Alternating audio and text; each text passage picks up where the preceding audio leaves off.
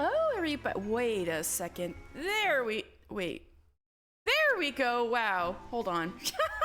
How did I mess that up? Anyway, hello, everybody. How are Happy Valentine's Day. Happy Valentione's Day. Man, we're on to a very smooth start, aren't we? My cat is already poking around my desk because I got a sandwich and she wants some. So, sorry for the rocky start, but Stella, I swear, this is my sandwich, not yours. Anyway, hello, welcome to Lore Sunday. Today's our special episode for Valentione's Day. Stella, that's my sandwich, not yours. And so here we are at Miketo's Amphitheater, although I guess it's kind of getting dark and is it raining? No, that's just the waterfall. We can get one thing out of the way first, though. We have more than one reason to go to Miketo's Amphitheater than just Valentione's Day.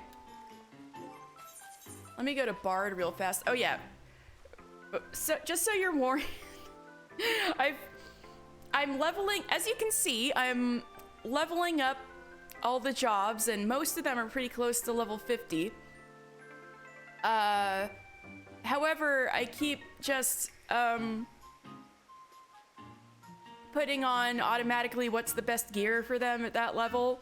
And I've got the RM braids, which are like little shorts, so some of them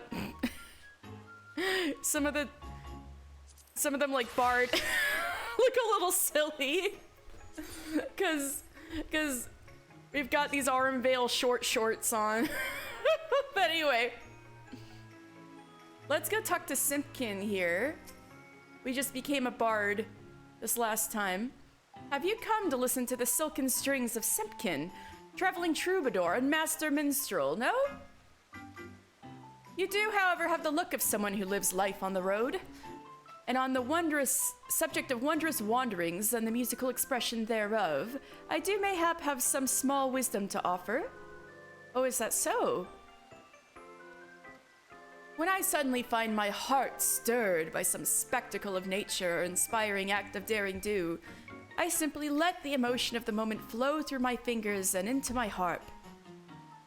I've found no sound to be as achingly beautiful as one born from that instant of genuine joy or wistful sadness. You need no special training or knowledge to give voice to the music of the heart, only a willingness to play the score as it writes itself across your soul. If you can accomplish such a surrender, then you will have created a piece unique unto yourself. And what melody could be more precious? I knew from the moment I laid eyes on you, here is a man whose spirit begs for instrumental interpretation. Pray, release your inhibitions and favor the world with your performance.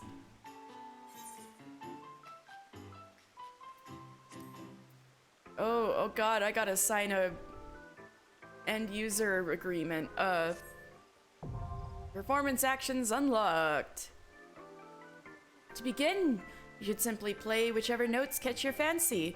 Let whimsy carry you up and down the scales, revel in the soaring heights and the plunging depths, until you find a song which resonates with your being.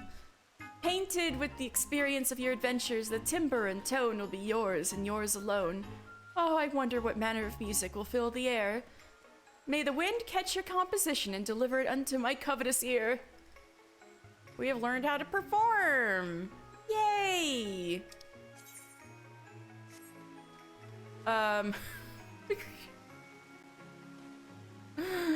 Well, we won't really have much need to perform, but it's sure an option. Let's see. God, there's too many people here. I'm too embarrassed. I gotta run to where nobody is.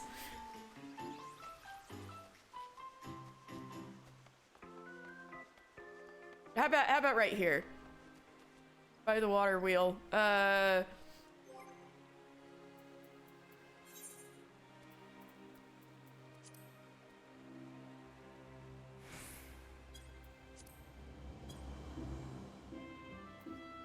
Oh, performance has its own category. All right. Let's do heart.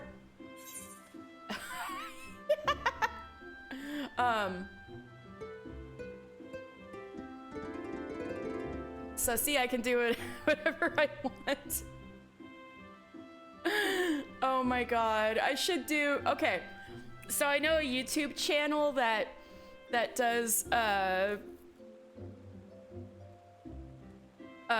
songs. Like they turn DDR, they turn songs into DDR-like commands for controllers for Final Fantasy XIV. Let me see if I can find one.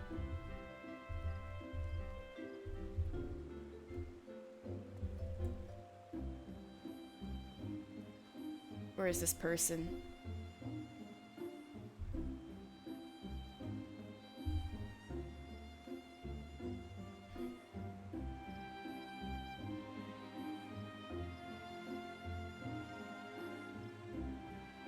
See, I'm following this person not on the,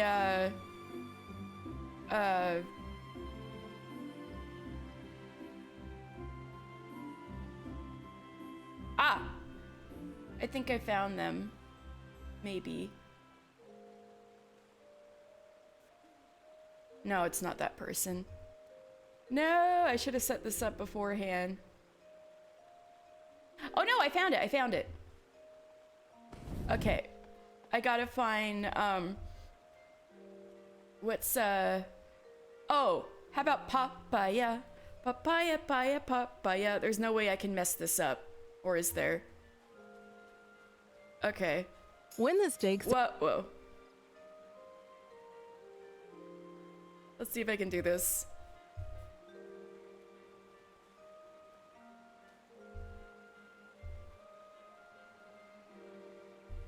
Oh.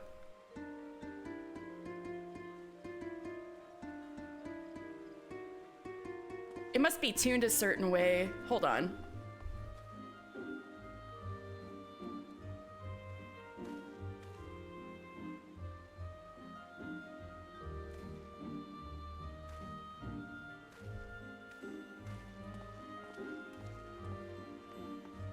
Or maybe it should be...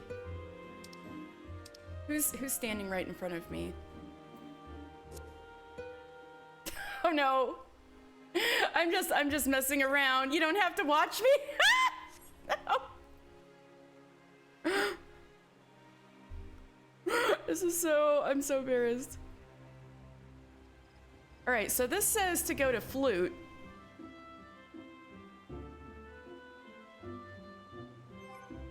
All right, let me go to flute.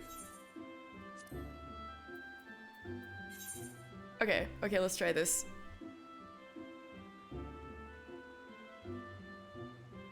One, two. Oh my god! Help! Oh no, papaya is faster than I thought it would be. All right, let's try this again.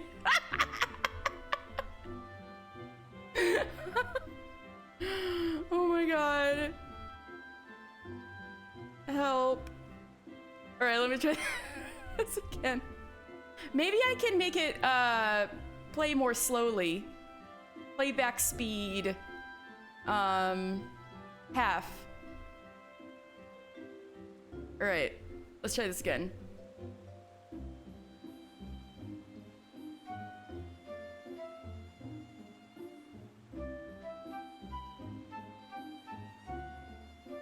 Oh my god, I'm doing it!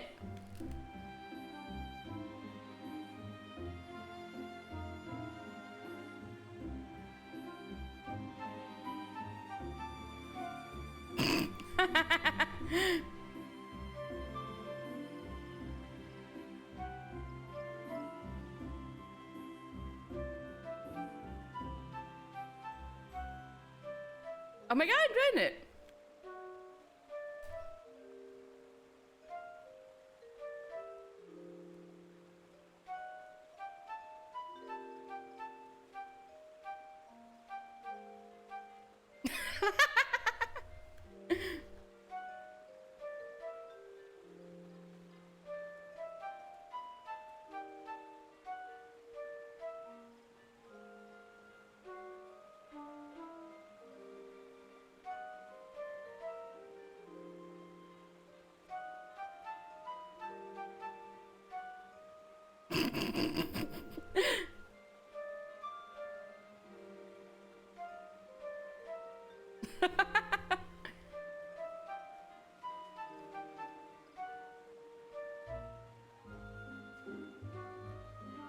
Oh my god, oh my god.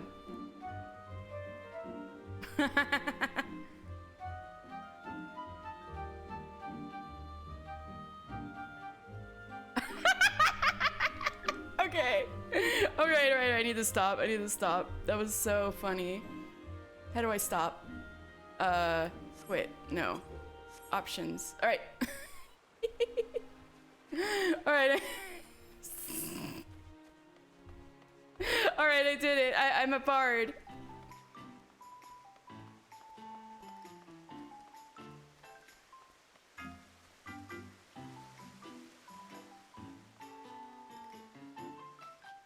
Anyway, now that I've scared away anybody who was ever in here, let's go over Saint Valentione. Not saint. Oh my god. She's not a saint. She's a lady.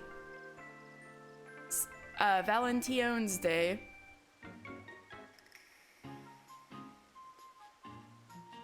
Well, let me retweet my tweet real fast.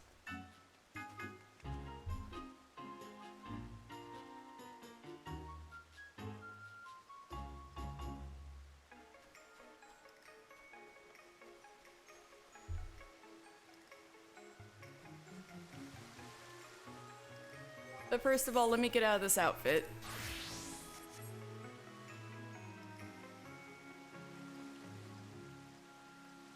So every year we got a lot of this going on in Mikedo's amphitheater. I think most of the time at least. What we got over here? I can go, let's get some chocolate first.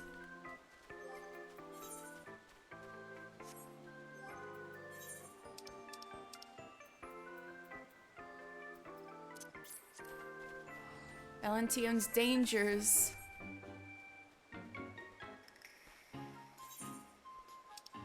Let's eat some chocolate. I'll talk more about the chocolate later after we get, there we go, get some chocolate. Heart-shaped chocolate. I'll talk more about the chocolate after we get more, context for this holiday. So, Valentione is an Elizan family that's well-respected, like, noble family in Ishgard, kind of like how last time we were talking to Jean-Delon, and he and his brother are from a noble house that's like an offshoot of House Zemael, which is one of the high houses. House Valentione is like that too, like a noble house of Ishgard. We can't physically go into Ishgard quite yet, but like the Starlight Celebration, this is another holiday that comes from Ishgard, so we don't quite need to be in Ishgard in order to enjoy the holiday. We just need to know that this is a fancy family from Ishgard. Anyway, let's talk to this House Valentione butler who's got such a charming outfit. Hello. Good eve to you, adventurer, and may the flowers of love ever blossom in your heart. If you should desire to learn more of Valentione's Day festivities, please do not hesitate to ask. I shall be only too eager to share with you everything I know. What's with all the hearts? There's like a whole lot of hearts.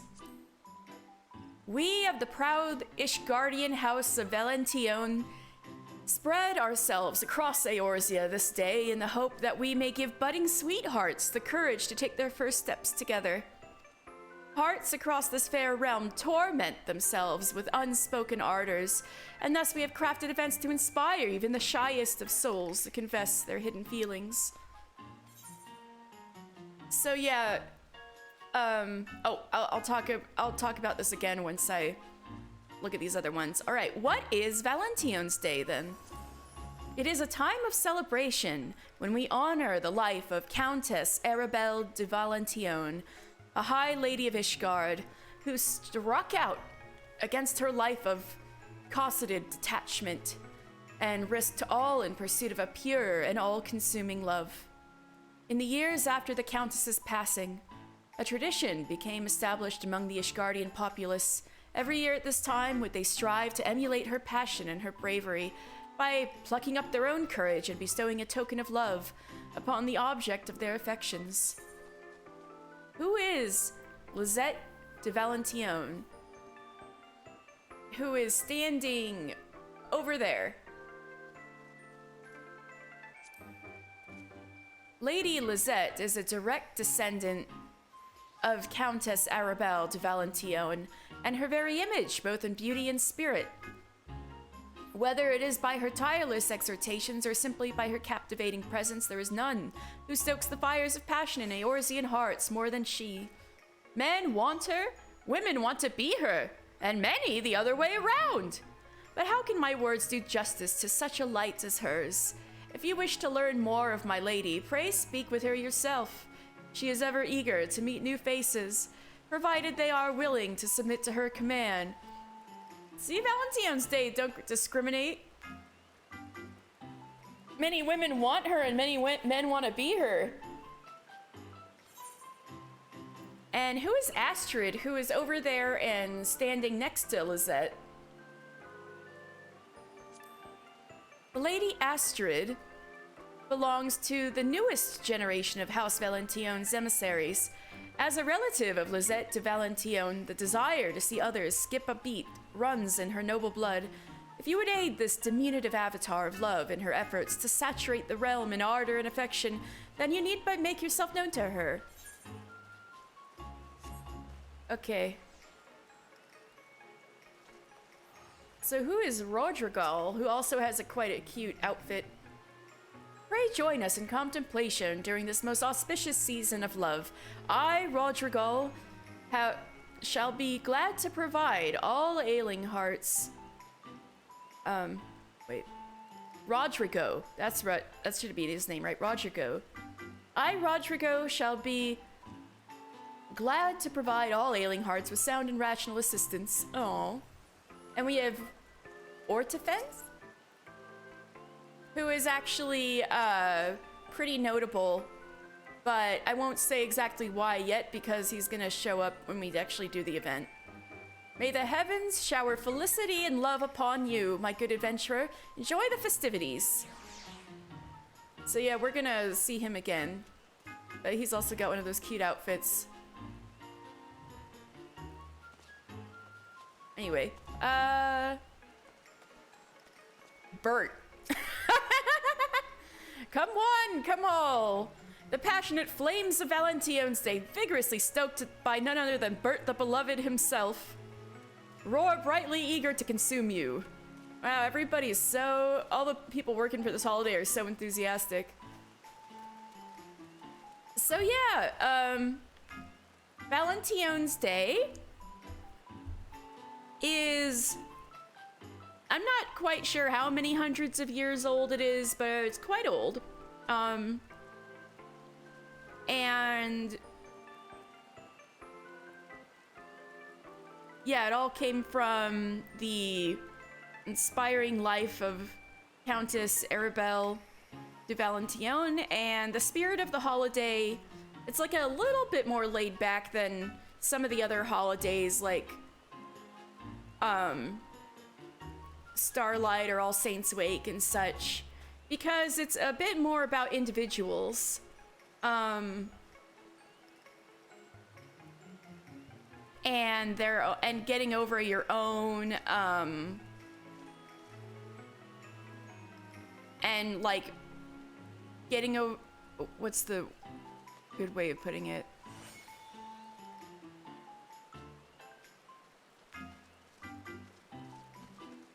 Just, yeah, I need to drink some water. It's a lot more about the individual and one's own courage, like perking up one's own courage in order to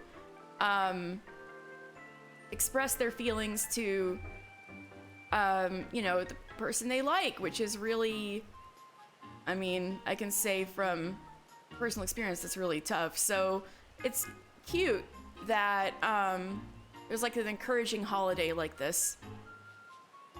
And then,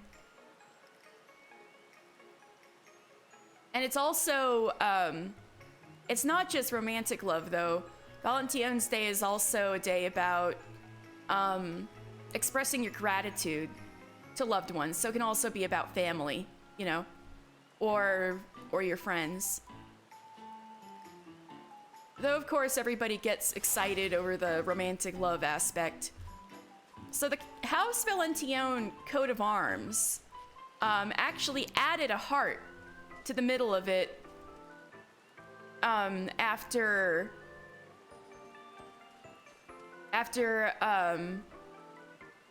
the death of Countess Arabelle, in remembrance of her, and her shield. So Countess Arabelle de Valentione was actually pretty tough and fought too, and she had a red heart-shaped shield. So now the shield that emblazons her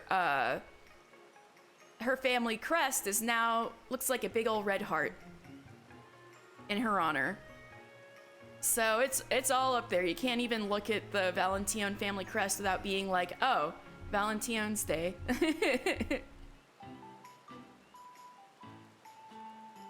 And another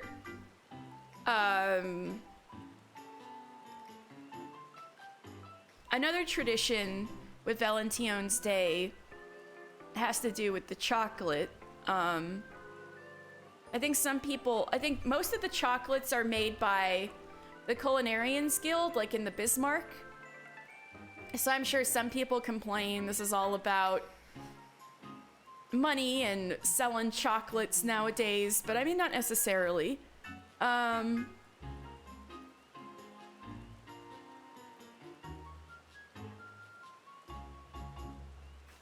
So there's also a thing about sugar. Another tradition.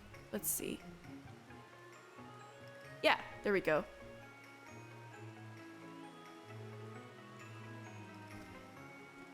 Valentione's Day is about an individual's quest to muster the courage to conquer their own fears of rejection. And so, but this does not mean people are on their own for preparing for the holiday. So the city-states provide free portions of powdered sugar, a rare sweetener imported from faraway lands to the south. And it's usually only reserved for noble classes, but the city-states portion out powdered sugar to make the chocolates with. To receive a pinch of the powdered sugar, citizens need only ring a special bell that are put up in Limsa Liminsa, Gridania, and Ul'dah. So I guess people can make their own chocolates, but I'm sure everybody is just buying some of that Bismarck chocolate, like this thing right here. Oh yeah, that's the stuff. I think that about covers it. So let's go meet Lizette and Astrid. Right.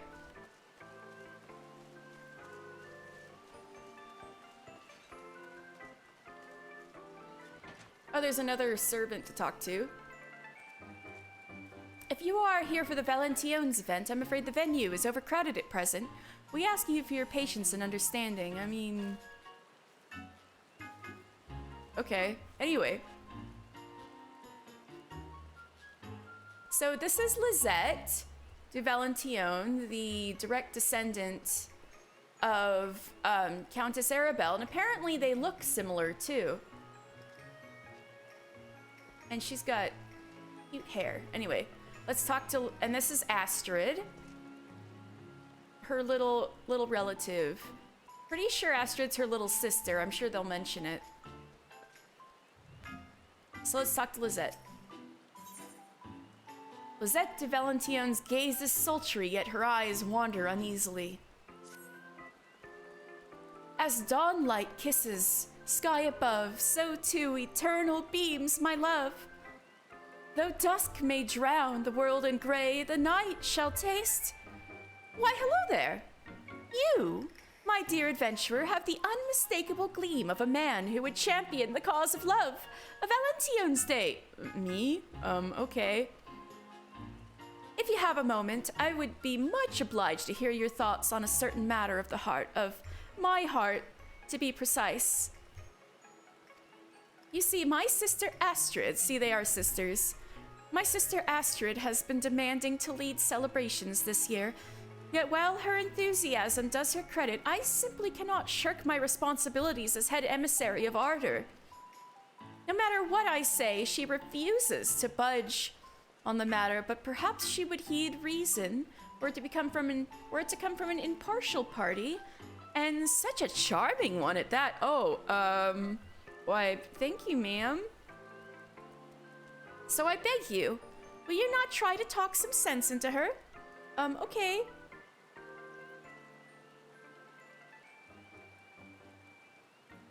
I heard what my sister told you, but I simply must be allowed to oversee the festivities this year.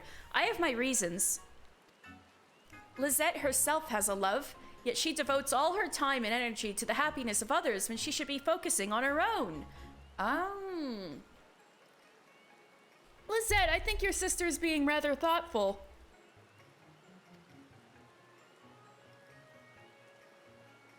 I must confess I didn't always approve of my sister's choice of partner. With his lowly upbringing, I had believed Ordefons didn't deserve her. So yeah, that guy we talked to outside, that's Lizette's beau. But through my work as an emissary, I've come to realize that such things as birth and station matter not so long as there is love. And you should be embracing this occasion to foster that love instead of worrying about others. Look here, Astrid. I appreciate your concern, I do. But the reputation of House Valentione hinges on the success of these celebrations.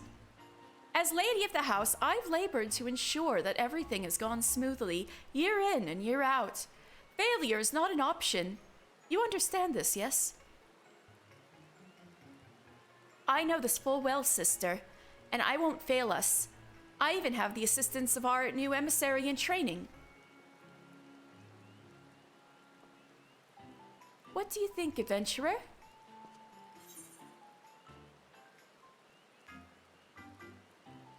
Will this emissary in training spend more time helping or, training? I say leave it to Astrid, and if it make you feel better, I'll help too.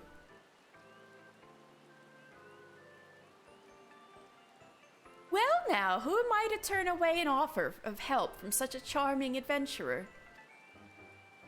That's right. You go spend some time with your man. Yes, with your good self watching over Astrid, I believe I can entrust this year's celebration to her with an easy heart. I hereby leave our legacy in your hands. So long as you stay true to your heart, you will surely do us proud. And even should something go awry, fret not. There is little I cannot fix with my indubitable charms. Right then. I suppose I'll go and embrace the spirit of the season. Yeah, you go. We got this. Go find Ordefons. Woo! With Lizette gone, we may finally begin our work. Speaking of which, I must immediately impose upon you. Oh, don't worry, everybody does that. Originally, I was meant to make rounds with Emily, our new recruit, to advertise the event we shall be hosting later on. However, now that I have officially assumed my sister's responsibilities, I'm required to remain here at her post. Might you accompany Emily in my stead? Yes. Thank you. Pray wait a moment while I fetch her.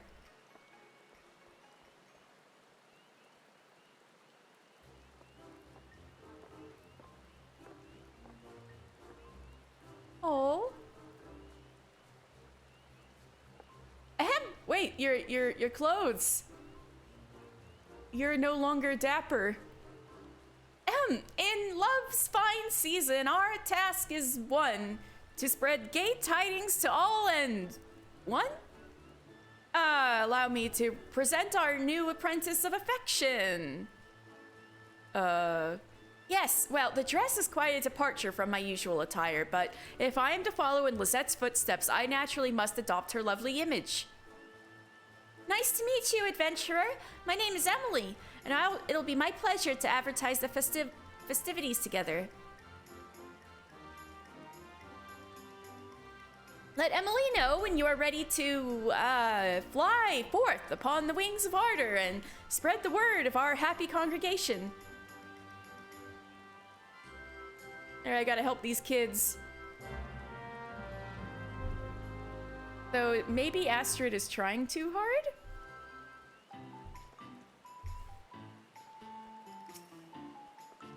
Go forth, my sweet cherubs of passion. Deliver your messages of love and return hither once you're done. Shall we be off then? This being my first time promoting an event, I'm not certain how to start talking to strangers. May I ask you to take the lead? Sure. Although I don't so much as talk to strangers as I just stand in front of them and they just start talking to me about all their problems. Thank you. I'll be sure to observe you closely. Now then, shall we first head to the Leatherworkers Guild? I dare say some folk there will be interested in our event. Emily is now accompanying you. Keep her at your side in order to proceed with the quest objectives. Aww. You can leave... I don't want to leave Emily behind. You can leave Emily behind by entering a different area or by speaking with her and selecting the option to part ways. If you wish to have Emily accompany you again, return and speak to her at the original location. While you are accompanied, you may encounter conversation points along the way, which offer additional topics of discussion. Enter the glowing area and speak with your quest companions. To initiate these bonus conversations, enjoy exploring your surroundings together. Alright, let's be off, Emily. There she goes, her little dapper outfit. Let's do our best to gather a big crowd. Alright, let's go. My little Corpicur and Emily. I got all these friends. Do do do do do do do do do do do do. Oh no, it's raining. No! Our holiday cheer! It's pouring rain. But wait. All romantic comedies need a rainy scene. Maybe it's not so bad. Oh, we've got... This is a conversation point. Right in front of the Leatherworkers Guild. Look, you can see the amphitheater from here. Oh, let me see. Yes, you can. I simply love Valentine's Day. The soft colors, the hearts, the adorable costumes. I'm so glad I found the courage to ask Lizette if I could become an emissary. It's nothing short of a dream come true. Aww. Yeah, it is a nice view from here, huh?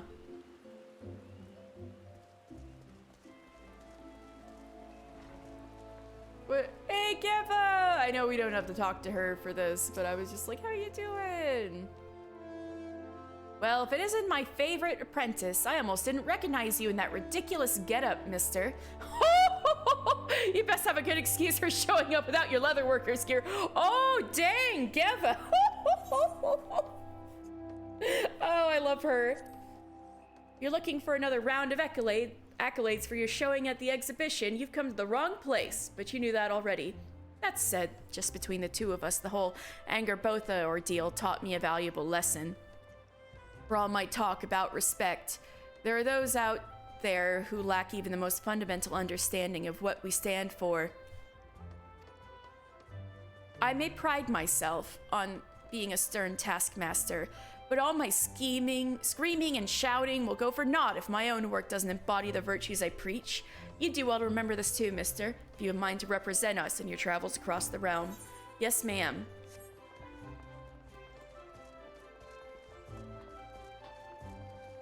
Anyway, let's talk to this person. Idle resident.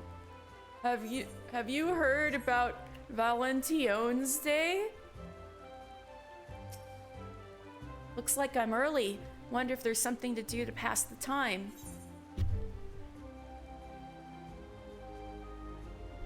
Hearken thee, for Valentione's Day, that grand celebration of order and affection has come once more. Now, come and celebrate Valentione's Day with us. Cheerful and to the point. That I can do. Valentine's Day celebrations are being held at Mikedo's Amphitheater. There will be costumes and merrymaking and a special congregation wherein participants profess their love. Please join us if you have the time. Well now, that does sound like fun. I'll head over there at once. My thanks for letting me know. That went well. Let's keep up the good work. Yeah, I think Mr. Final Fantasy is the kind of guy to be cheerful and to the point, no nonsense. Next, let's head to the Shaded Bower on the way to the markets. Oh, and I shall try taking the lead this time. Your example was most inspiring. Thank you.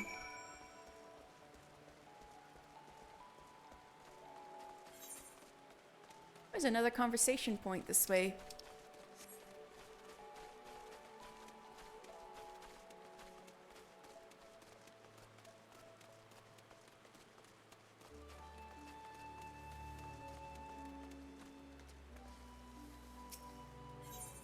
Discuss gifts. There's no shortage of Valentione's gifts to choose from at the markets. By all accounts, the most popular chocolate is from the Bismarck. Yeah, like I was saying earlier. Are you planning to give someone special, a special someone, a gift too? Me? Does Mr. Final Fantasy have a special someone? Assuming you have the skills, they say nothing conveys your feelings quite like chocolates you made yourself. And so, that's why the city-states provide little bits of powdered sugar to the populace. Encourage people to make their own chocolates. And if you're thinking flowers, a red azalea rose never fails to please. Those seem rather popular here in Gridania.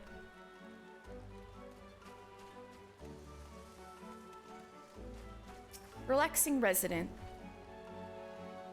Ah, nothing feels so fine as finishing up a good day's work. Come and celebrate Valentine's Day with us. We are hosting Valentine's Day celebrations at Mikedo's Amphitheater. Come join us for refreshments, costumes, and a special event wherein participants proclaim their affections. A handsome invitation from a handsome lass. How could I refuse? I'll bring my wife too. She loves her festivals. Wonderful. We look forward to seeing you there. Handsome. If anything, I want it to be winsome. Emily, are you okay? I'll just have to try harder next time, I suppose. Emily, what's up? Well, let's make our way through the ebony stalls into the Centaur's Eye.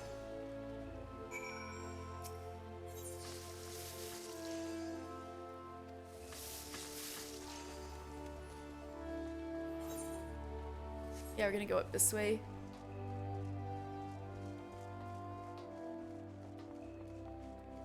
Through the markets.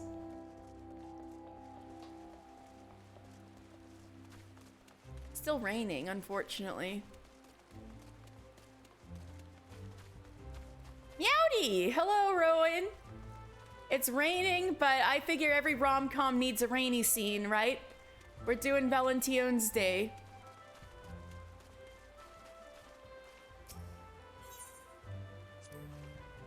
This is it, my brother-in-law's shop. He proposed to my sister on Valentine's Day, and they've been inseparable ever since. Oh. So, wait. This is Ordefence's shop? Wait, so are you like... Leopold, are you like Ordefence's brother? No, wait. That's... You're not an Elezen. You're working for him, so your boss is Ordefence? Interesting. Oh wait, no, what am I talking about? Emily. Emily's a here. I got confused with Astrid for a second. Yeah, sorry, no, different guy. Yeah, thank you, Rowan. I had a brain fart for a second. You're cleaning kitchen so you can... Yeah, sorry.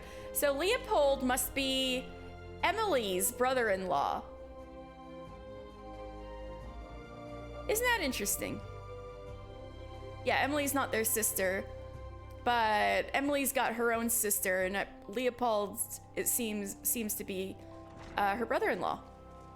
Anyway.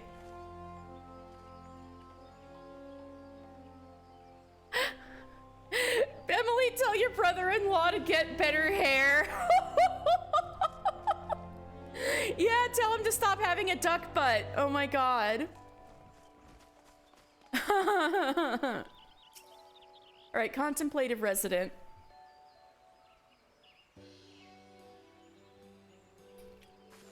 A very good morning to you, miss. Do you not simply adore the sweet season of ardor and affection? Oh, you're one of the Valentione Day people, I take it? Indeed I am. Over at Miketo's Amphitheater, we are hosting a delightful event with gorgeous costumes to try on and an opportunity to speak of love to your heart's content. Oh, my chat box isn't working. Hold on. Why?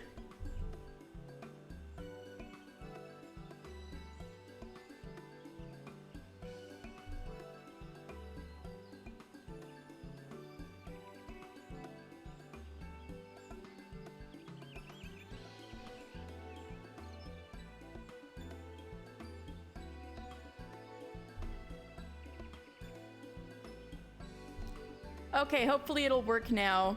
I don't know if it will, but I guess next time there's a chat. Why is this going on? Anyway. Well now, what a passionate and dashing emissary you are. Thank you for the invitation and good luck with the festivities. No, it's not working. All right, hold on.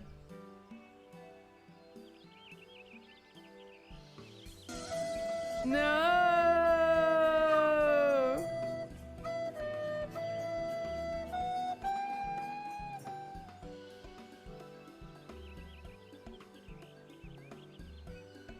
Maybe I'll just... Why? This is the second time this week it's messed up. Or no, last week it messed up too. I wonder why. Maybe I can repaste it in and that'll help.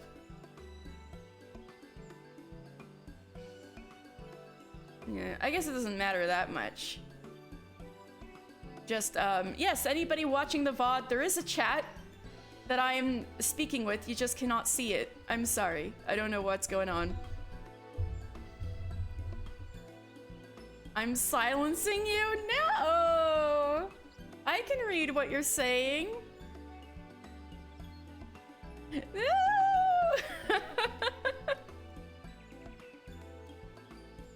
Alright. Well now, what a passionate and dashing emissary you are. Thank you for the invitation, and good luck with the festivities. Maybe it has to do with stream elements? Dashing?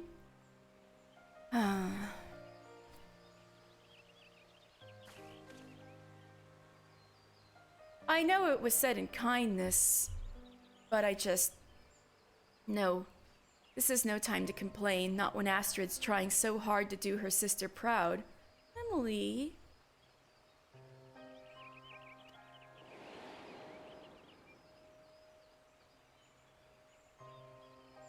She was hesitant about the dress. Said that such attire doesn't become her, but she donned it anyway in order to be like Lisette. She positively shines in it, don't you think? It was to help her shine even brighter that I decided to wear this suit. I believed it would serve to provide contrast when we're side by side on stage.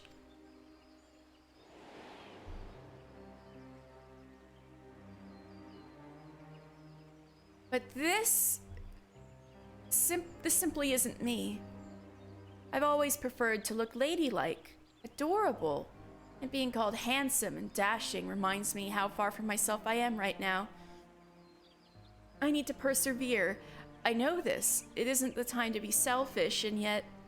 Yes, everybody's having gender feelings this Valentine's Day. The good summary.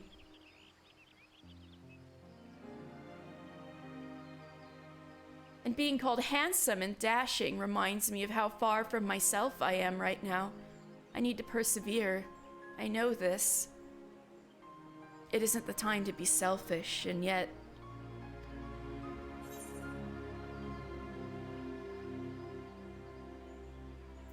I'm sure Astrid would want you to feel comfortable.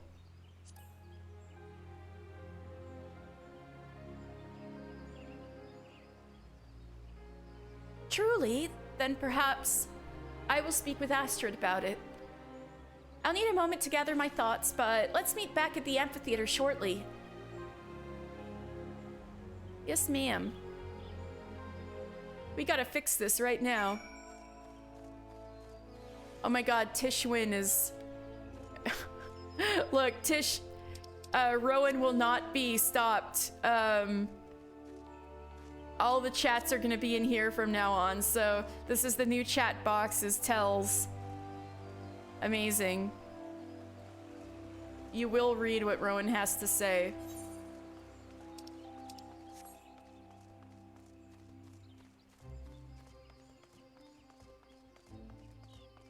You will not be silenced! I mean, are you really silenced if I'm still responding to everything you say? Like, what is the... Hold on.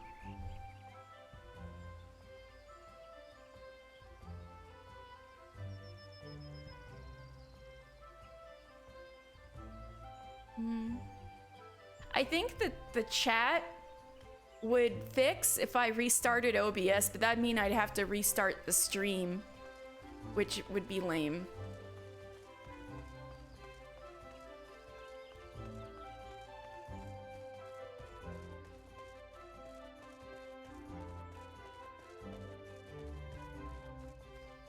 So sorry about that, especially for the VOD people.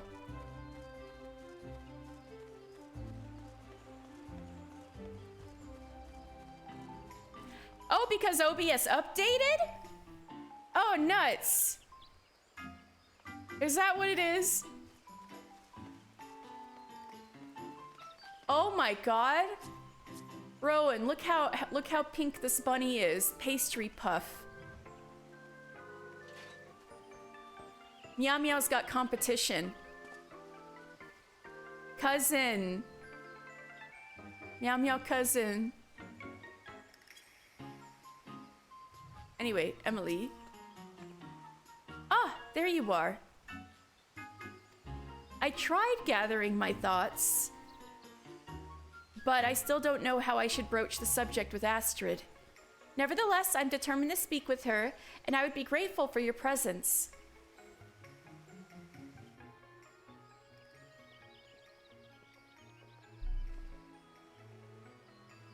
You look so sad! Astrid, you look so sad. Welcome back, my messengers of messages. How fared your efforts? Oh, splendidly. We met many souls eager to celebrate the season of love, but if I may, there's something I wish to discuss with you.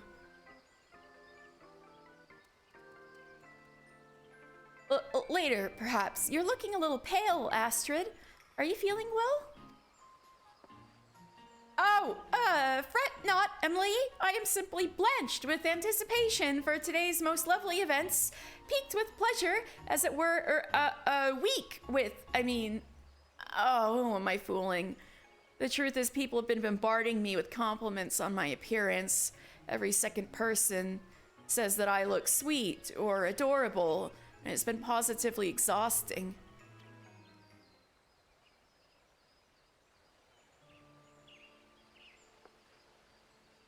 As a daughter of nobility, I know I ought to desire such praise. Beauty and grace are highly commendable virtues in our circles, after all. But one day, I met a knight, a fellow daughter of a noble house, and I found myself drawn to her strength and gallantry. I wonder if that was Laniat, who we have not met yet, but...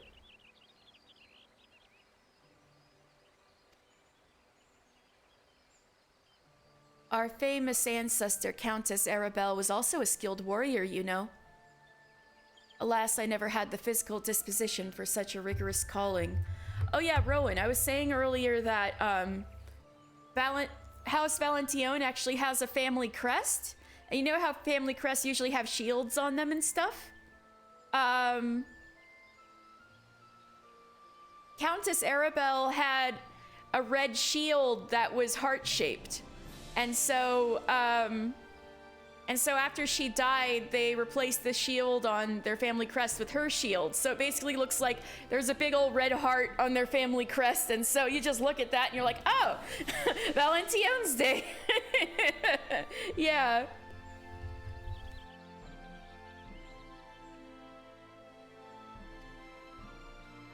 And though I find comfort in incorporating the spirit of chivalry into my guise and mannerism, if I'm to be an emissary worthy of succeeding Lisette, I must accept the attire that comes with the position and set aside my own preferences.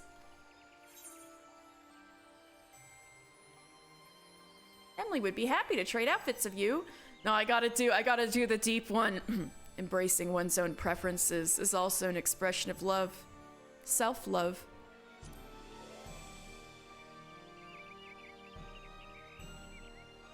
It may be said that to prefer is to love.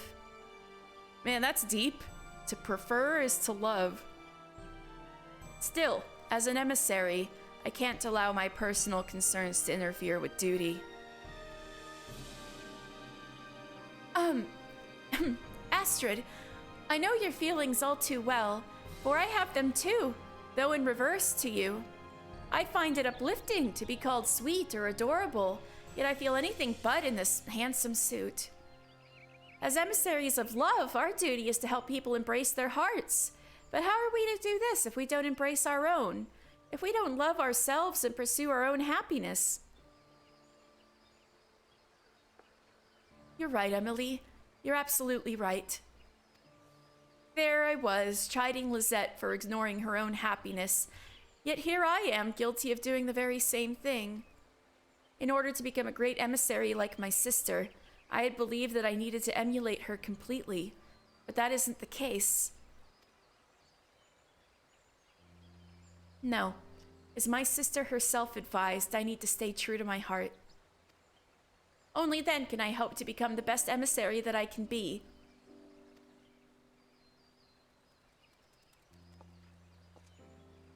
Were it not for your encouragement, Astrid and I might have continued to be miserable, trying to be someone we're not. Thank you for helping us to be true to ourselves. And what did your sister say, Astrid? She said you do the family proud as long as you followed your heart. Come, Emily, let us trade outfits at once.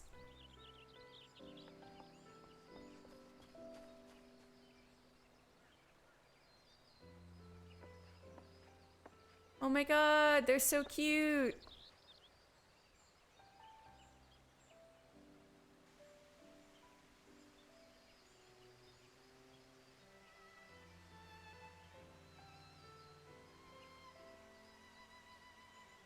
Oh, Lisette and Ordefense all got dressed up in other outfits. They look so fancy.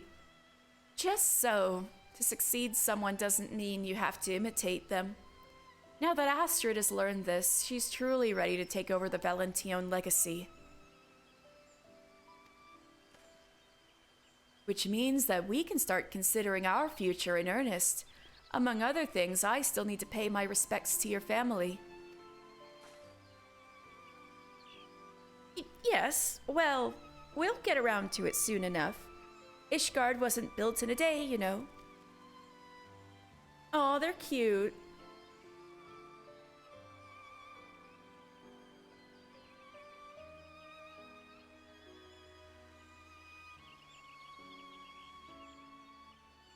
Aww.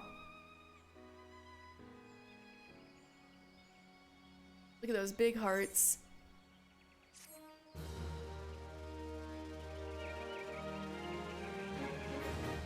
You now have access to the Valentione ceremony seasonal instance. Oh. I still haven't done that. But there's also that,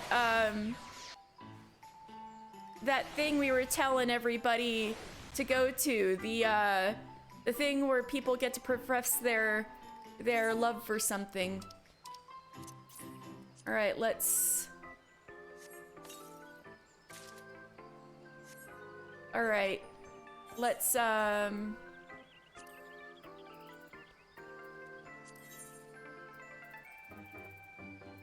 cast some glamours. We got an outfit.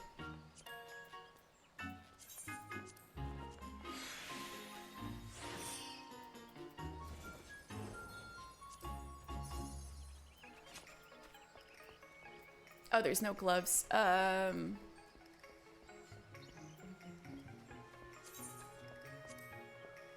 wait, whoops. No, that's not what I meant.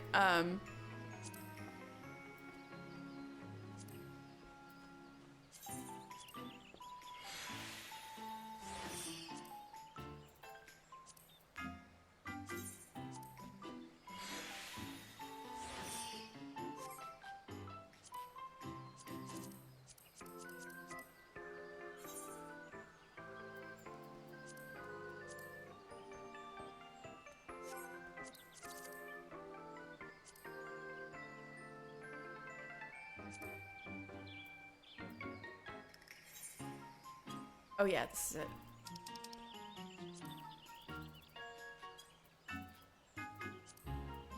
All right, there he is, Mr. Final Fantasy.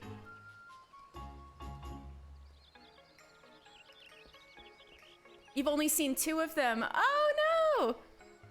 You didn't see the Urianshe one? I mean, we're not gonna get the Urianshe one, but... So handsome. Let's go. He looks good in that little hat, doesn't he?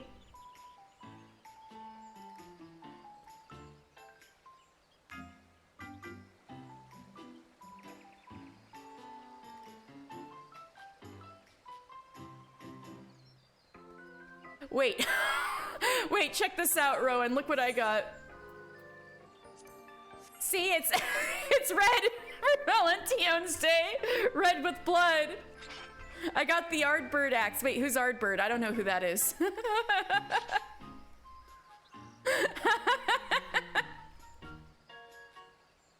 Please not redacted Zax. All right. Let's, anyway, how y'all doing? Astrid, you feeling better now? Thank you for reminding me how important it is to stay true to oneself. I feel so much more confident like this. For the sake of my sister's happiness and that of my own future, I will proudly carry out my duties as head emissary. All right, Emily. The day's crowning event is about to begin, adventurer. Folks from all walks will speak of their greatest love while dressed in the latest Valentione fashions. You'll be staying to watch, of course? Yes. We can only see 3 people. The face of adventure and a fosterer of flora.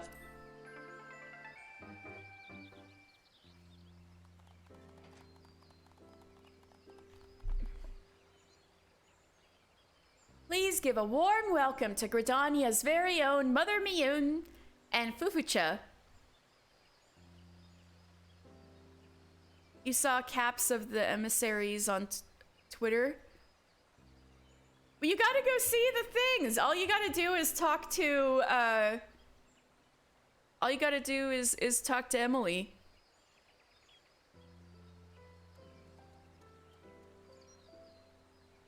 Please give a warm welcome to... I thought you were making fun of, Bayatin. Alright, let me try this again. Please give a warm welcome to Gridania's very own Mother Miyun and Fufucha. Tell us, what inspired you to participate in today's event? Oh my god, look, they're so cute. Mother Miyun, I love her! I thought I'd use this opportunity to advertise the Adventurers Guild, which operates at the Carline Canopy. To those seeking adventure or a scrumptious eel pie, look no further. Yeah, they're both going to jail, that's true. Which we will about to see their crimes. We're about to see their crimes.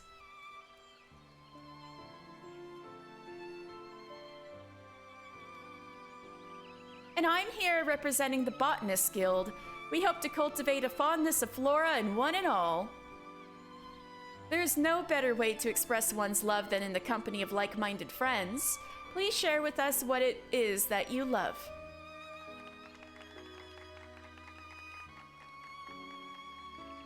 Well, I can't speak of love without mentioning tea.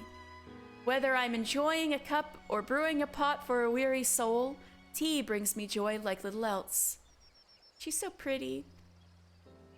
We serve only the finest teas at the Carline Canopy, and I hope you'll all come and try some. There's a drop for every taste. To that I can attest, though admittedly my own adoration lies more with the leaves than the beverage. Be it herbs or fruits or flowers, it's my passion and purpose to understand nature's bounty for the benefit of both mankind and the star. Yep. My guild master. Well, now, if tea and flowers aren't absolutely perfect for this season of doting, I invite you all to seek out the Carline Canopy and Botanist Guild to treat yourselves and your loved ones. Thank you, Mother Mion and Fufucha.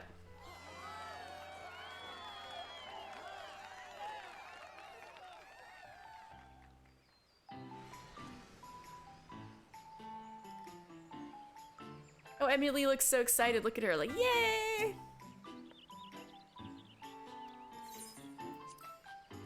Alright, what we got this time? No! We're about to see Valentione be so cringe. Are you guys ready?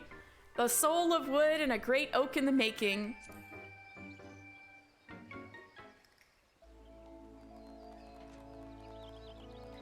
It's Valentione and Nicolio, our boys! We welcome to the stage two Gradanian mainstays, Timber Master Valentione and young Nicolio. Tell us, what inspired you to participate in today's event? That should be evident. I desire to share my wood with the world. I'm here with old the Timber Master, to keep watch over him, I suppose? Oh, but I'm also hoping to find more younglings to play with us in the Acorn Orchard. He's always seems to be the big kid in charge of all the kids in the Acorn Orchard. So a hail to new friends and timber enthusiasts. Lovely! Without further ado then, what is it that you love?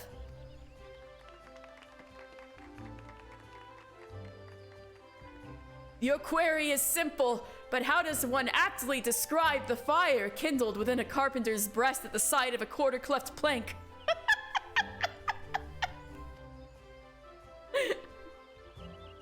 The thrill of taking hardwood in hand, stroking it end to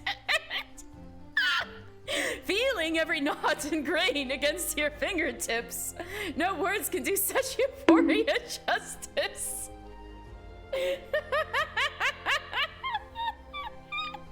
Gerhard must be away at war again.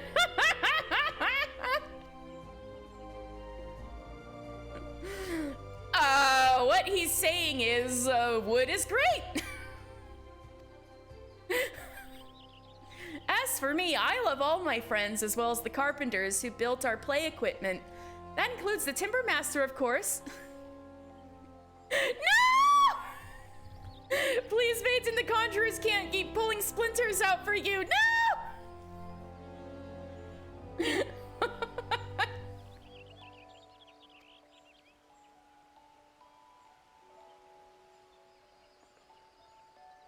Marvelous! Those with the love of wood. The Carpenters Guild has what you desire and more. And young ones who wish to play, don't be shy. Run along to the Acorn Orchard and get to know Nicolio. Thank you for joining us.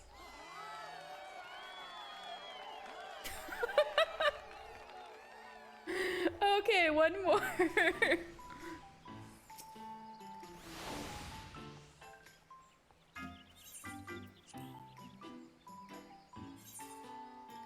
Infatuated emissaries. Oh, great.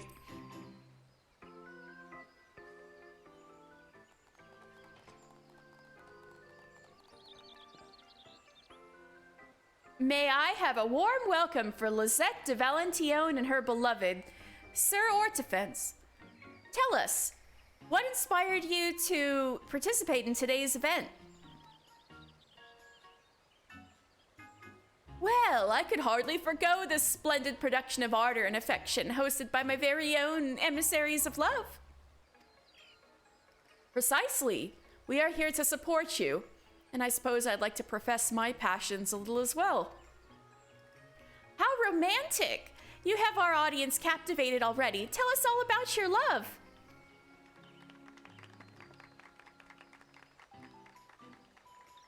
Well, my love, my angel is... Oh, wow, am I apt to aptly summarize such feelings? Ever since my darling Lisette, my goddess, first descended upon me as I lay collapsed amongst the pillowed drifts, I knew that I could never love another. Even now, when she gathers me into her milky arms, I... What are you doing? Saying such embarrassing things out loud? And what's even worse is... I don't dislike it. When you bare your heart to me like that, it makes me think of all I'd like to bear in return. Excuse me? Lisette?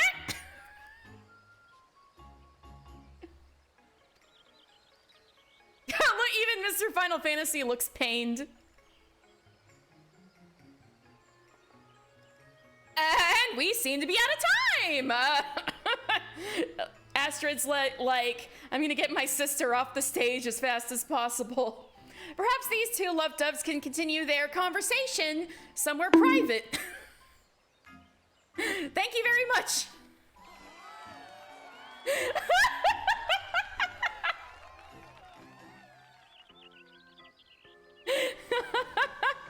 Oh my god. I'm so sorry you had to see that, Astrid.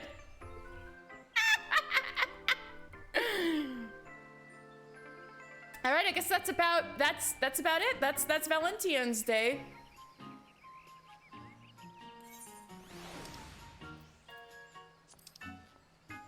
Munch, munch, munch.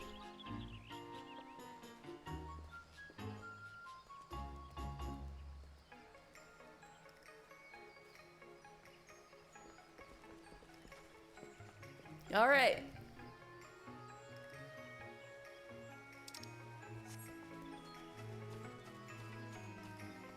Oh, Rowan, there's earlier I got performance from Simpkin, and I tried to DDR Papaya. I want to play it again.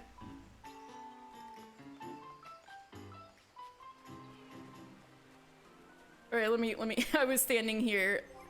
All right, let's go. Oh, also don't laugh at my my best in slot outfit. Okay,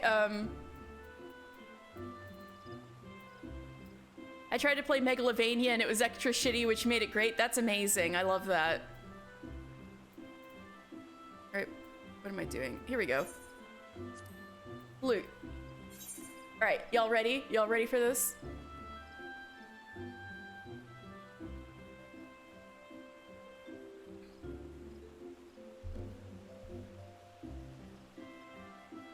All right, 3, 2, 1.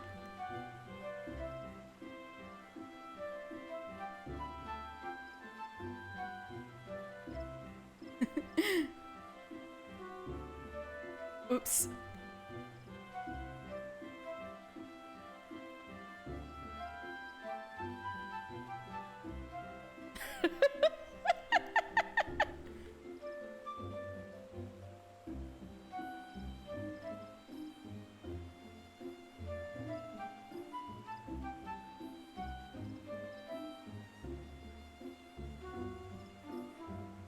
There we go.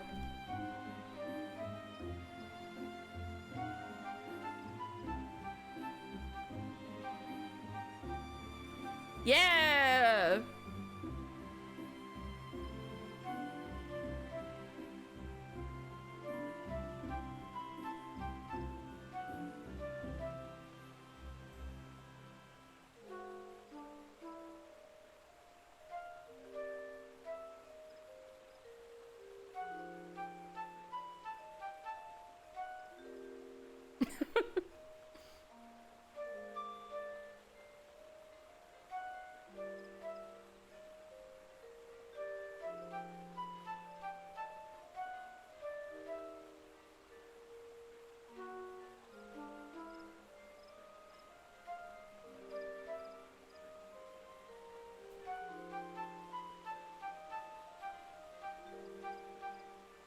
There we go.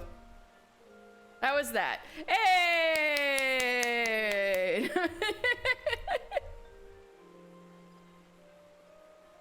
Dancing, all right. So yes, we are officially a bard. We can do the instrument. All right. Now we have a lot of quests we could be doing.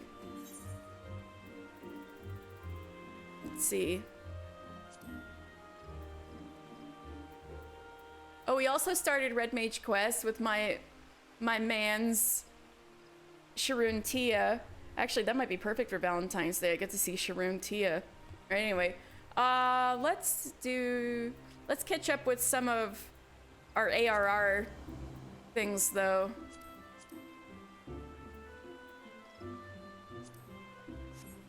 Oh, we can go see Mitra right over here. Let's do that first. Wait, I should be a summoner. There we go. This looks even worse.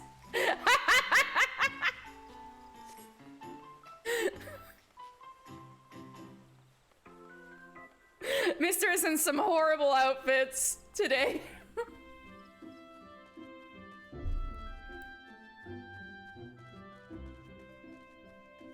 But I mean, I could just glam this over with Valentione's Day stuff if I wanted to.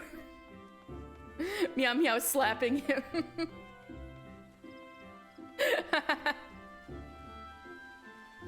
Oh wait, I need my Carby. Alright, hey Mitra.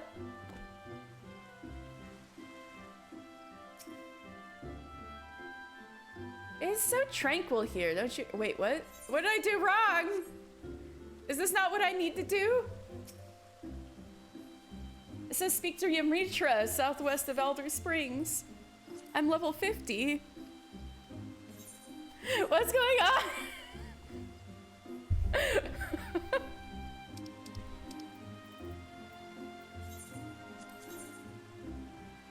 What am I doing? Oh, wait. I'm so silly. She's out here.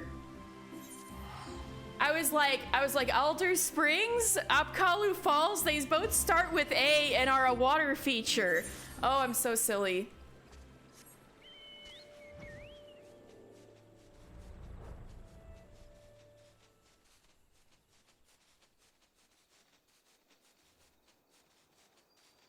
Mixed up Alder Springs and Apkalu Falls.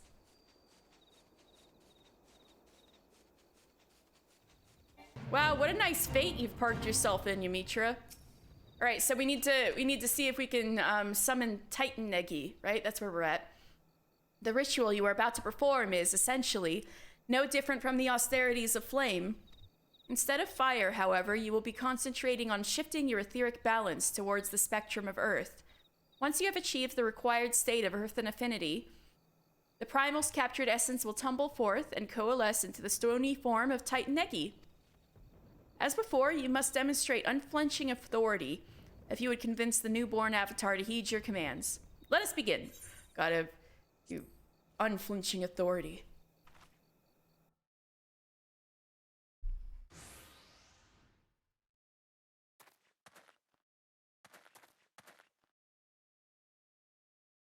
What an outfit.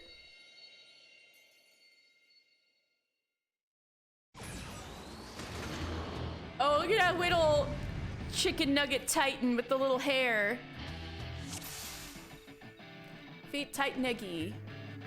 The mere presence of the Eggy is suffocating. Is that the weight of the mountain presses on my chest? I mean, isn't that the name of the song, Under the Weight?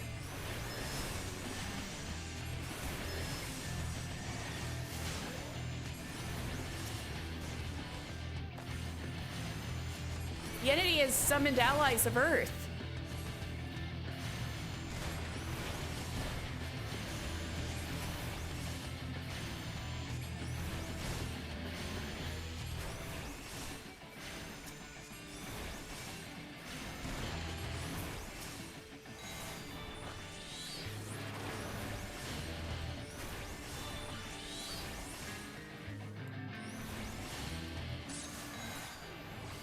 Alright, got Ifrit versus Titan. Etheric flow, it shakes the very ground. Uh-oh, I gotta help you, Mitra.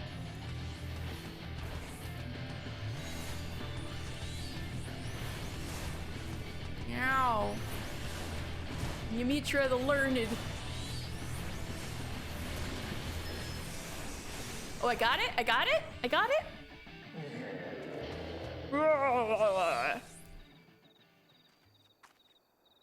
Oh, well done, mister.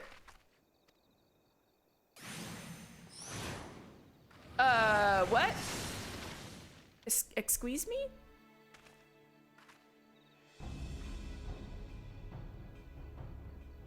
I come in search of Allegan relics, and what do I find but a pair of incompetent dabblers? By what jest of fate did you chance across such undeserved power? Who's this asshole? And who might you be, sir, to so boldly question our accomplishments? If you have indeed unlocked the secrets of summoning, then you must be in possession of the very treasure I seek. How terribly convenient. I need only slay you both and take what I need from your bloody corpses. Uh-oh.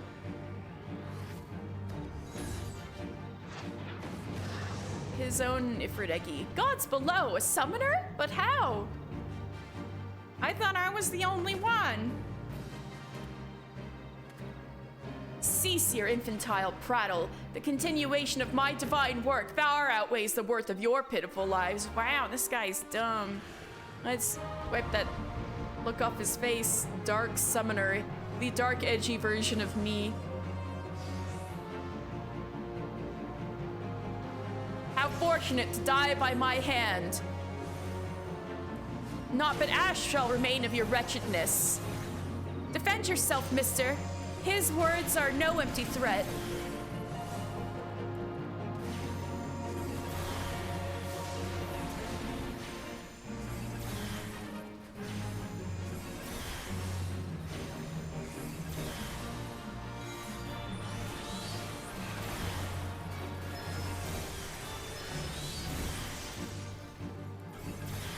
You think you to stand against me? Foolish bravado. You will burn nonetheless. Be on your guard, his power is building.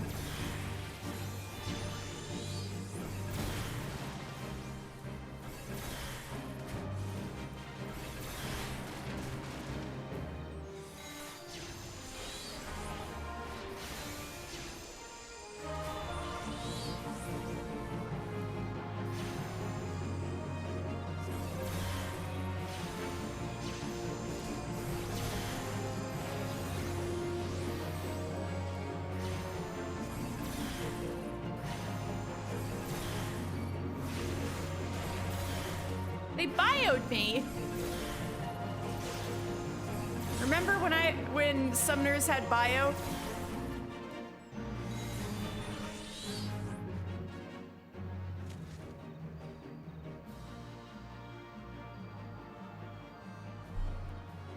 Why do you struggle so? Because I want to stay alive? Your unwillingness to accept oblivion but delays the inevitable. Heed me, avatar of infernal flame. Incinerate these fools in all-consuming hellfire.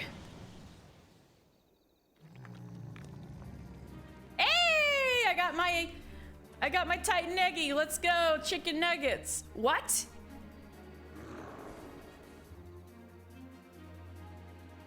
Feel nature's fury, you vile blackguard. Ooh, throwing conjurer rocks at you. Ugh, I tire of this childish game.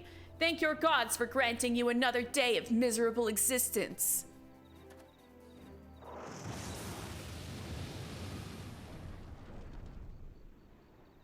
He's gone. What a decidedly unpleasant fellow.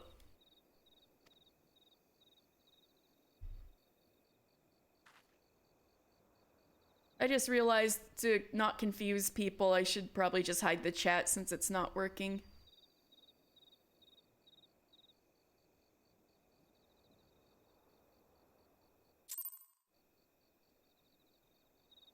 Alright. Well, I suggest we return to Apkalu Falls. I have no desire to linger here and chance another encounter with whomever that deranged mage was.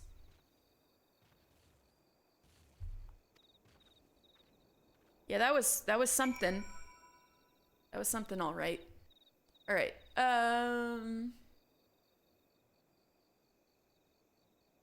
Now I'd go speak to her back in Gridania. But we could also see Obero at Fool's Falls. This is the worst ninja outfit ever. Anyway.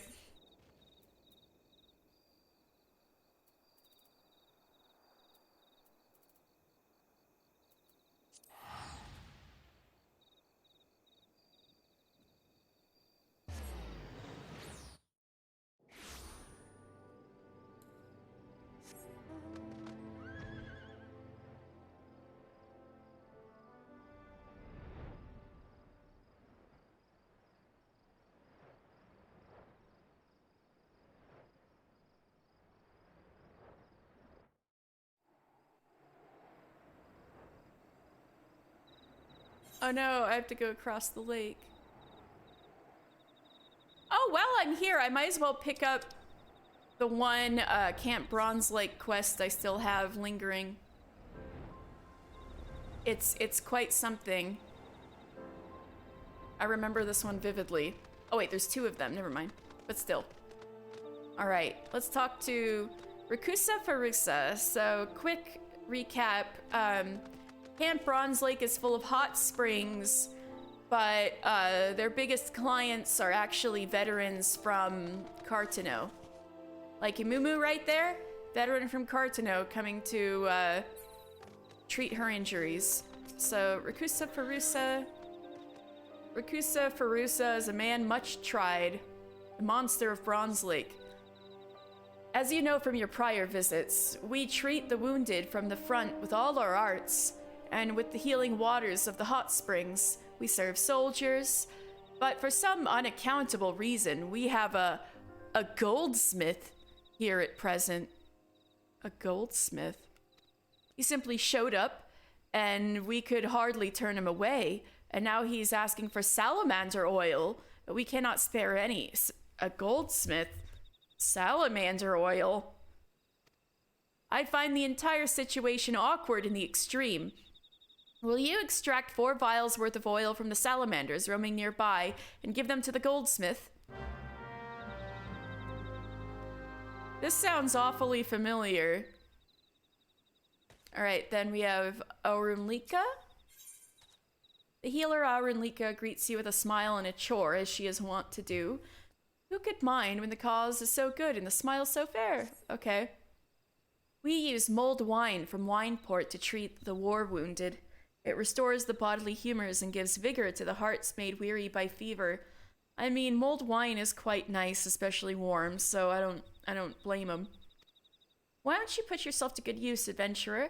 I prepared some mulled wine earlier, and I need it heated to make warm wine. Will you submerge these bottles in the hot spring over yonder and serve them to those that need it sorely? Sure. Though for this, maybe I'll be a warrior.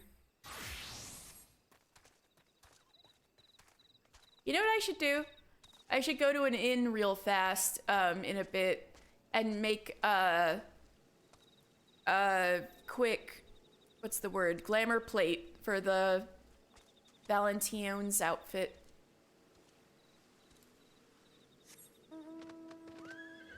Oh, wait.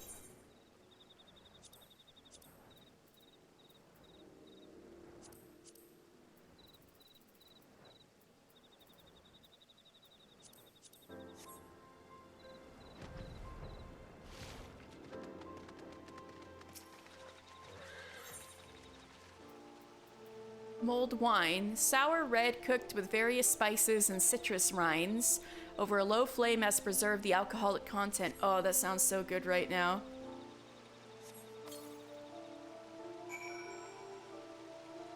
And then we get the warm wine back.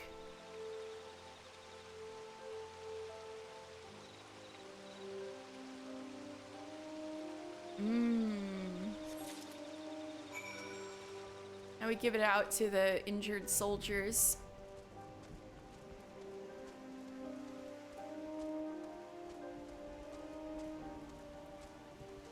We have Hubuaka. My wounds heal, for sure and certain. Not so stiff and sore no more neither. Warm wine, heated in the warm springs beneath the Gomero. This mulled wine is said to cure countless ailments, and those ailments it cannot cure, it will help one forget. Dang, I mean, yeah. Obliged, adventurer. That's a mug full of good medicine there. Wouldn't mind taking some of that back to the front. But how would it stay warm? You put it under a fire? That boom of the Magitech armor. Can't stop hearing it. See how my hand shakes so?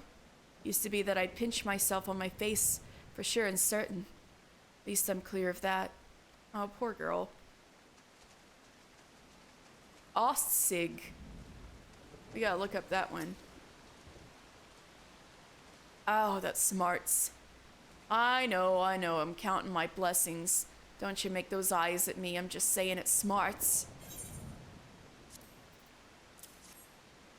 Oh, that hits the spot. I don't mind that kind of burn. It's a fine thing being alive. And don't mind me none. I like y'all. Just like my own Levy Moore, though we've been through a lot together. That smarts. The 12 spit in my eye if I lie. That smarts like Ifrit himself skewered me with a stick of how do you do. I'd like to give me a hands on that Garley and what mistook me for his pincushion. Oh, jeez. Anyway, Ostsig means...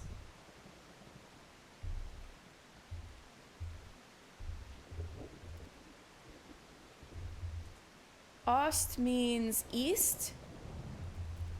And Sig means victory. So his name is Eastern Victory. That's a good name for a soldier.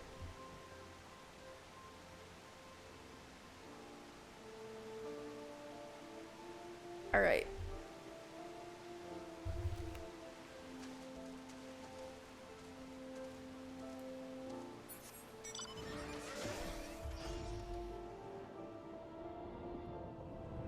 Imumu, who we already spotted earlier. Damn. I can barely remember a time when everything didn't hurt. I feel like I've always been here. Thank you and cheers. Ooh, hot and spicy. Just like the horn we raised when the sergeant was wedded. When the little red-haired private fell. All my friends. I'll be back, you steel-chewing roughnecks. No. Remember Cartano, I say. I was there under the Maelstrom's standard, and for every drop of my blood, the Garleans paid double. The 12 willing, I'll fight again, and if I fall, why, I'll see my comrades from the flats again. Damn, Imumu, you've been through a lot.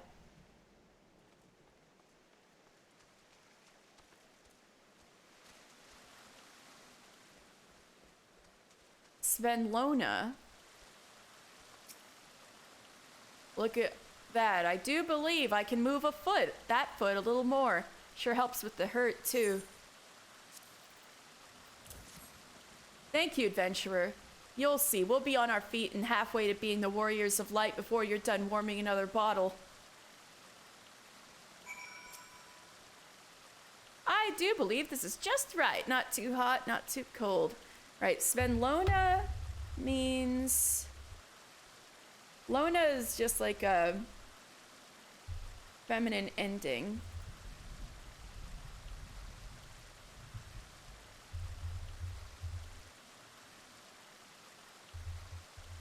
Oops.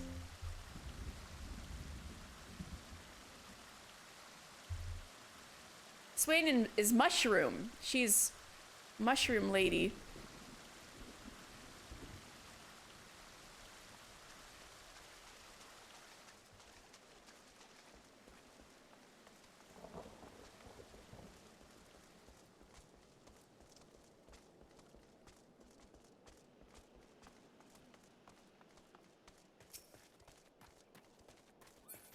I should probably bring back both quests at once. So let's go see about this goldsmith. But first I gotta kill salamanders to get the salamander oil. This is feeling awfully familiar.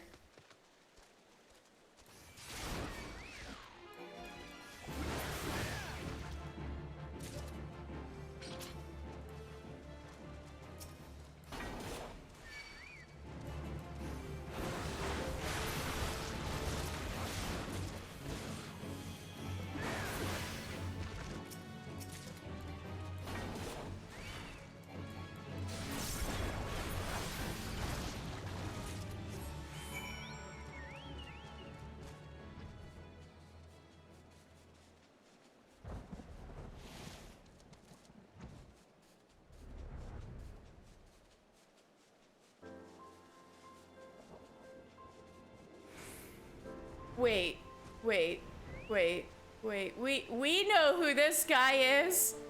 We know who this guy is. Oh my god, it's the Saint of Nemea. Most kind. You are most kind to bring me the oil of salamander. Some weirdo hanging out. Yeah. Salamander oil. A thick, sticky oil collected from the underbelly of a river-dwelling salamander.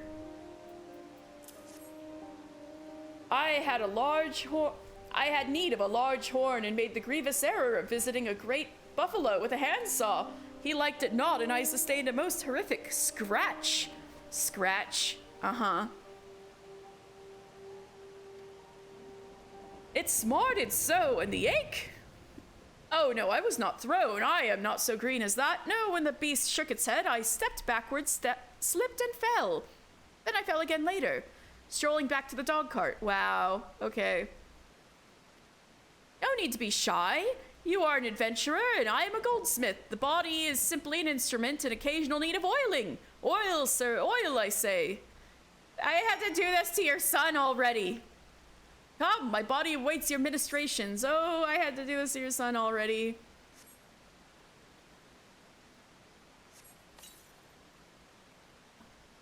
The relief. Again, I say.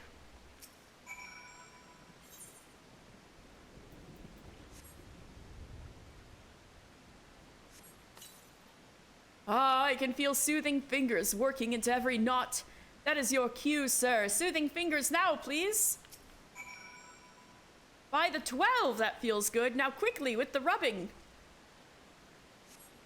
Ah, the healing tingle.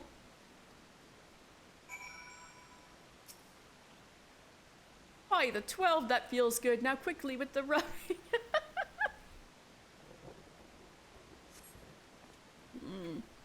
Oh, pardon me. Your skill was so great that I was quite transported. Truly, no old Dawn attendant could have done better. Sublime. I shall now have a brief drowse, then soak in the springs until sundown.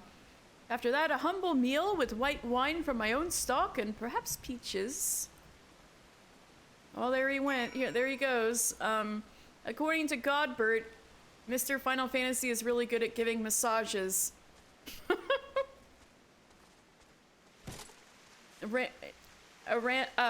A wild Godbert Manderville appears.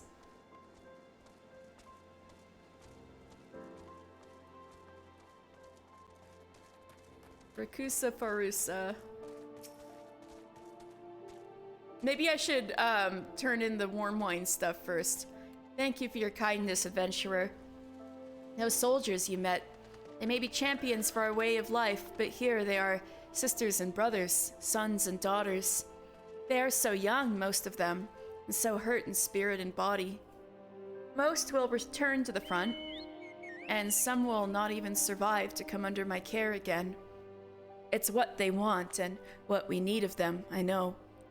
But I tell myself that I heal them so that they can become farmers and smiths, alchemists and rangers, mothers and fathers. For a few, it will be true. That will have to be enough. Man. This is kind of a sad job. Welcome to the Warm Wine Sanatorium. Here we treat the wounded from the front with healing waters from the very womb of the earth, and heated wine redolent with spices. All right, Rakusa Farusa, I massaged Godbert Manderville. Thank you for your service, adventurer. It seems he believes Bronze Lake to be some sort of retreat for the rich. He paid a very handsome fee for his stay thus far and profusely complimented us on our asceticism.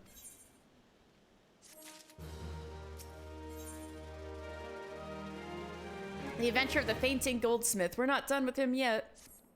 First one thing, then another. That goldsmith passed out from too much heat. We warned him time and time again this past week not to stay in so long. Honestly, I do not trust myself to tend to this fool, for I've a mind to strangle him. If a poke revives him not, throw a bucket of lake water on him. There was ice on it this morning.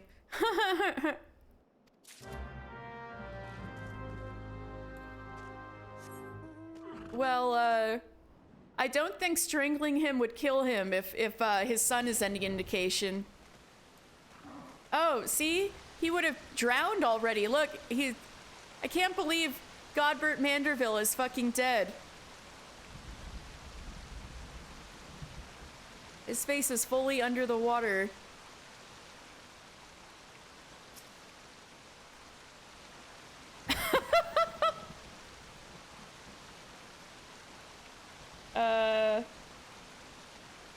Poke? Oh no! Rest in peace, Godbert Manderville! Poke?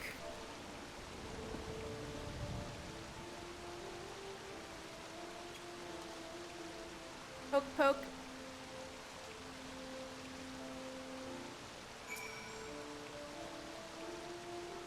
Well, I guess it's time to dump lake water on him.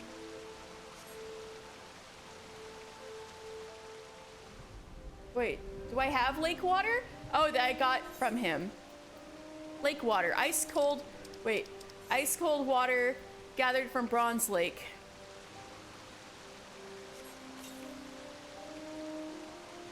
All right, one bucket wasn't enough. Second bucket of ice cold lake water.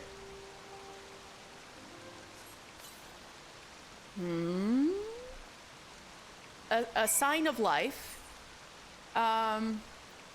Lake water, bucket number 3. Wrath of Ralga, what are you doing? Oh, it's you, he of strong yet tender fingers. I was lost, I freely confess it. I came to this retreat an artisan whose craft had lost its savor, enriching myself by indulging customers' grossest tastes. I was ready to suffer privations, and I did, but today, several hours into the ordeal of the scalding water, my life flashed before my eyes. I saw forms exquisite, filigree masks, steel cut to shine like diamonds, graceful galleries of electrum, where emeralds took the air with pearly suitors. I must return to Uldaw, to my workshop. All right, well, I think he's suitably inspired and leaving your care. Rakusa Farusa. Our goldsmith has departed for home, I'm glad to say. He left you this ring, a token of his appreciation, he says. The stone is taken from a fragment of Dalamud itself, created in abiding faith that out of the worst may come beauty. It sounded as though he lost something or someone in the calamity. The ring is the only thing I've made in the last 5 years, he said, and now I would like Mister to have it. Extraordinary. Oh no, because he thought Hildebrand was dead the last 5 years. So he was so depressed because he thought Hildebrand was dead that he only created one thing, which is this meteor survivor ring. That's so sad. Godbert! A very unexpected turn of events, I must say. I still think him utterly mad, but no doubt he is a more fascinating one. I don't suppose he'd have given me the ring even if I'd... Oh, well, no use fretting over a song already sung. Meteor survivor ring.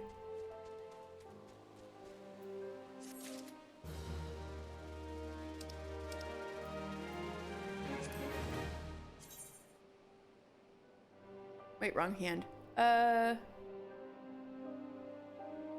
Ooh.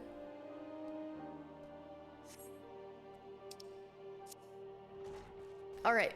Now let's go see, Oboro. We gotta cross Bronze Lake.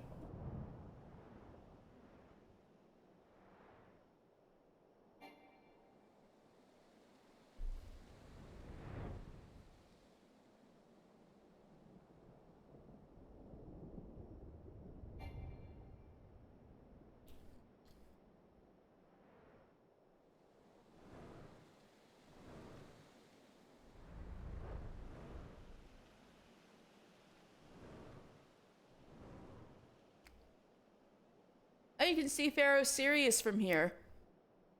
We gotta do that today, maybe. And we also have to go to the city of Nim, which is those floating things over there. For Scholar Quest. But right now we're going to Fool's Falls.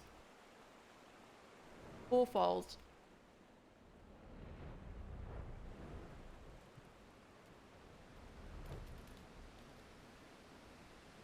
Right, Oboro? Sup? Sorry, dressed like this.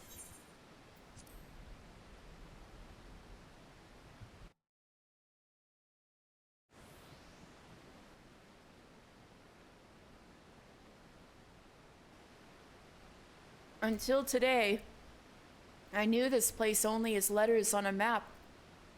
Gazing upon it with my own eyes, it is even more beautiful and powerful than I could have imagined.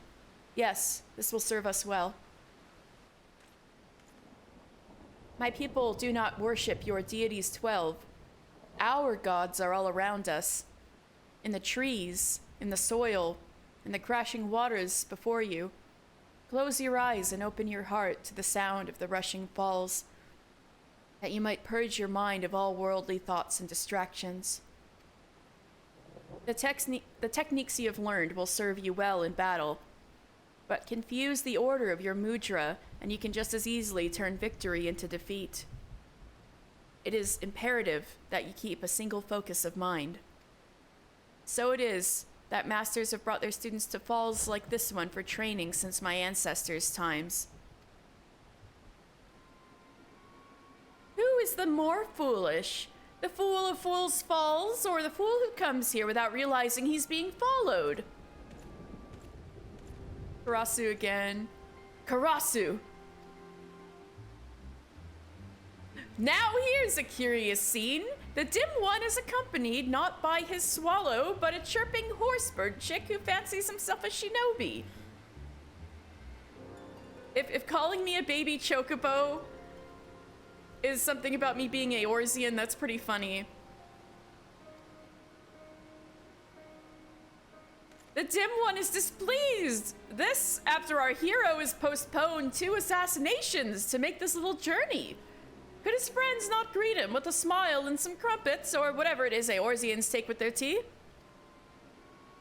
The dim one ponders, how did our hero know to find him here? Yet the answer is plain as day. The dim one is a creature of habit and tradition. Where else would he bring his prized new pupil? Tradition! Our hero spits on tired tradition. No, for he is a shinobi of a different feather. Ever-changing, never predictable, but always in style. Those who cling too closely to tradition are bound to suffer the fate of their forebears. Or are the lessons of the past so soon forgotten? Ready yourself, mister. It appears your training today will be of a more practical sort. But of course, all you had to do was ask nicely. It would be my pleasure to be your teacher for the day. Your first lesson, little chick. Right-tone's lightning will strike a single foe, while Caught-tone's flames will raise many. Wield them wisely, or don't. It's only your life at stake. Oh, how generous is our hero, putting aside his killings and spyings to play mother hen to the horsebird chick. You will try to keep me entertained, won't you? Alright. Got a Katon. The first lesson begins. You will try to make this fun for me, yes? Alright. Right on.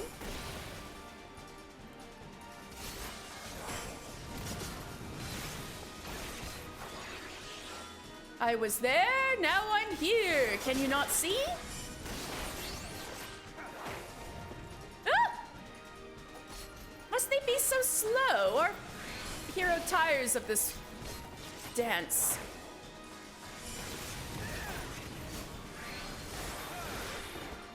If you're going to kill me, could you be quicker about it?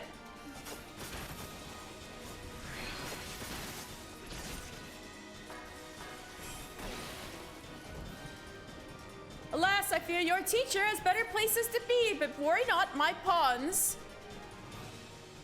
Karasu, come back and face me with honor. Wait, ah! Oh, those pawns. Okay, Katon. Do not let your numbers daunt you. Keep your focus and your Katon will blaze a path to victory. Path to safety.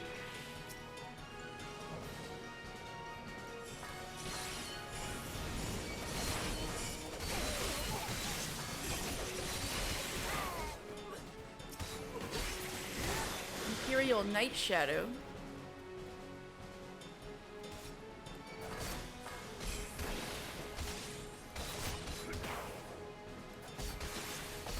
This one is strong. Keep your focus and your Raiton will strike him down.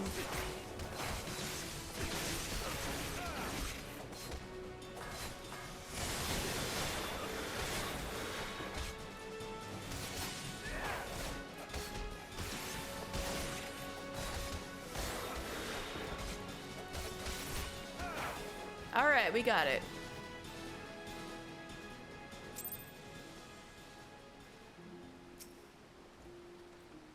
You fought well, mister.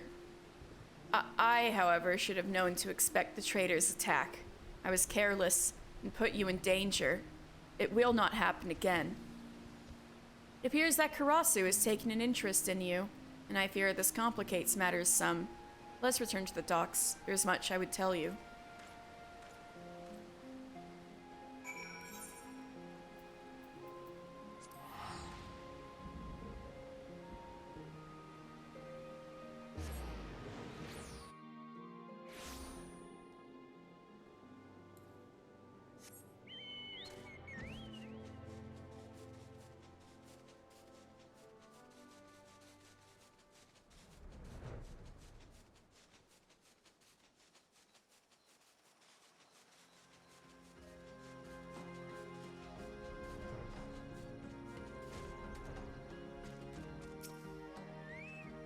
Welcome back, mister. You may enter.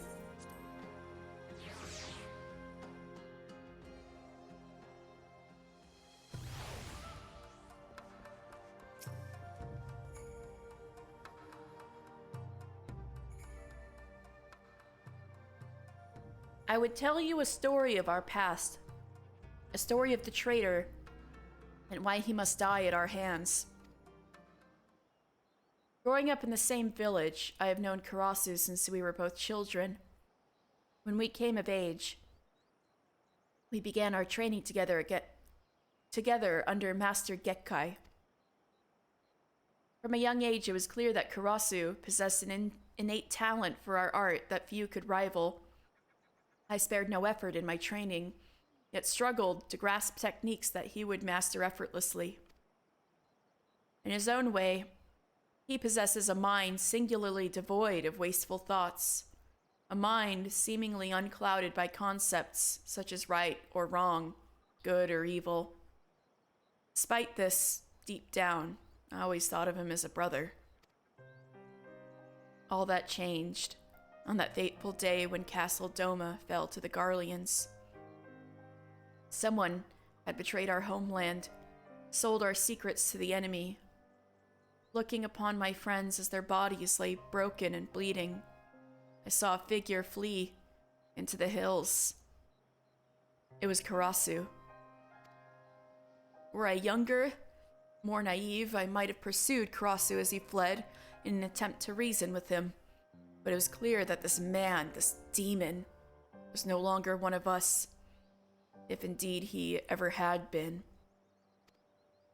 Even Master Gekkai did not survive the slaughter. Did Karasu bear him some grudge? Or was it merely a student's ugly pride? For our master's fate was the grisliest of all.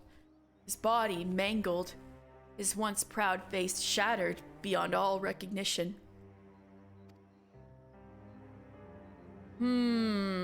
Anyway, I once held out hope. Hope that if I crossed blades with Karasu in battle, that I might understand something of what it was that made him do those horrible deeds.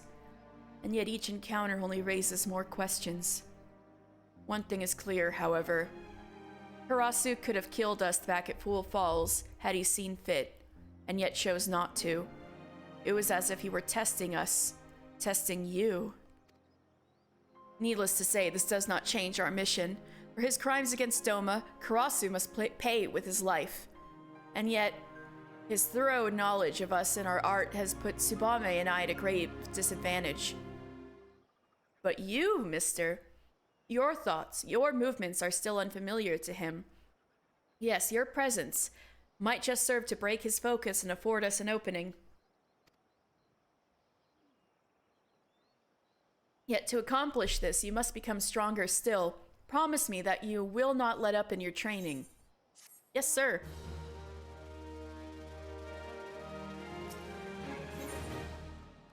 Oboro believes the time has come to take your talents to the field. You have trained well since we last met, mister. I heard not a cry from the door as you entered, nor a creak from the floorboards as you drew near. This much is clear. Neither waterfalls nor men of wood will serve to hone your senses any further. No, a shinobi of your abilities receives his tutelage in the field. Consider this your first lesson in the art of assassination. Ooh, Mr. Final Fantasy, assassin! I need not remind you who our target is. He is ever the elusive bird, and yet I have come across some information I believe may avail us. Rumor has it that Captain Grumaville of the Bloody Executioners has narrowly evaded several attempts on his life in recent days. The Bloody Executioners again? This is doubtless the work of Karasu and his men. None other are so bold or skilled as to even consider such an attack. Nothing short of death will cause a shinobi to forsake his mission. Karasu will strike again. The only questions are where and when. For those questions, it will be us paying him a surprise visit next time. Fortunately, I know of a man who might be able to give us what we seek. Captain Grimaville has a trusted lieutenant by the name of Wolfstan, a man who, if rumors are to be believed, is known to fancy a hot spring bath. Oh, well,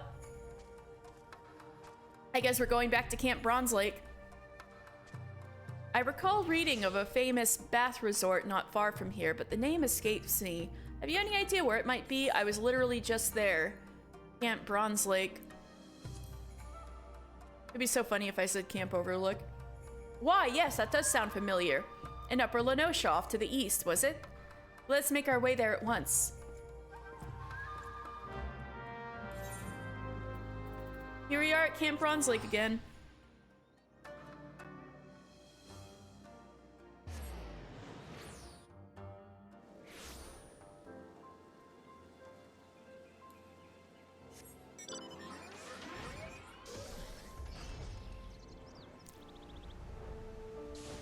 Oh, you're looking rather dapper, Oboro.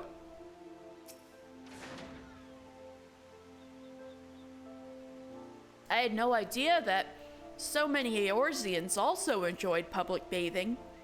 I would say it is a comforting sight, but in truth it makes me all the more nostalgic for the pleasures of my homeland.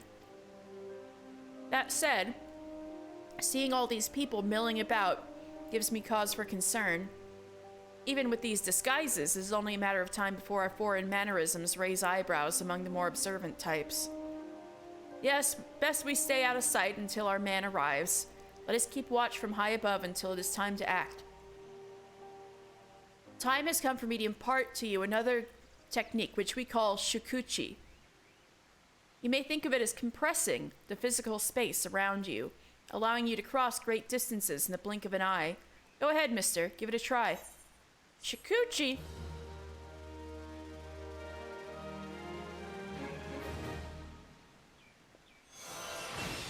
Your mind finds restfulness guiding your blades. Learn Shukuchi!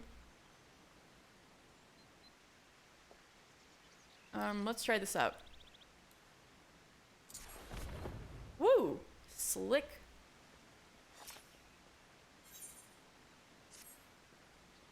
I trust that Shikuchi is now second nature to you. Very well. I shall await you on the rooftop, but be warned. While the technique will allow you to cover great distances in the blink of an eye, it does not allow you to soar at will through the sky. The ledge on which Tsubame now stands is as level with the roof, and should prove a suitable starting point. That said, a shinobi is ever resourceful. If you would make your way to the rooftop by other means, that will serve just as well. No, it'll be so much cooler if I do that with Chikuchi, right? Oh, Tsubame! Hey!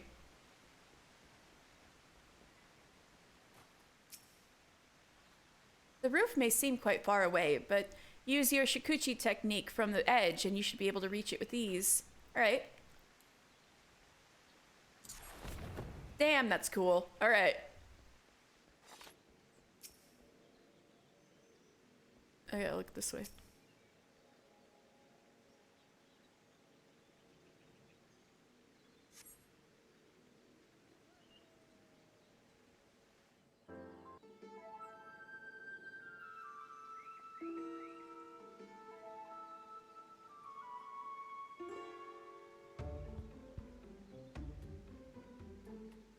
Nothing like a steaming bath, a bottle of fine wine, a couple of buxom wenches to ease what ails you, eh? As far as I'm concerned, Captain Grimmelwill can take his bloody time. Wolfstan.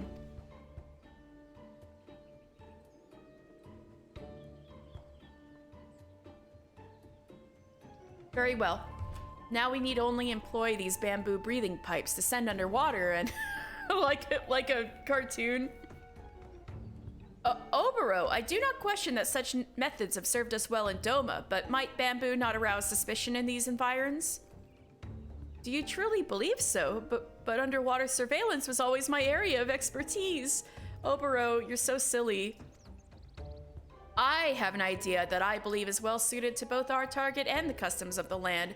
It'll require just a simple change of garb and a bottle or two of fine spirits. Oh no, are you gonna do the Clyhea method of reconnaissance? I will require your assistance, mister. As I see it, there's no way the man would refuse a drink from a strapping gentleman like yourself. Well, thank you. Intriguing. And pray tell, what pray tell will be my role in all this? You just sit your ass down, Obro, and watch.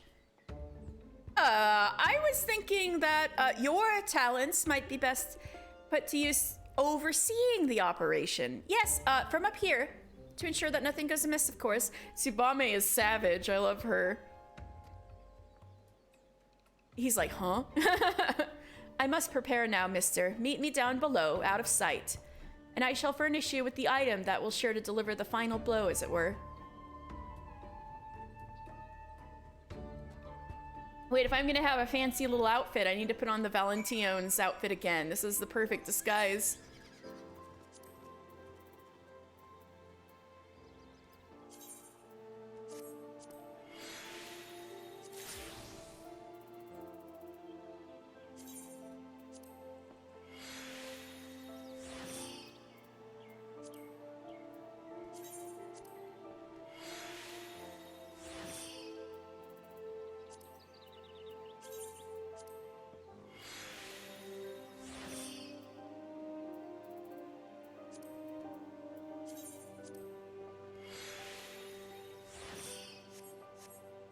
All right. Although these spiky arms are kind of a lot, huh?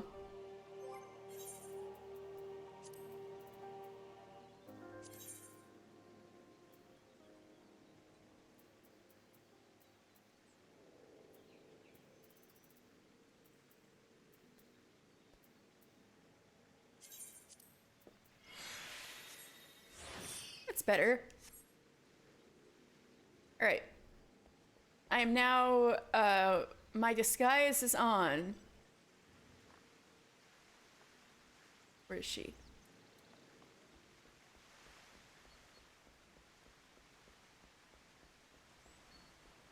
You're in the changing room? Hi, Tsubame.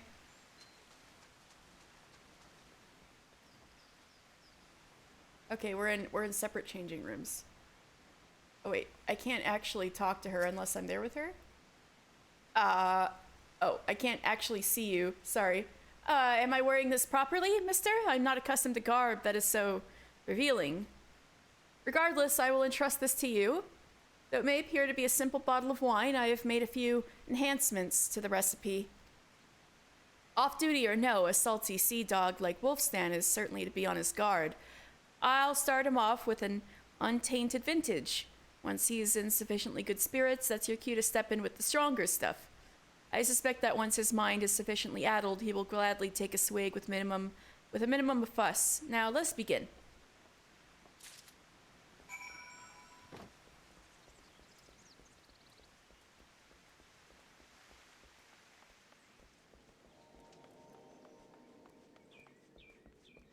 So this is that Wolfstan guy, and these are bloody executioners, I guess.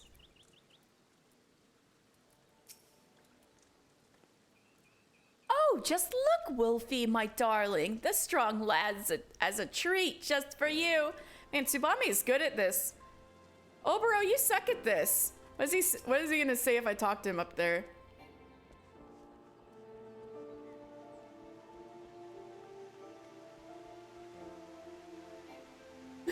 I gotta talk to him.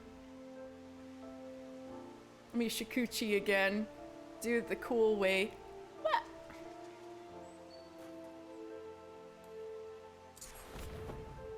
Whoops, I screwed that up. Oh, whatever.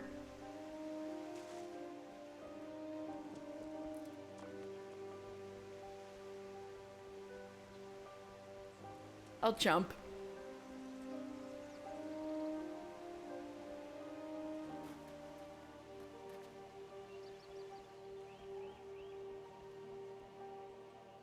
Fear not, mister. I will be watching from here, ready to leap to your defense should either you or Tsubame come to harm. Yes, sir. Alright.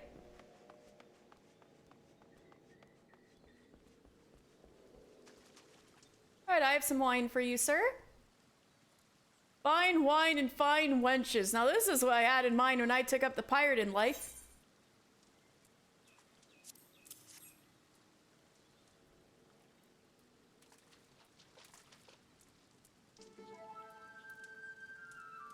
What's this?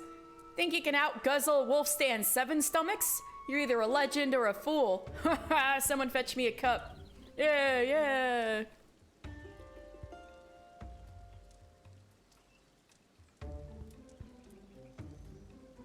Aye, now that's the good stuff, but stronger than I recall it. Maybe I should take a rest. Oh, you mustn't be so modest. Why, I heard that Wolfstan's 7 stomachs once drank a whale under the table. You betcha skivvies, you good lad. But bleeding duties have kept me from the bottle for too long. I'm out of practice, that's all. Your duties? Why, that sounds so important and exciting. I'd do anything to hear more. Did you say anything? Maybe you heard of the bloody executioners, the nastiest, bloodiest band of pirates who ever sailed the bleeding seas? I reckon our Captain Grimmerville's sunk more Garlean vessels than every other pirate combined. And just who you reckon keeps the captain safe from all the enemies he's made? Why, I'd be none other than his dear mate, Wolfstan. The navigator, have mercy. Should you not return immediately to your captain? Surely he is not safe without his most loyal, capable man at his side. Under normal circumstances, you'd be right, lass, but there's one place even I can't follow him.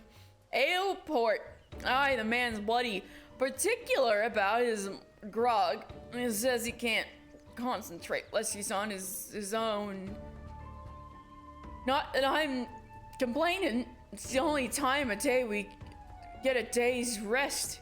But don't worry your little heart, lassie. Nobody knows the captain's whereabouts but me. And I bloody hell ain't talking.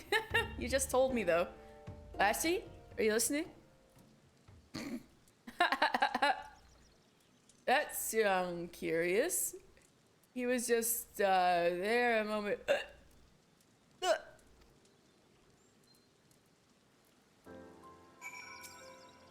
Which way did he alright, running away. Well, that went great. Man, Tsubame is so good at this.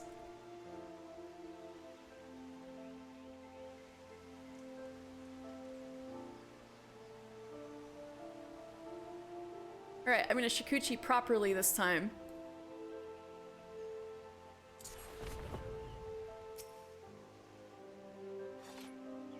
Well, I must say that went even better than I expected.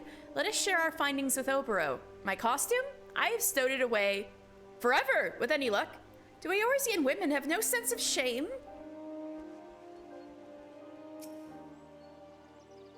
Well, were you able to loosen our man's lips? I see. Captain Grimaville is en route to Aleport, and alone at that. Let's see what Grimaville means. Obviously, he's a Rugadin, so...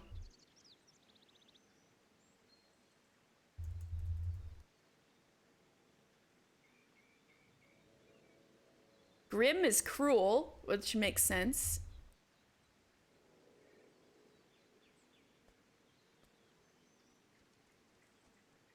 Uville is owl.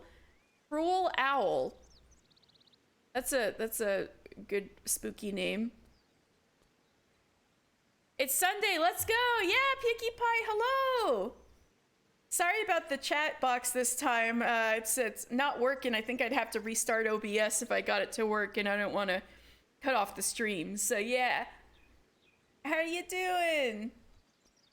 Happy Valentine's Day. I've got the fit. Mister's got the fit.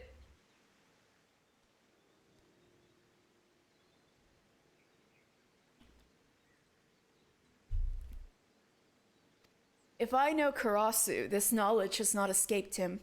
Doubtless he and his shadows already lie in wait. Very swag, thank you. Oh, Pinkie Pie, I was thinking about doing, some more dungeons today, if you're down with it. He'll get all the Mikote Maiden, yeah.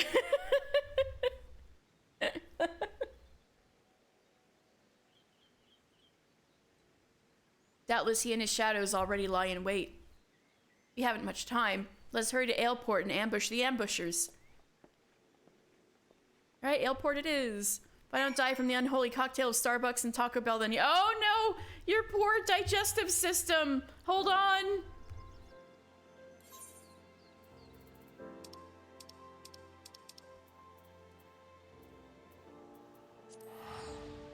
Hang in there!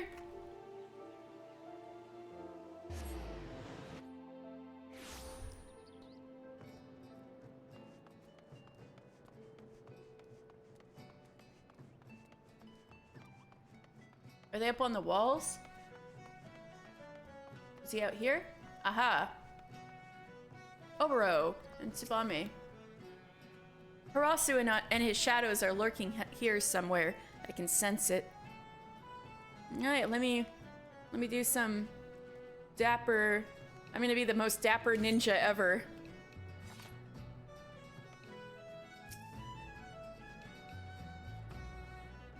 Breakfast of Champions, oh no.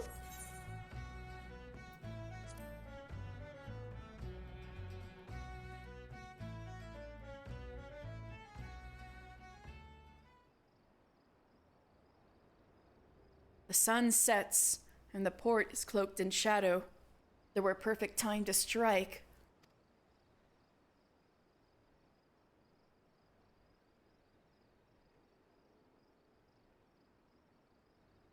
Speak of the devil. Look at how those men walk. Those are no ordinary deckhands. Those are Imperial shinobi, waiting to pounce upon and slit the throat of any who would stand between them and their prey. Karasu is too proud to entrust such a vital mission to his lackeys. He is here somewhere. Of this I am certain. Mister, you move forward and search the docks. I will approach from the opposite direction. Tsubame, you secure the escape route. He will not elude us this time. Take care to stay well hidden, mister. Hidden from the eyes of Karasu's shadows. And yet, I fear your task will be more complicated still. For it is not just men that serve Karasu, but creatures of the night. Creatures that see not with their eyes, but with every fiber of their being. Give them a wide berth, or all shall be for naught. That should be all. Time is short. We must move swiftly.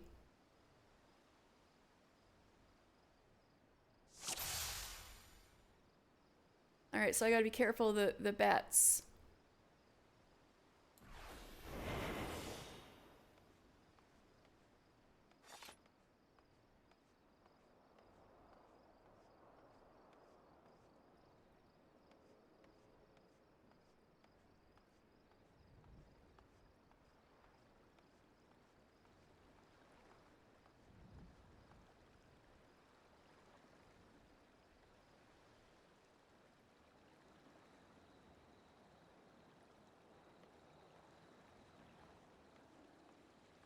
Don't turn around, don't turn around. Ah! No, it found me!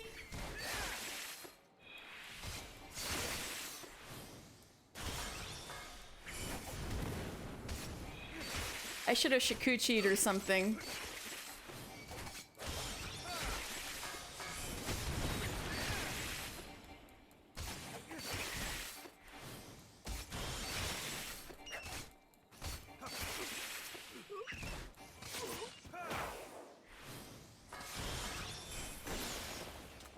Yeah, all the mounts on the store are just generally expensive. That's why a lot of people don't bother getting mounts unless there's a sale on. All mounts pretty much will go on sale eventually for some event or whatever. Did you want the balloons? Oh, the freaking bat. Yeah. Ah, it moves in a square? F this. I'm not here. I'm not here. I'm not here. I'm not here.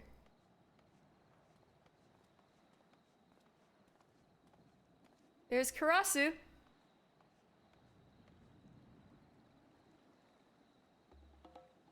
You want the balloons? They are cute. I'm tempted to. What is this? No, no, no! This isn't how the story goes. I'm supposed to be the one that surprises you. The tables have turned today, Karasu. Now face your death like the man you once were. I was hoping they'd have a sale on release. Some games you play do that, then jack the price up after a week. Oh. Yeah, that's not usually how it is here. I think they count on the novelty of things for people to buy it up right away. Everyone's like, I want balloons, and so they just buy it. But it'll go on sale eventually.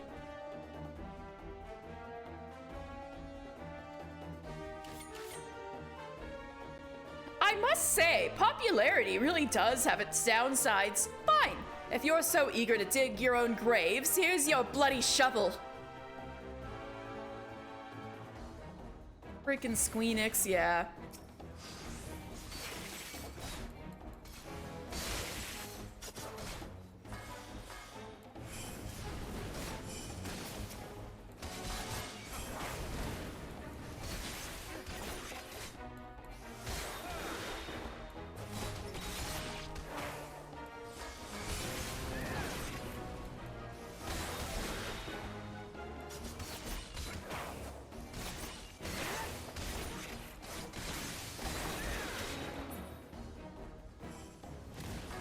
So sorry to run. Truly I am, but there's something very important I should be killing. Someone very important I should be killing. Oops. There'll be no escape for you this time, you traitorous dog. Oh, Tsubame's here. Tsubame Sunrise. I know you love me, little swallow, but sometimes you just have to let go. I will let my blade go into your chest. Say your prayers, demon.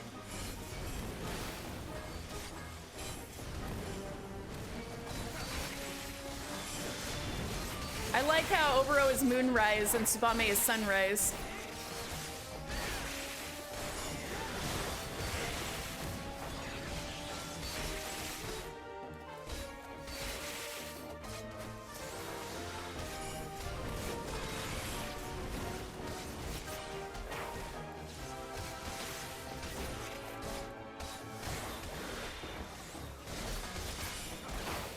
All right, here you go.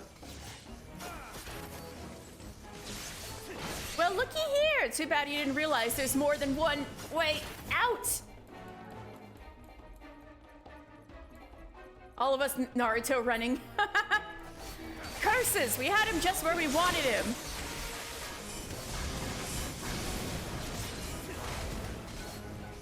Is there a Wilhelm screen at any point in FF7? I don't know, but there's some sound effects that sound suspiciously like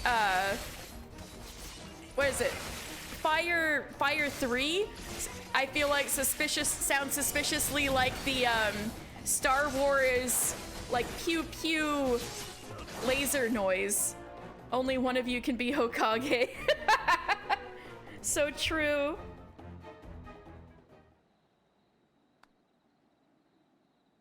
People with their wallets and their slutty dopamine receptors. Wait a second. Oh, that's funny. Ah, that slippery bastard. We have come too close to abandon hope. Come, Tsubame, mister. Let's return to the safety of the storehouse and take stock of our options. Well, do we save that guy from getting assassinated at least? What if we turn our back for 1 second? Is he gonna die?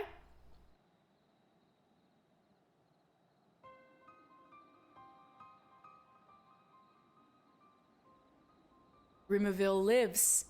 Failure of this sort does not become you, Karasu. Assassinate? We need to get the bonk out for Peaky Pie today. Hold on.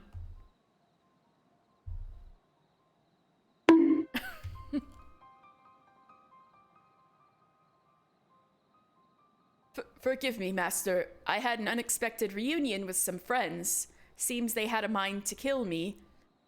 And just when I thought we were getting on so well. Your job is to give me answers, Karasu, not excuses.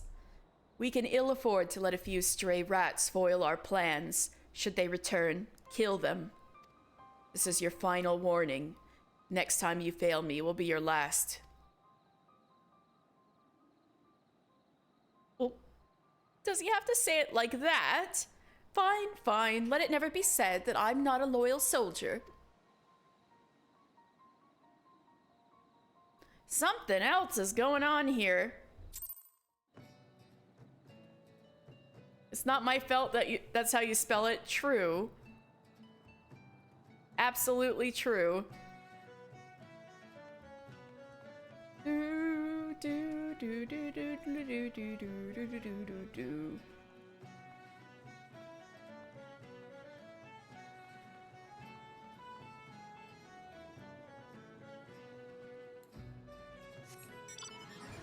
I think, I have the quest for... Are you logged in, Peaky Pie? I was thinking about doing Pharaoh Sirius. And we're in the area. Well, let me gather up these quests. Scenario? Is your name literally Scenario? No, just kidding. Scenario. Private Scenario needs your help in the defense of Ailport. Hark! Enemy in the sky! Pull yourself together, Private. You've been trained for this. Even if the only action you've ever seen has been street fights, tavern brawls, and fisticuffs over who cheated at checkers. Oh, not yet. You're consuming taco. No worries, no worries. I have other things I can do. First things first, I must ready the cannon. Now, to walk myself through the steps, right. Make certain you are with Sucker, for arming a cannon is no swift matter. So far, so good. Now I just need Kamel and, Kamel? That girl, always nowhere to be found when she's needed. Fine. Sarge always said to improvise. You there. You over there, adventurer. Limbs to Limit says need of your service. Slow down the enemy while I arm the cannon, and I'll be ready ere the fifth carcass is cold, I promise you. Okay.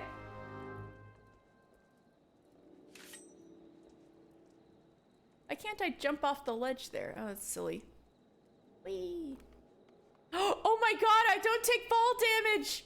Or maybe it was just not quite enough fall for me to take damage. I'm like, oh my god, I'm a cool ninja.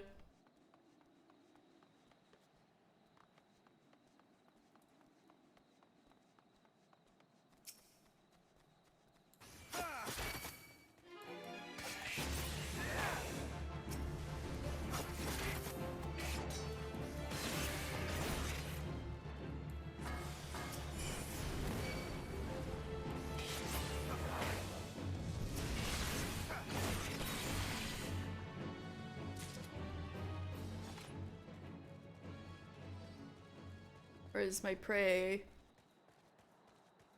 I think I thinned him out. I don't see any more. Girl, I think I got them all. Oh, there's one.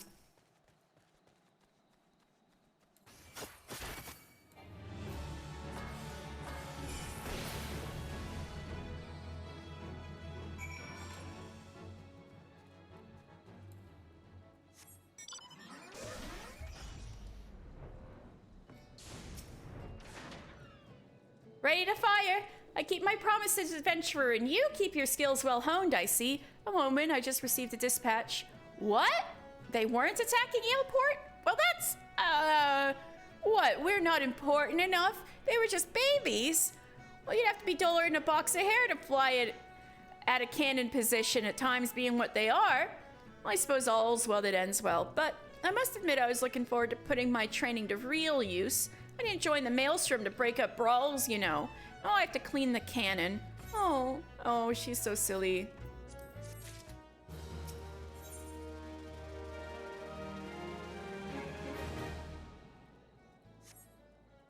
I'll leave that be for now. Ururu Kogururu has tidings regarding the shipment of crystals. Your ship's come in. Head over to the pier to see to it that those crystals reach their destination.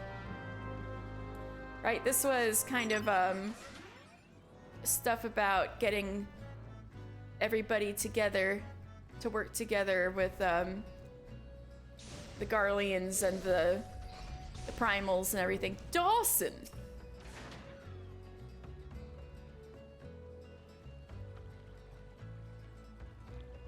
She's all restocked and ready to go. Hop aboard if you think that's best. Help! Serpent Reapers are... Serpent Reavers are at the gates. That's not good. Serpent Reavers? Those traitorous horse sons? Whatever in Eorzea could they possibly be doing here? I cut bait with my cargo to escape with my life, but they're still out there. Waiting for us to try to reclaim the consignment, no doubt. Lucky for you, this adventurer here is gonna give those bastards what for. So Serpent Reavers would want the crystals because they're tempered by Leviathan. I'll hang back here and make sure no one lays a hand on the Maelstrom freight. The ship will stay docked until you're done taking care of the Reavers.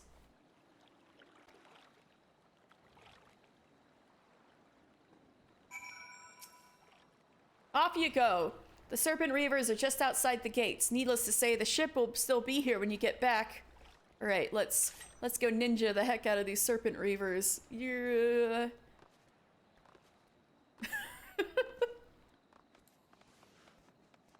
Woo! Now I'm really running. Woo!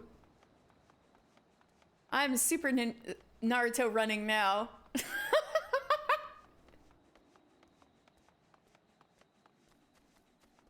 I kind of like how the running with knives animation looks kind of cool with Lalafell. You kind of hold the knife up in front of you as the other one's at your side. Kind of looks cool. All right, anyway, Forgotten Freight.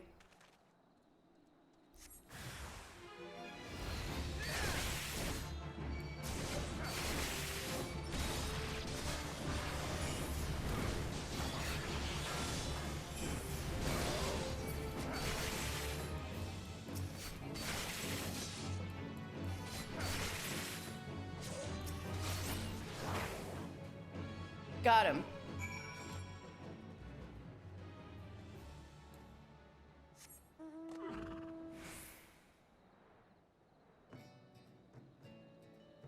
But no knees. What's with y'all and no knees? That's literally never bothered me about Lolafels. Oh, and uh-oh, we got a situation here. Come to think of it, Dawson is no sort of name for Rugadin. I was fool not to realize sooner. Yes, wait, what? Hold on. Yeah, what? Afraid I couldn't put up much of a fight. That duplicate Dawson may be a fake. The axe he wields is plenty real. What the? Right over my wounds. The ship's all that matters. Were you tricking me? What in the name of the navigator happened here? You must be the adventurer the Scion sent. My name is Dawson. I was sent from Malevon's Gate to oversee the freight here at Aleport. Yet the freight is nowhere to be seen. Another Dawson? You mean to say that an imposter has been handling my freight? And now the ship is missing. This was no mere prank. Treachery is afoot. You know, that guy had blue tattoos on his face. People with blue tattoos on their face. You're trying to imagine how a Lala Ninja runs? I mean, I could log out and log back into my account and show you how it looks. Treachery is afoot. You must notify Falk Britta without delay.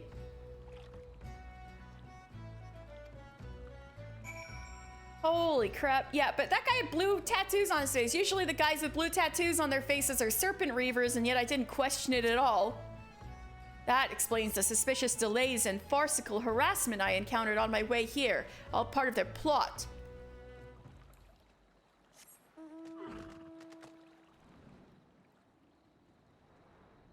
What the capybara doing? What capybara?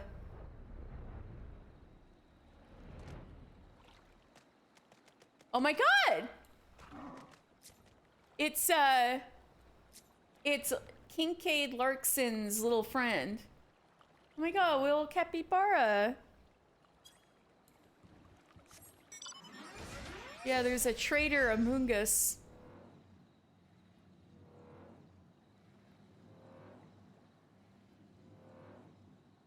So Falk Brita is over at is over here.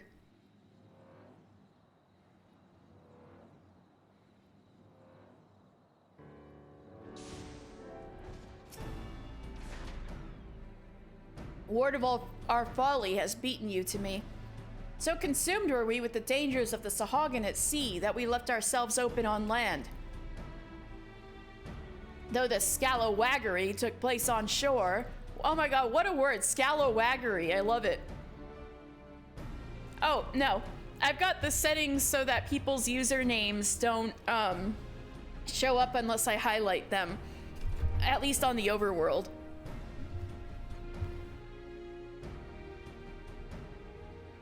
I haven't any doubt twas the Reavers doing. We pieced together the identity of our fraudulent freight bearer, the dread pirate Drisnagel. Alright, what does that mean?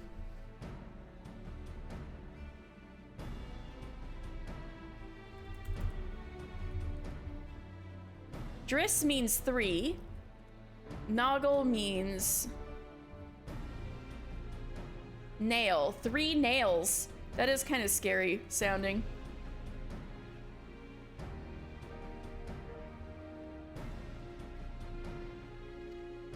It's only fitting that the silver-tongued snake calls the serpent's tongue home. Sahagin we were prepared for, but not the serpent reavers. We steeled ourselves against the danger on the horizon, only to fall to the danger at our very feet. Yeah, that's not great. What are we gonna do about that? The serpent reavers leave us no choice. The risk of crystals falling into Sahagin hands is too great for us to remain idle. It comes time to act. So many are the crystals that we have no means of recovering them. We can only hope to destroy them. Whoops. While losing the crystals is regrettable, we have far more to lose should Leviathan be summoned. Our forces will bombard the Reavers, drawing them out of their den so that you might slip in with those makeshift bombs and destroy the crystals. The Serpent's Tongue lies beyond Tide Gate and the Sahagin land base, at the very heart of the enemy encampment. Yeah, I can fly there. It's great. Oh, but maybe I should take this Ujugal. Oh. Yes, we are going against Drisnoggle. Ujugal needs a strong adventurer to eliminate the dread pirate Drisnoggle. Yep. Have to hand it to the villain Drisnoggle. He's got gall. Most men wanted for 64 counts wouldn't dare leave the safety of the Serpent's Tongue. No doubt he's scurried back there by now. It's only a matter of time until the crystals end up in Sahagin hands and we're all drowning in Leviathan's wake. Drisnoggle's a cutthroat among cutthroats. He wields his axe with sharp wits and crushing strength. Needless to say, seeking him out and rendering justice will be far from easy. Navigator, guide your blade.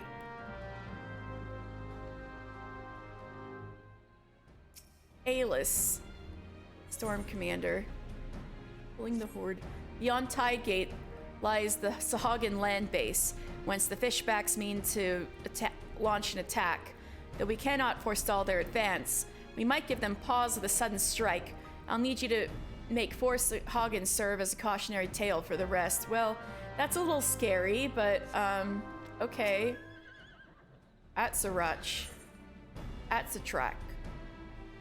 Right. Serpent Reavers are pirates who take the Sahagins' god as their word. What sorry sort of pirate offers prayers to Leviathan? Like all zealots, their fervor grows with their numbers. Subtracting 5 fanatics from their fold ought to dampen their fire for a while. Oh god. They're just like, hey, wanna kill a bunch of Sahagins while you're here? Though, to be fair, I actually am due for Sahagin quests. I might as well talk to these guys too.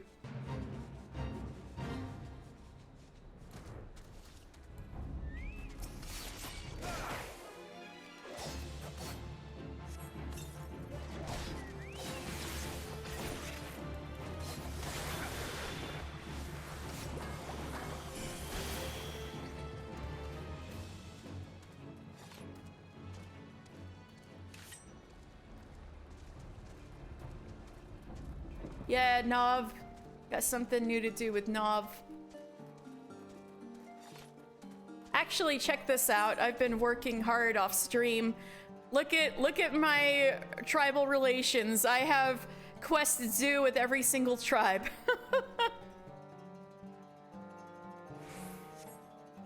Hi, Nov. It's been a bit. Nov is in need of someone to watch his clutch while he attends to an important task. Oh, I'm gonna play babysitter?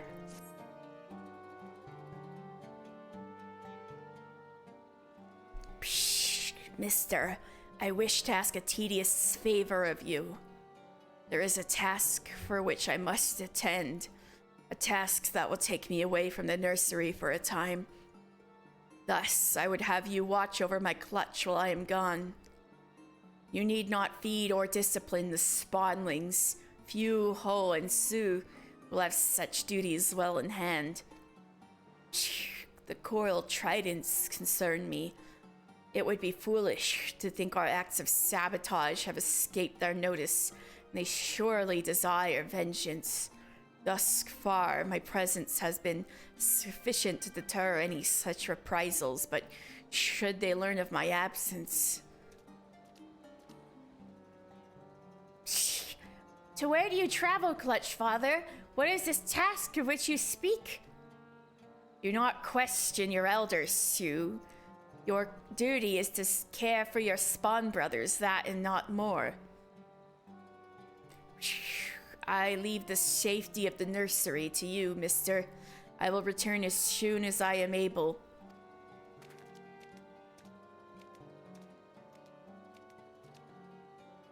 But Clutch Father!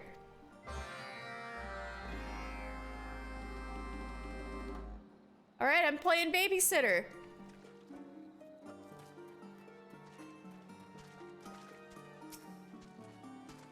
I have never known the Clutch Father to leave the nursery in another's care.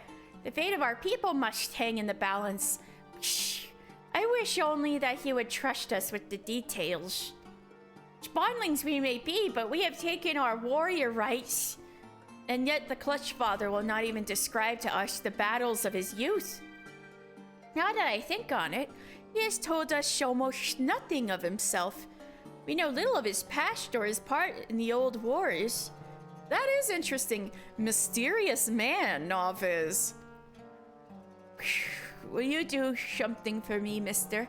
I want you to find out about this vital task and learn if there is aught we can do to aid the Clutch Father. Many of our elder kin speak of him with reverence and respect. They live scattered about our territory, the Reef Ascending, Reaver Hide, and even one on Moonshade Isle, though you may need one of Pa's Alps to carry you there. Perhaps in their stories you might hear the clue we need to solve this mystery. Now, to get them to speak with you, you'll need to show them this shell inscribed with our clutch mark. That should cause their memories to tumble forth of their own accord. The elders do love to reminisce about the old days. Oh boy, do I know it.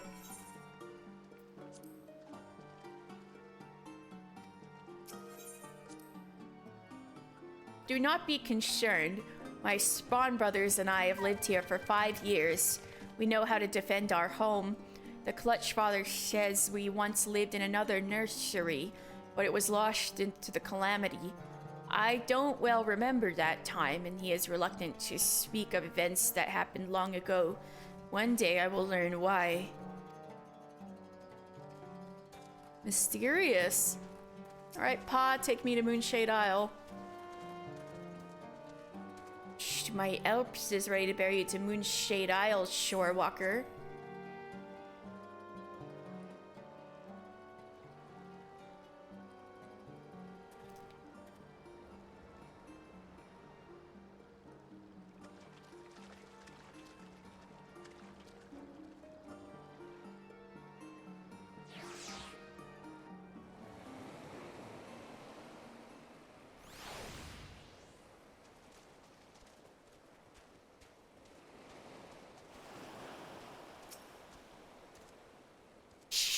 Leave me be, Shorewalker.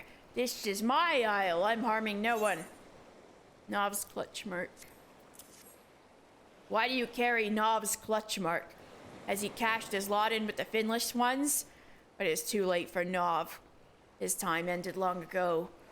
Zug is the champion of the spawning grounds now. Oh my god, I'm talking! Chill!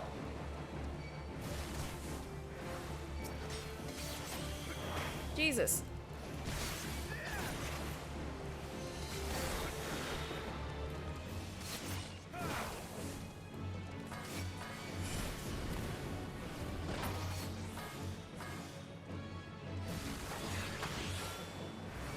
I bunnied, no!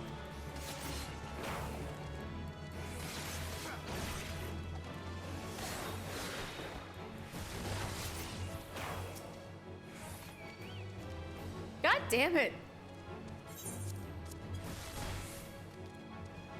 Stop it.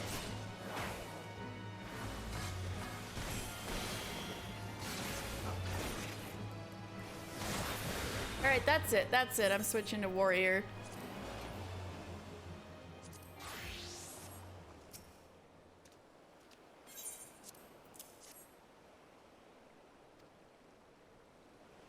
No other warrior is fit to claim the mantle of the Scarlet Sea Devil. Mark my words, he shall rise to greatness on a mountain of Shorewalker bones.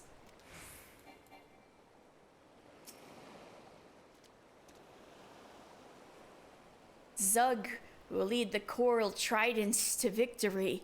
He will cleanse the land of you Shorewalker slugs and build the most majestic spawning grounds in the history of our people.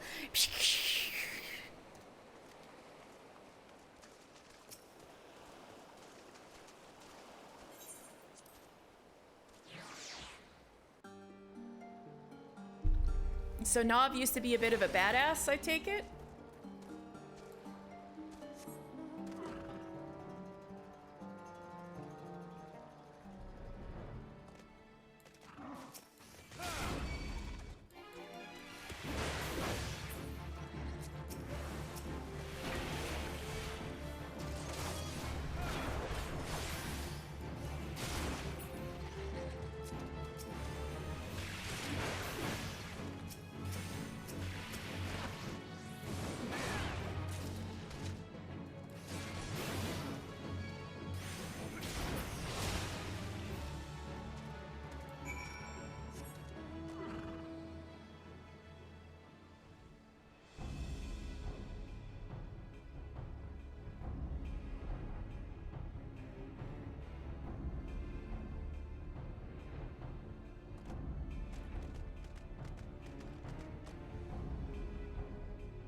think this is the Serpent's Tongue.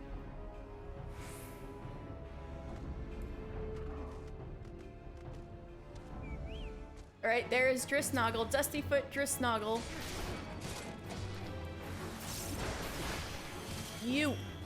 I'm gonna kick your butt for deceiving me.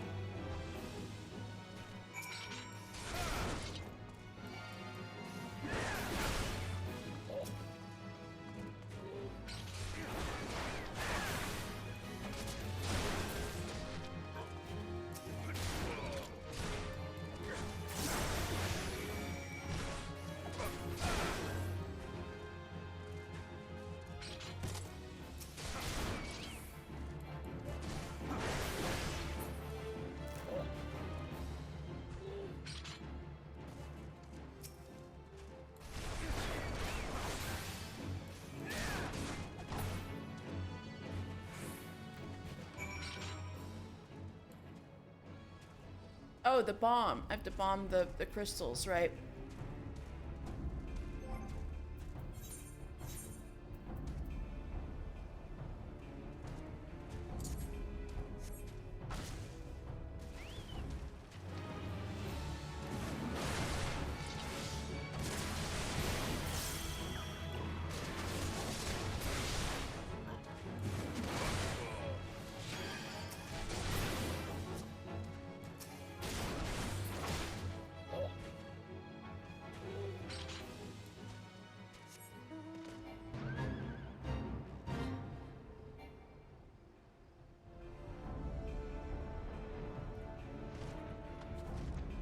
Oops.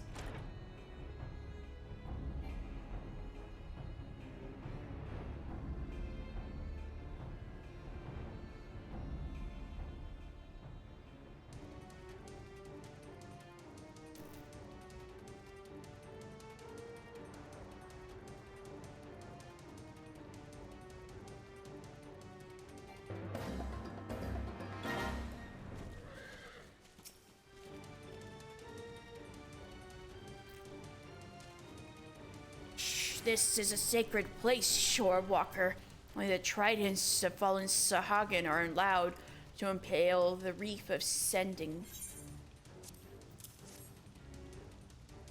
You had to clean your cat butt. Oh no! Yeah, I've been there. Poor kitty. You come at the behest of Nov's clutch? The spawnlings wish to know more of their clutch father, do they? It is odd that they send a shorewalker, but then many things appear odd to my aged eyes. Listen well, Finless One. Nov was once the undisputed leader of the Coral Tridents. Wait, what? That's a plot twist. Nov was the leader of the Coral Tridents? Clutch these jobstones. Oh my god. A mighty warrior who thought of naught but the glory and prosperity of his people. You tell his offspring that. You tell them they ought to be proud of their clutch father and his deeds. Holy crap. Shh. It is though I awoke one day and my fins were withered and shrunk. It seems this old warrior will not die in battle, but just drift away. Man. Sahagin having his midlife crisis.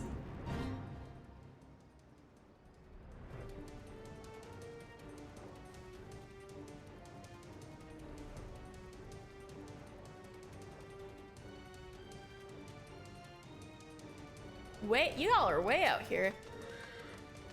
Shh. Why do you bother me, Finless One? I did not summon any reavers to do my bidding. So, you are the one the others have seen consorting with Nov's clutch. Fortunate for you that all shorewalkers look the same to us. If you come seeking your Sahagin friend, I hear Nov has come to parley with Zug in the Serpent's Tongue. Oh, that's what they're doing. Uh-oh. I can only guess at the subject of their discussion. Here, take your shell back, Finless One. Wait, maybe I should talk to him one more time. Shh. This ship. He's actually clutch deeds, yeah. The subject of the parley? I did not ask. All I know is that they intend to meet in the Serpent's Tongue. Alright. We were just there.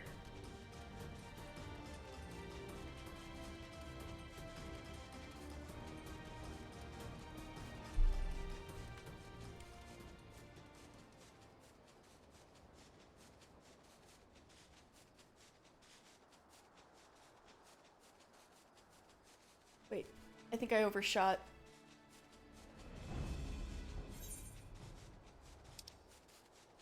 Wait, no, I'm supposed to go back and talk to Pew. Got it. Sue.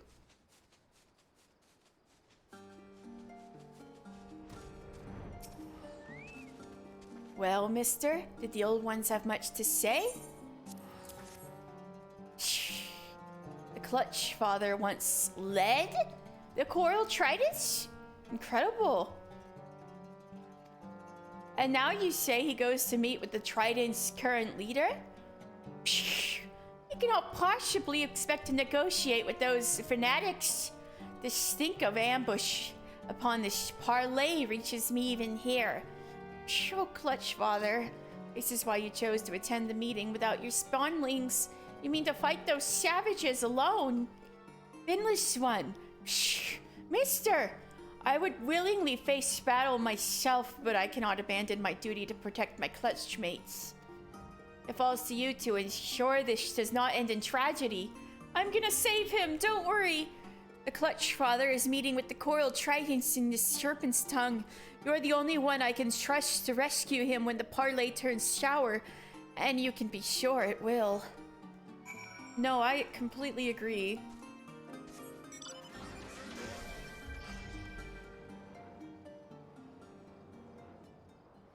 Rip Uwu voice?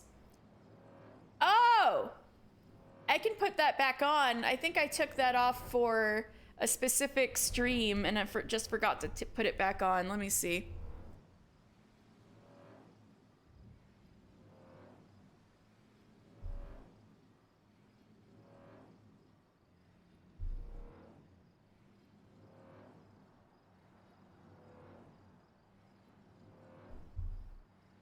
All right, should be back on in a little bit.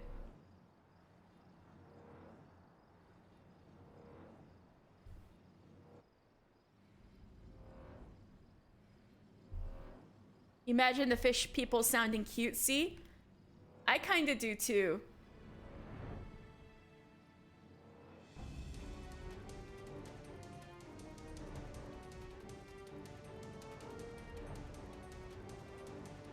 Like a cross between cutesy and like Smeagol from Lord of the Rings. Oh, I got lost. I need to go to the Serpent's Tongue. Like a tiny Animal Crossing character. That's adorable.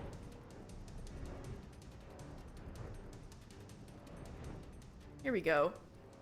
I'll save you, Nav. Oh wait, I gotta blow this up first.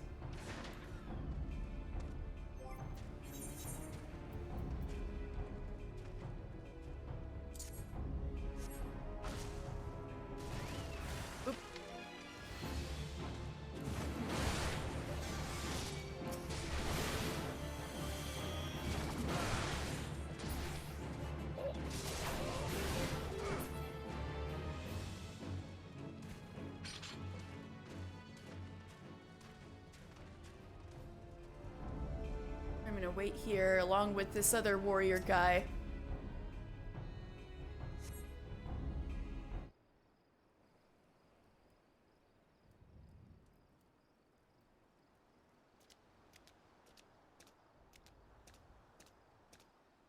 I'll save you, Nov.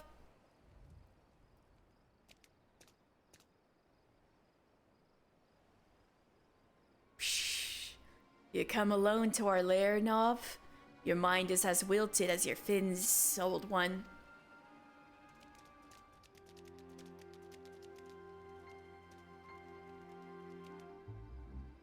Fair greeting to you too, young Zug. You have no right to call me by that name.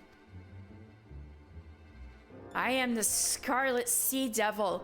Enemies of the Coral Tridents tremble at my coming. You would do well to show some respect. Calm yourself, Zug. I did not come to trade insults. I only wish to talk. Have you thought about our future, Zug? The future of the Sahagin? Have you seen how our people fade into darkness like the evening sun sinking below the ocean waves?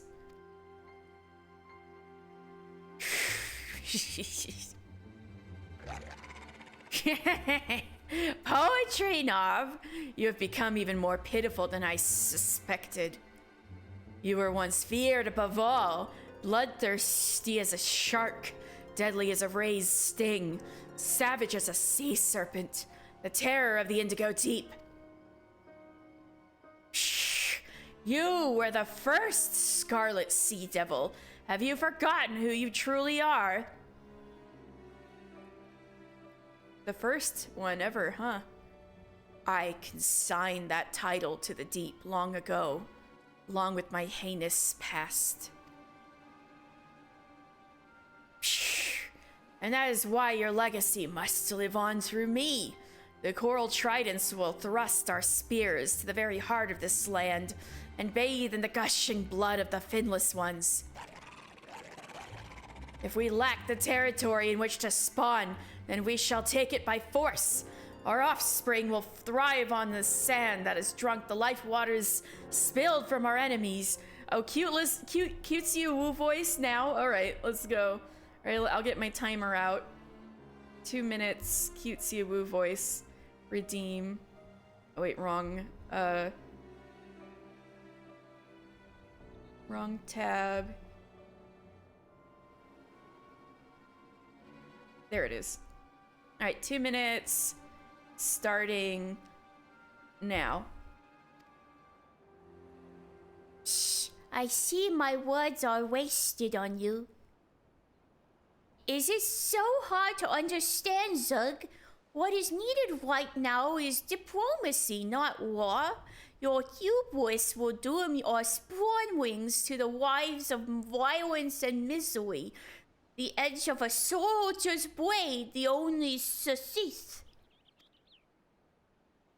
The only one doomed here is you. Did you expect to leave here alive, Norv? I just noticed his mask is a big crab claw. I'm gonna save your wife. Kill the traitor! Whip off his fins! Strip away his scales! Pshee! Oh, whoa, what's this? Ooh, scary.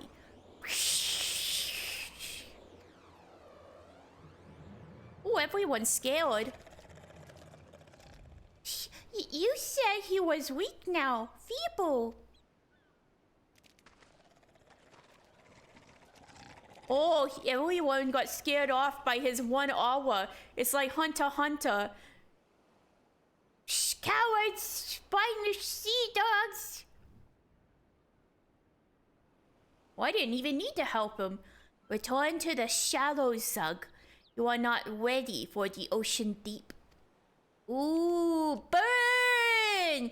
Psst, this is far from over, old one. As the infirmities of age claim your vigor, I shall only grow stronger. We shall see which one of us is remembered by history as the true Scarlet Sea Devil. Alright, time's up. That was fun. They were like, oh shit, he's purple. Did you expect to leave here alive?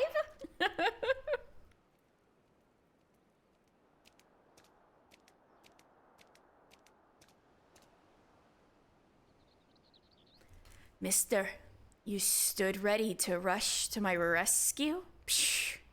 I smell Sue's hand in this.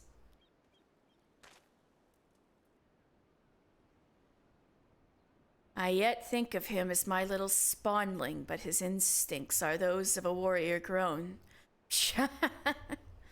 My strength is not dimmed so much that I need cower behind the fins of my offspring. But you have my thanks all the same. Come, let us return to the nursery. It would not be wise for you to linger here.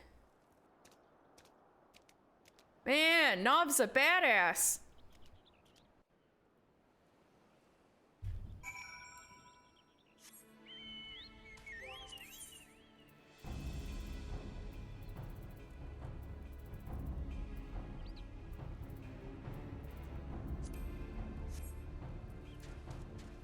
Get one more batch of crystals to blow up. Where is it?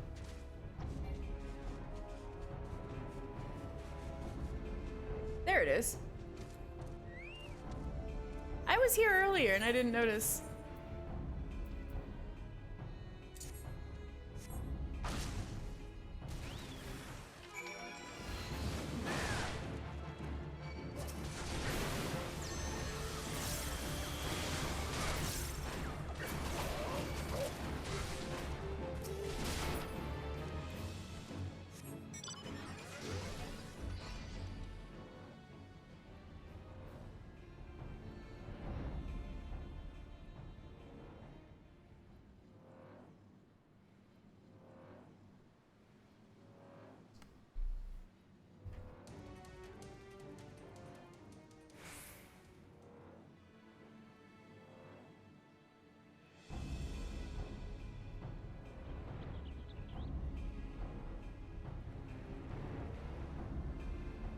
Hey, how you doing, Nov? That was exciting. Oh, I was gonna do Pharaoh Sirius, Hullbreaker Isle, maybe Tamtara Hard. But Pharaoh Sirius is my priority because I couldn't do any more working on my relic weapon because I need to do Pharaoh Sirius. An explanation is in order, Mr. Sue. I would have you hear this as well. I am listening, Clutch Father. There is much I have kept from the Clutch. The wreckage of my past cannot stay submerged forever. It's time to tell you my tale. 15 years ago, I led the Coral Tridents in countless acts of piracy. 15 years ago. Pillage, slaughter, kidnapping. There was no foul deed I did not commit. For the shore walkers of Lenosha, I was nightmare made flesh, a demon from the Indigo Deep, the Scarlet Sea Devil. All those I killed, all the lands I seized, I did so for the future of my people. I had not a single shred of doubt that my actions were just. I was as zealous as Zug is now. It is tradition among the Sahagin that our queen, the Indigo Matriarch, reward a proven warrior with a clutch of her eggs. Such a champion earns the right to become Clutch Father to the spawnlings thus hatched. Pharos, Pharos, Sirius. It's that huge light. It's that huge lighthouse with the big crystals coming out of it. Right. It is true. Yeah. So that is true. The Indigo Matriarch lives under the ocean and is like the big mother, like hive queen who makes all the babies, and she gives out her eggs to her champions, and they are the Clutch Fathers. Even among the elite, my victories overshadowed all others. The matriarch honored me with more than 100 eggs, from which many healthy offspring emerged. My clutch was the envy of the tribe. Yeah, I should be Clutch Daddy. I mean, he was gonna let me babysit for a bit. Never in my arrogance and pride did I expect what was to happen next. If that's all it takes. True, true. I returned to my nursery after a typical campaign of looting ships, only to be greeted by a sight that haunts me to this day. The broken corpses of my spawnlings, strewn atop one another in a gruesome mountain of death. That's horrible! This was an act of pure vengeance. The shore walkers had trailed me to our island home and waited patiently for me to leave. And they put my children to the sword.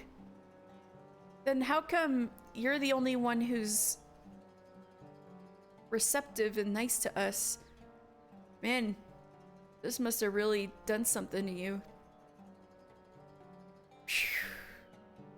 I wept and howled until it seemed my sanity had fled. And then, all at once, I understood. The blame for my spawnling's grisly fate, it belonged with me. Hate and suffering brings only more of the same. It draws you into a whirling maelstrom of reprisal and retaliation that leads to naught but a soulless abyss. My salvation lay in the few unhatched eggs that had somehow escaped the bloody retribution. I cast away my hollow dreams of glory and focused on raising my surviving sons. You and your spawn brothers, Sue. The Scarlet Sea Devil died that day, and Nov the Clutch Father was born. I am proud of you, Clutch Father. We will stop the chloral tridents, I promise you. Not just for ourselves, but for the clutch mates we left behind. Man, Nov is a cool guy. I mean, he didn't just go into a vengeful rage after seeing that, like, Limsons had murdered all of his children. He saw it instead that the Limsons murdered his children because he had murdered them. And they were getting back at him.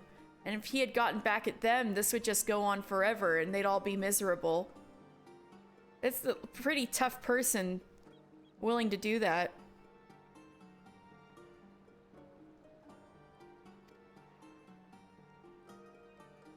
Does it all make sense now, mister? The reason I recruited you to our cause? To be truthful, I have never forgiven the shore walkers for what was done. But I will never let my actions be guided by rage, for that path will not bring us the peace I desire. No, I would create a legacy worth leaving for my children. Let us continue building that bridge, mister. Nov! I am a Nov stan now.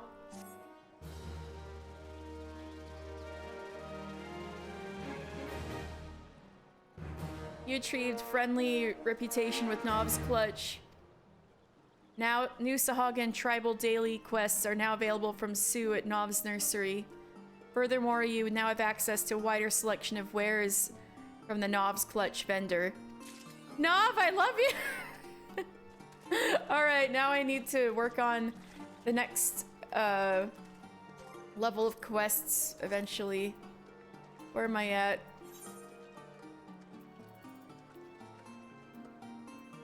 Yeah. Anyway. Let me turn in all those quests over here.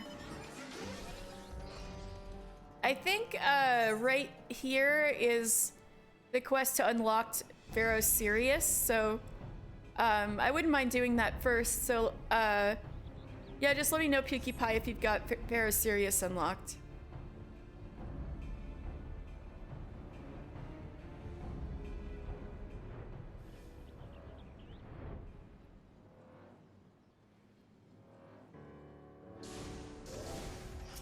I killed the dude. Ha! And here I feared I was sending you to your death. Glad you gave that rapscallion Drisnoggle his comeuppance. A man who can dispense justice will always have a place at my side. Thanks.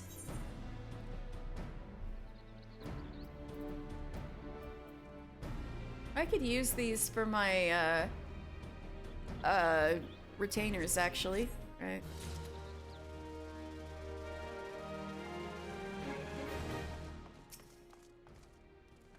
Job well done. Let us see how the fishbacks fancy that. Each day, the hordes of slimy Sahagan soldiers threaten to take our beloved gates. I pray the day never comes, but prayer alone will not suffice. Thanks to you, today will not be that day.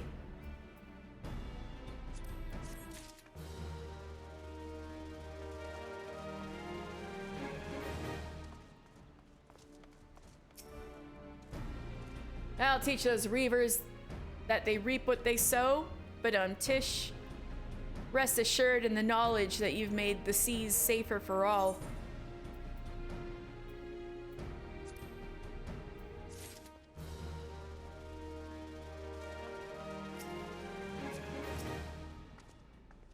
Our triumphant hero returns, and I imagine it will be some time before the Serpent Reavers and the Sahagan rear their ugly heads again. More importantly, we needn't worry about Leviathan rearing his head. The Maelstrom, and indeed all of Limsa Lominsa, owes you a debt of gratitude. And please send my regards to Radolf. Wait, another one?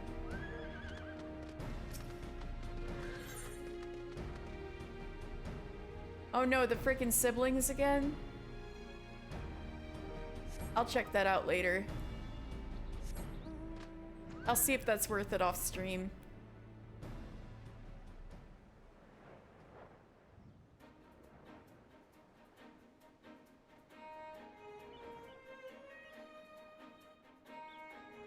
You like Mimi Doa? Mimi Doa is not bad if you're like a male character, but he is so he is such a lech if you're a female character. But like I was playing through this as Mister, and I'm like, wait, he's not as bad as I remember him being, and then I realized I was playing a guy.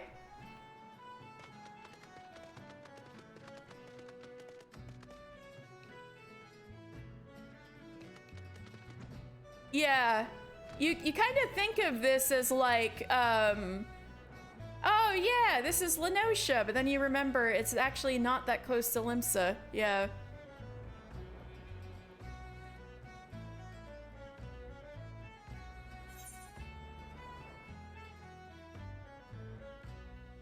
Where is Radolf again?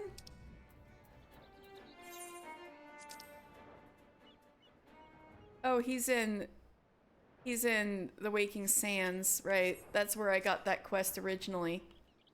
Hey, we're going to the Isles of Umbra.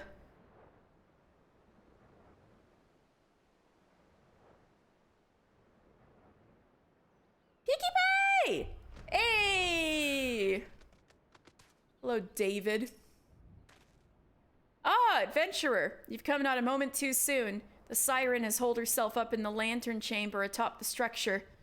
The most direct route would be through the front door, but I fear the siren is already wise to our intentions and has posted the most formidable of her thralls to guard the entrance. Our only hope to breach our foe's defenses is to attack from below through the flood cellar. If you cannot win this battle for us, I know not who can. Go forth, friend, that Pharaoh Sirius may shine bright anew. I startled you? Oh. So one thing I can't forget is I need to put on the redacted spoiler characters axe. Because I actually need, yeah, look at my bloody axe. Because I need it for the relic weapon quest. See, they want me to do Pharaoh Sirius while equipping the weapon. So anyway, if you remember when we were originally speaking with Mimi Doa, and he sent us out here, and there was a siren trying to kill us and stuff. This is that siren. We never got to kill her, but we're gonna get our revenge this time. We're finally gonna get the siren from MSQ. That's Rust. Uh-huh. Okay. Anyway, Pukie Pie, let me know when you're ready. The once proud Pharaoh Sirius is twice dishonored, once by the calamity, and now by the deadly siren of Umbra, who plots to hold the lighthouse as a personal stronghold with the aid of her minions. Silence her lunatic song. Dispatch the usual suspects, Ashkin and winged monstrosities, and reclaim the light of the civilized world. Whenever you is? Okay.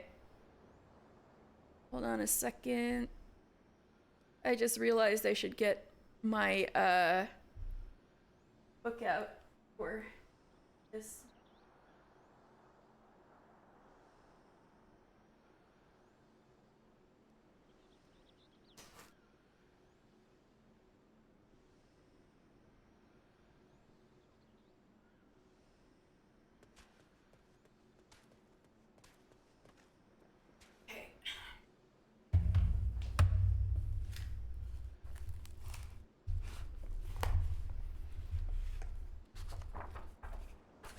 Alright, I got the page on Pharaoh Sirius. Alright. Oh wait, I need to get you in my party. What am I thinking? Let me see. Hydrate. Thank you, Pukie Pie. Actually, I should refill my water. Alright, hold on a bit then.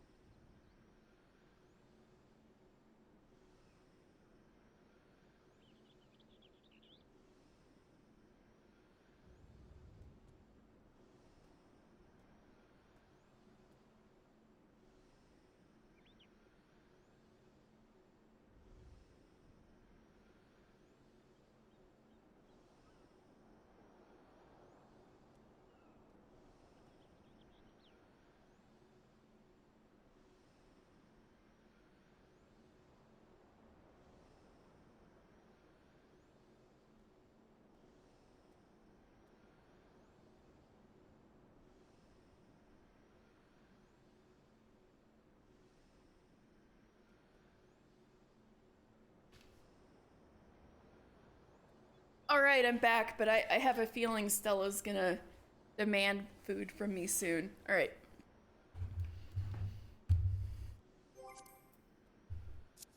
I've got the Bravura Atma equipped, and now let's go for... Wait, I could just do this.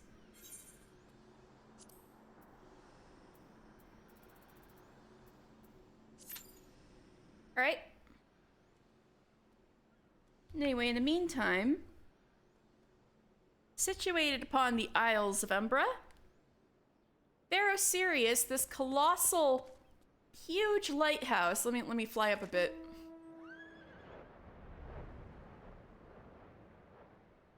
This colossal lighthouse, we cannot even see the top from here with the fog.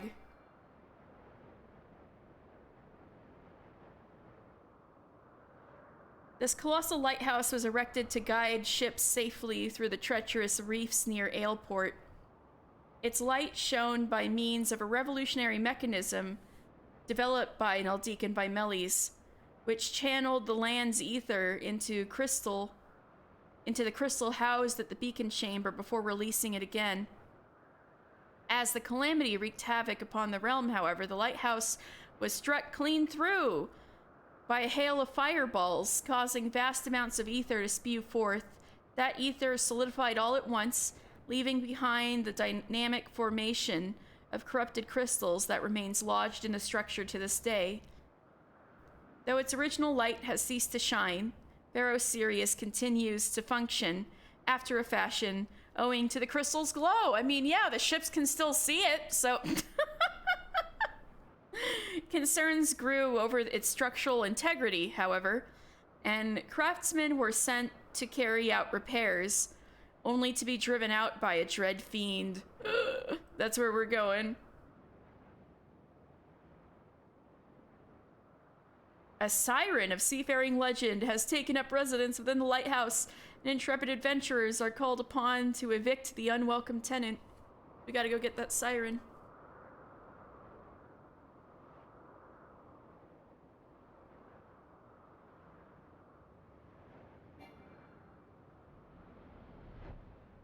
It's so tall, we literally can't even get halfway up it. But man, you really cannot see the top if it's foggy. But yeah, it's kind of funny how, because the crystals glow, it still kind of functions as a lighthouse. But I'm sure the Limsons would like it back in regular working order. At least from the outside. Yeah, exactly.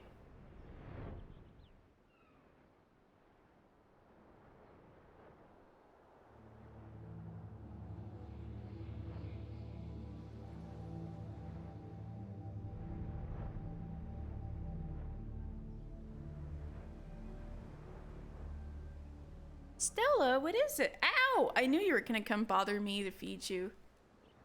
Gosh, I need to clip her nails again. It's ouchy.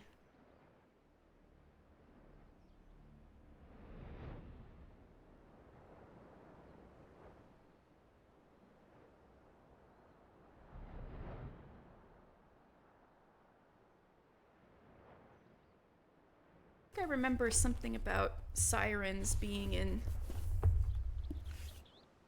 not the kind of... Oh yeah, they're spoken, right? So there are different classifications of animals, right? Like bugs are vilekin, living plants are seedkin, and so on.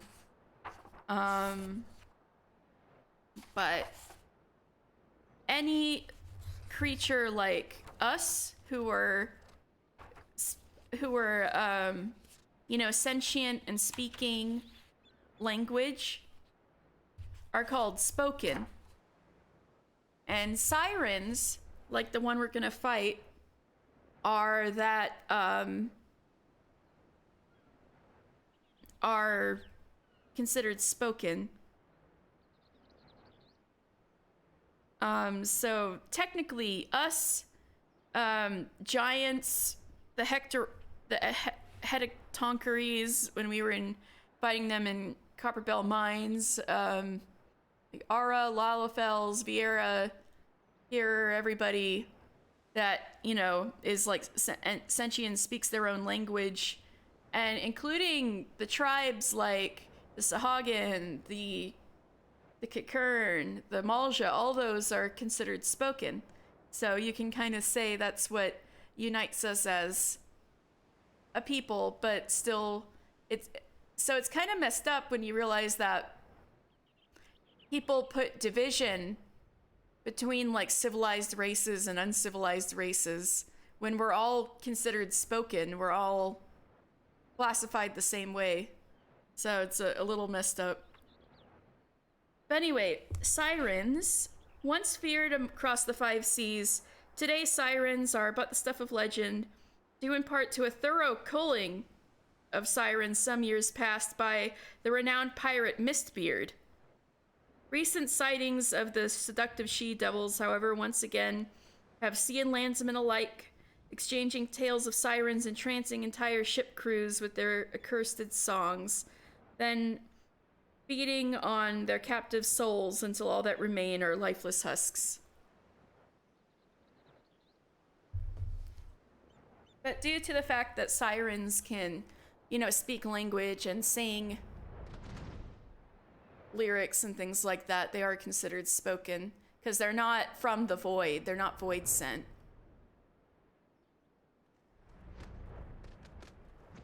Man, you'd think more people would want to go to Ferris Sirius. We just need a healer and a DPS.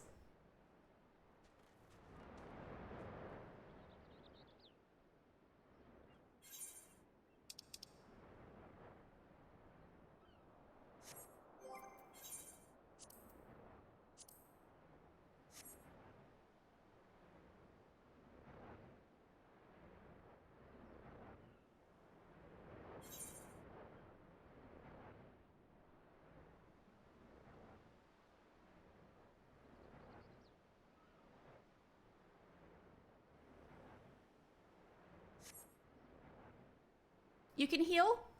We're at 7 minutes. How about if it doesn't pop by 8 minutes, should we go out and you switch to healer? Does that sound okay?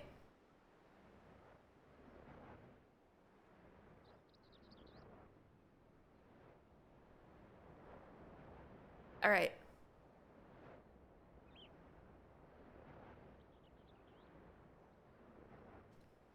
"30 seconds.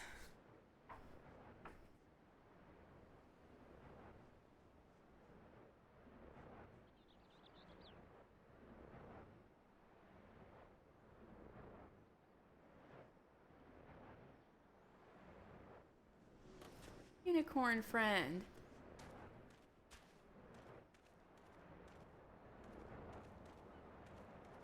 You're looking rather maelstrummy today. You got your little maelstrom coat.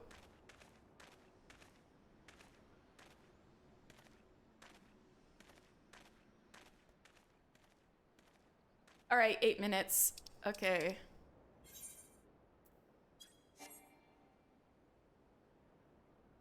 All right, we're free from the countdown, PewDiePie. Let me know when you're ready.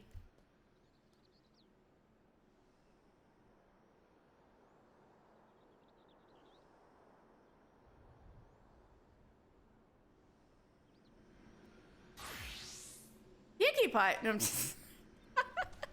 You're a conjurer. Oh.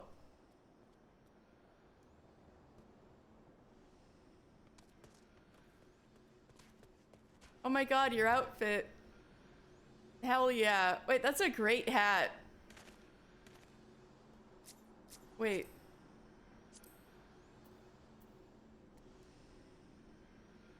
Coronal straw hat. Oh my god, it's got little straw cat ears.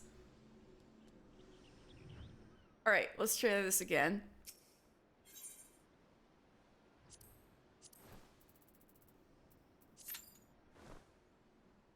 Any DPS? Wanna go for Pharaoh Sirius? Hey. It's quite a good detail, right? Little cat ears, it just right up off the top of the the straw hat.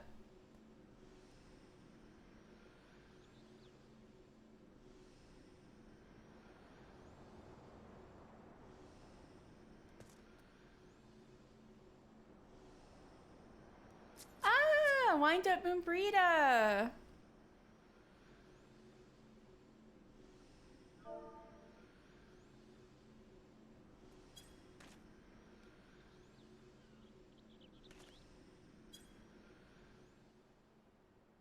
Addie, I need to get Rage-kun out here.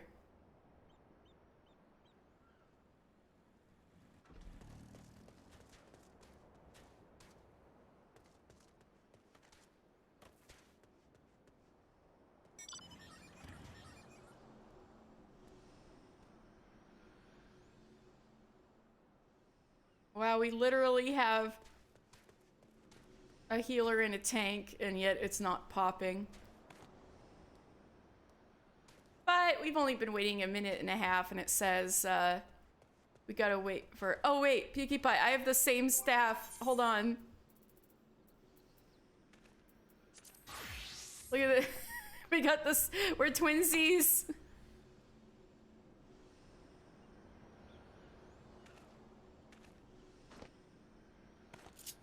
Oh. Funny little guys.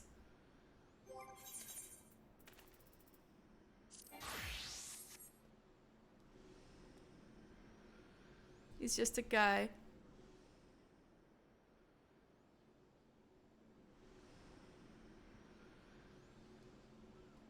You can.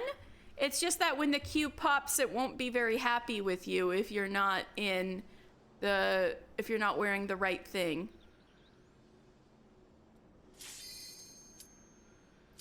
Like, if it... Alright, it popped. It popped. But if it had popped while it had that, it would be like, you better change into warrior now.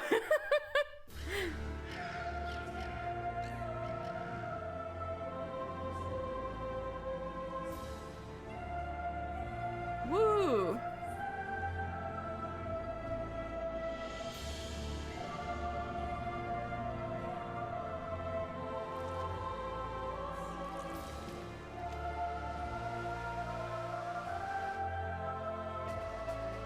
Greetings, programs. Hi.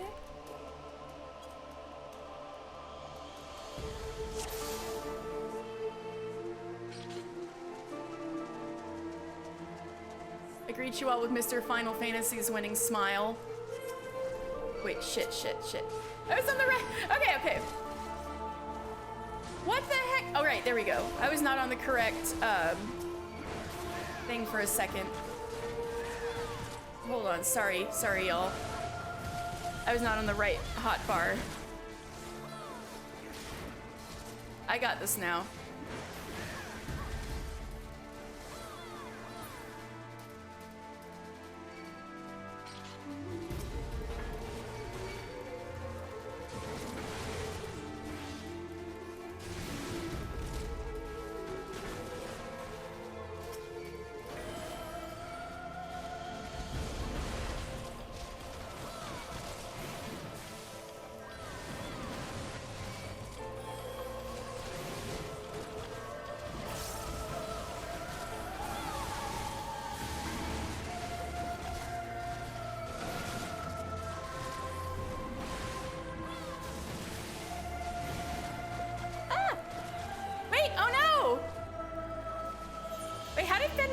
Die.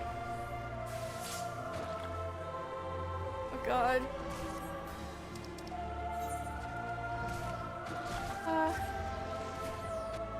Sorry.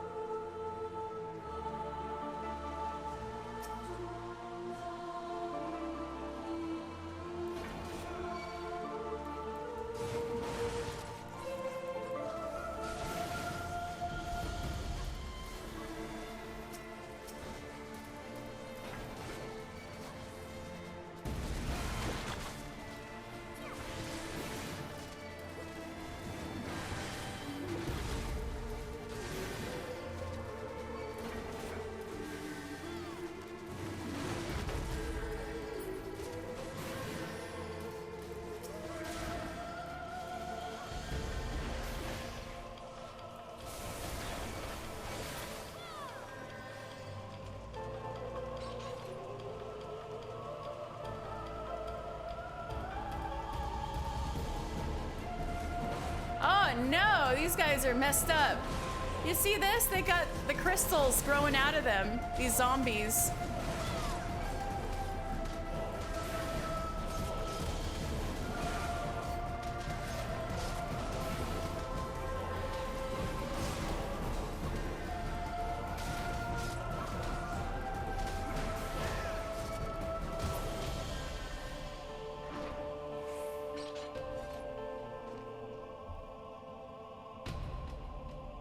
I also fat fingered, don't worry. But also, if you need me to make like smaller pulls or anything like that, let me know, Pukie Pie.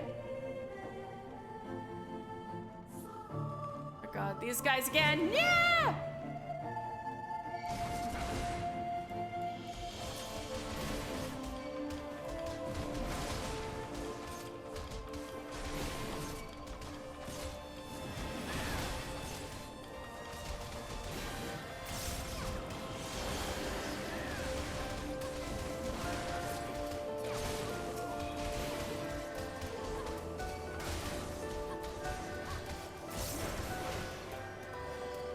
Simon the Unsinkable. Right, we all good? I'll get any of you what lays a hand on me, Muse. Uh-oh. You were mega zombied. Scurvy dogs, you know not love.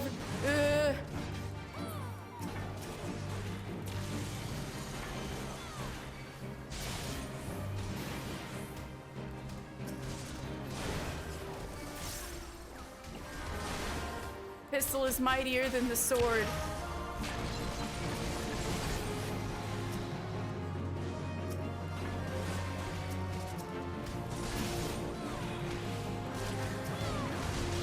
Ow, whoops. Ah! What the fuck? What the fuck?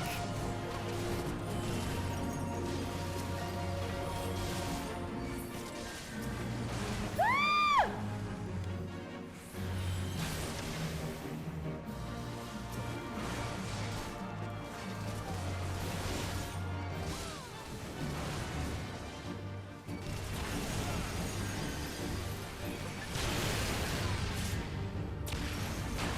Help!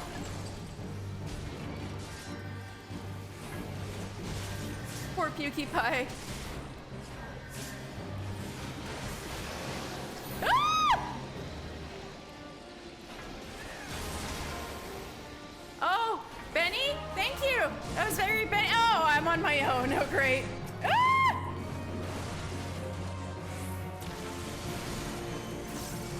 No, no, no, no, no, no, no, no, no, no, no, no, no, no, no.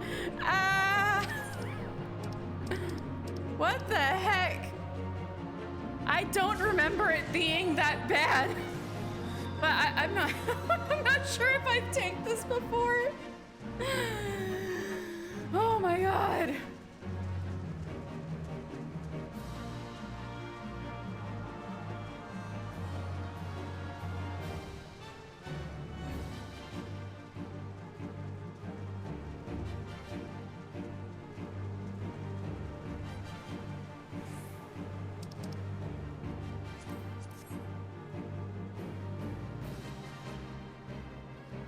So sorry, everybody.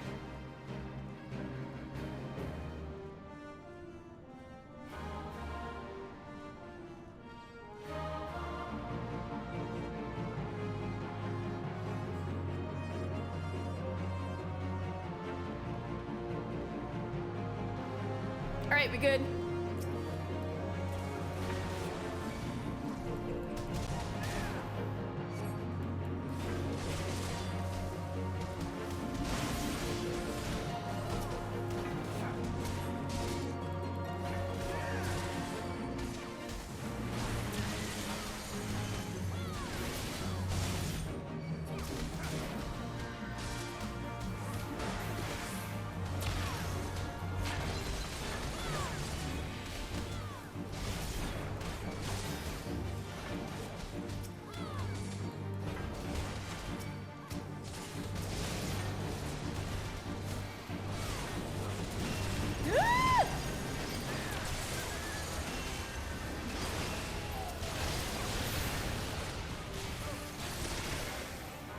Oh god, y'all. I'm doing my best.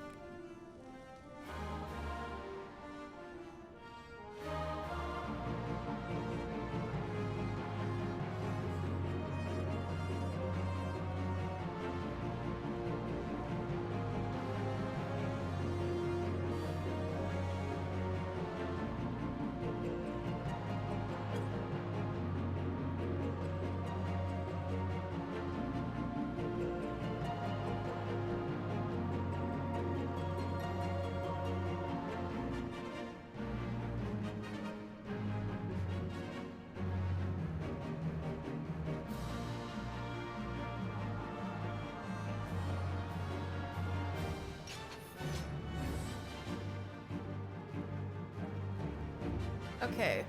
Dodge puddles. Yeah, it's just more important than boss. That's kind of what I was trying to do.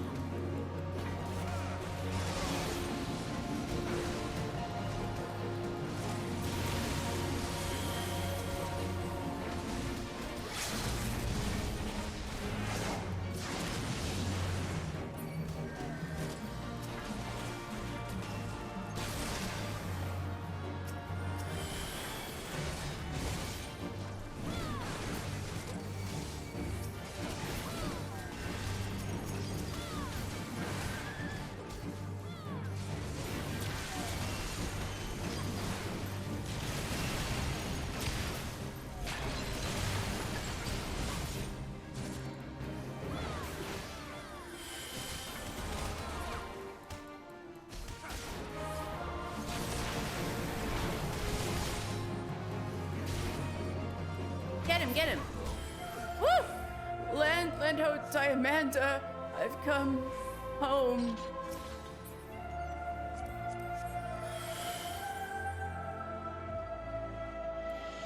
That sounds familiar. I gotta look up Simon and Diamanda.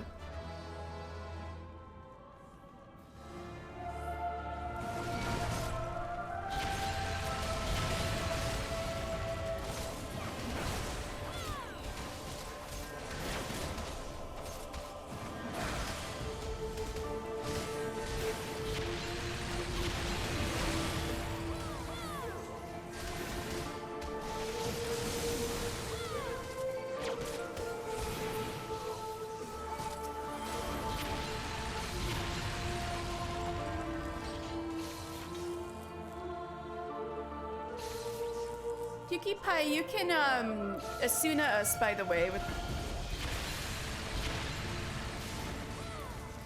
Oh, thank you.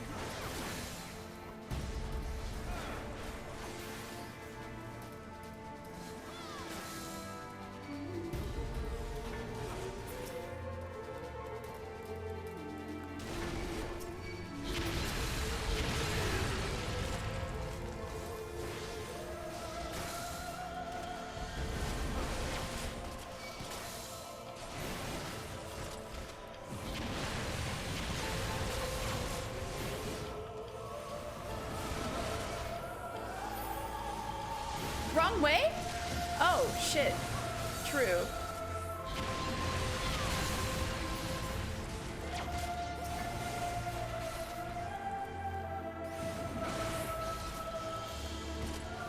Well, if it's the wrong way, you could at least help us fight these things. I'm kind of dying over here.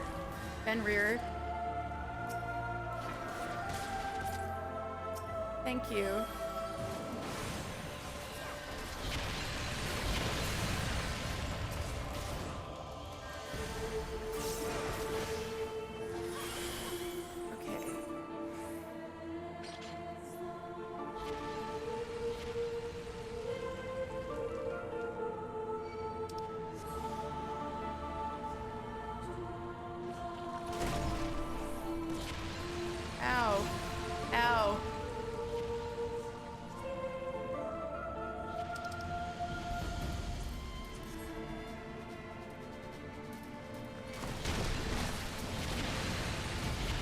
Corrupted slime, that's me.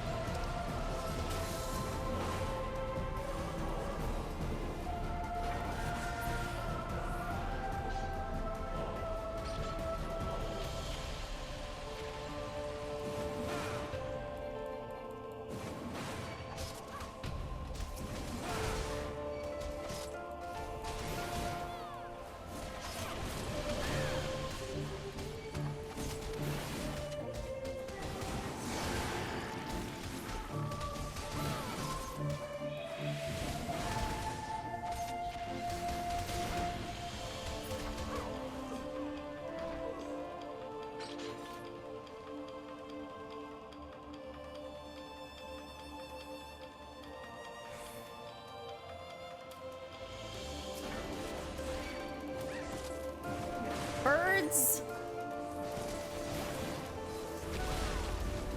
Whoa, that's a big bird.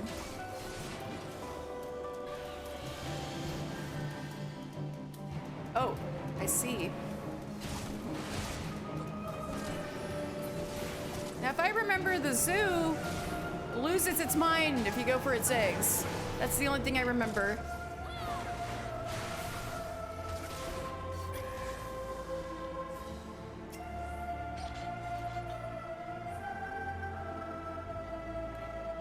There's ceruleum in here.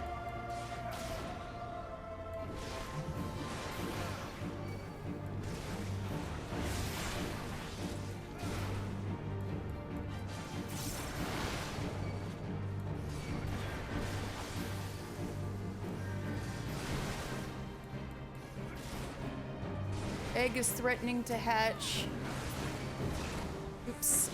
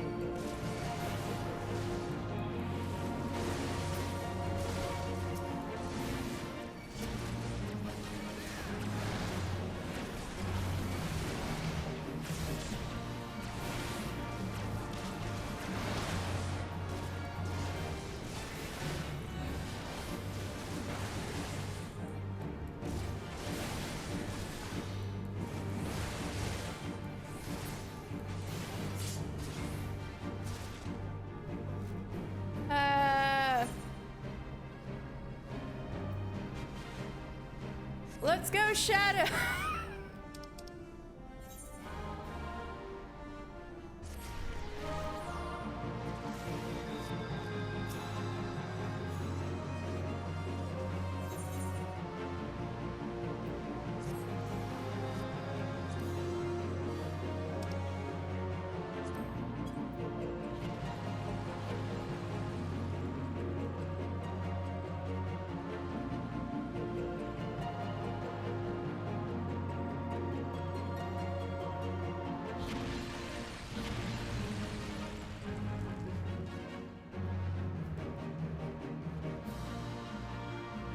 Oh, Pinkie Pie, you don't have to wait with me. I was just typing.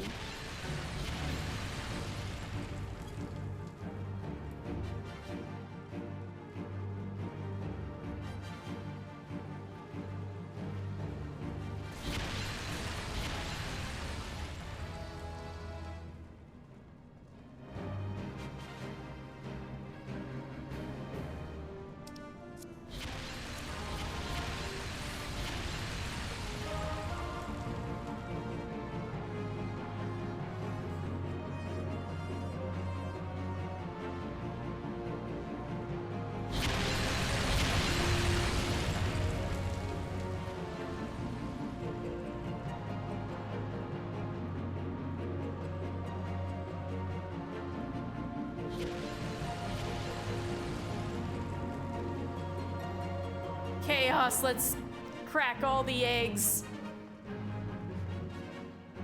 I can take it.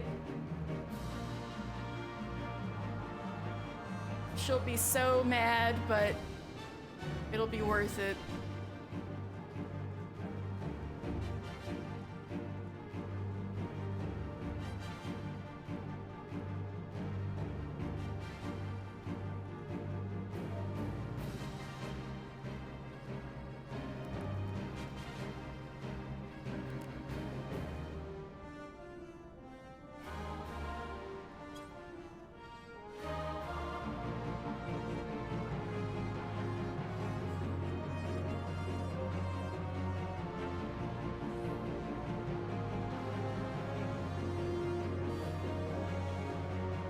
Peace of mind cools down for 2 minutes.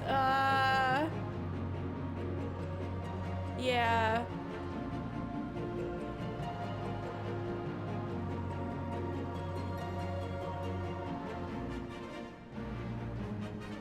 But I think there's strats we could be doing to make this easier on you, Pinkie Pie, I don't think it's just you. I think it's also me, and also these two should be cracking some eggs, I'm pretty sure.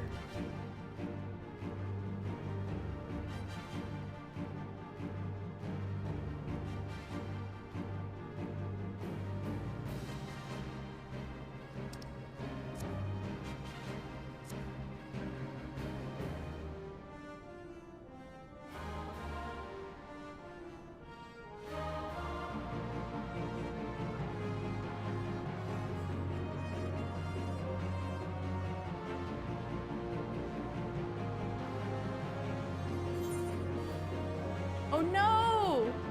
No! I went back to Bravura Atma when I went back. I unequipped. Can I equip it? You. Okay. I think I saved myself from doing this again.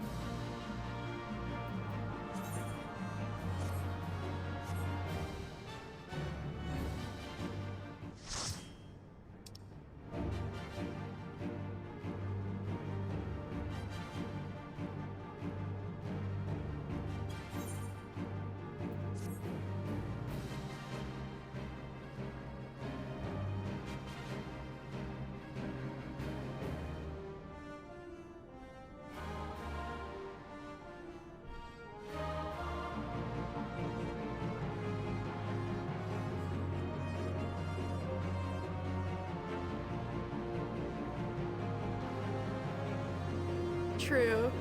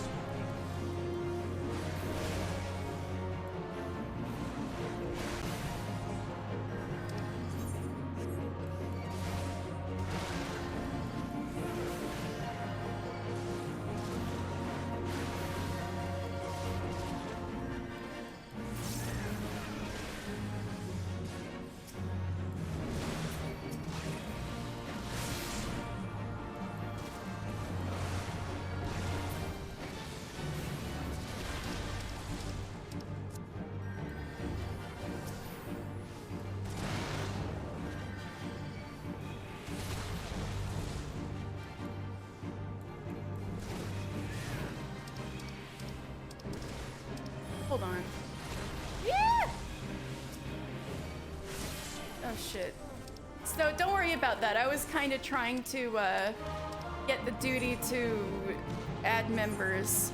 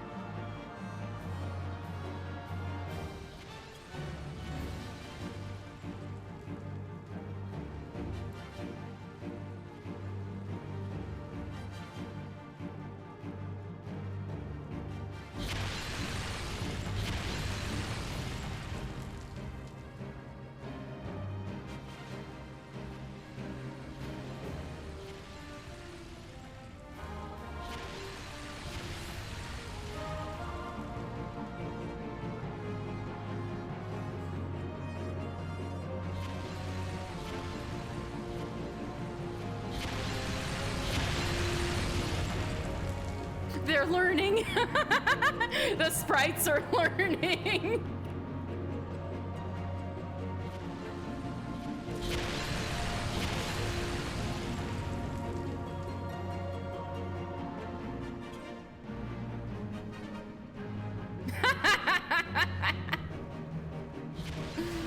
The sprites are learning.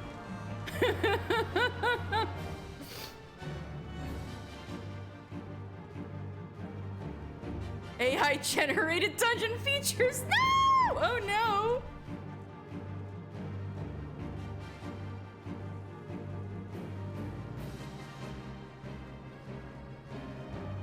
Alright, y'all good? Alright, let's go. Sorry about that.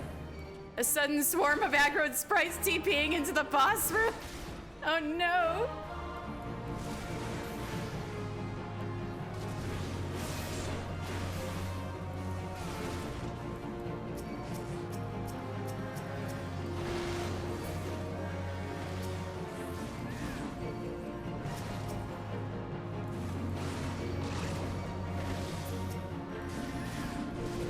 Was she mad?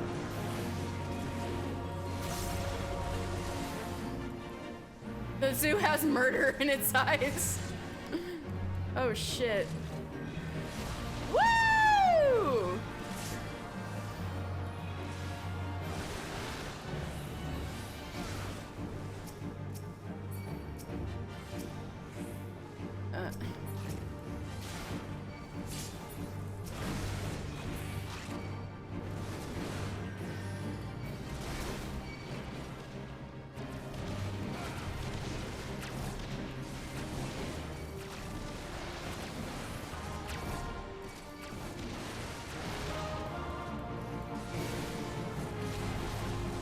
Oh my god, she just fucking body slammed me.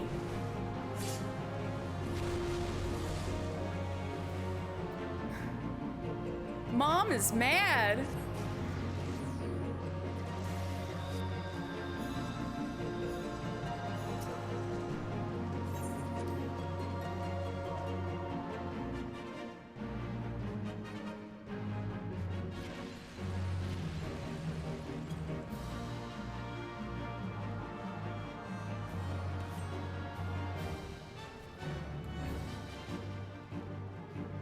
Okay, only hit one of the eggs. I'll leave that to you guys.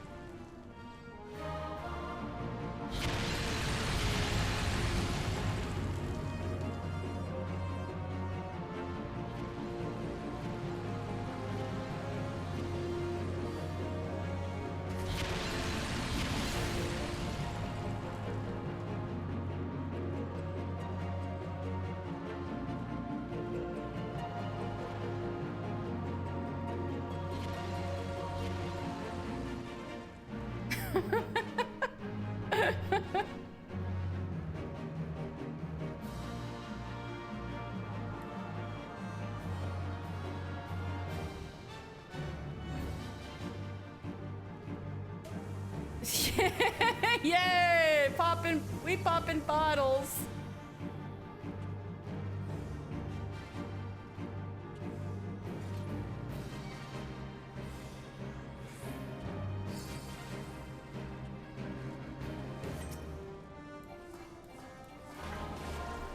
Okay, I'll try to stay a little away from the eggs, like this.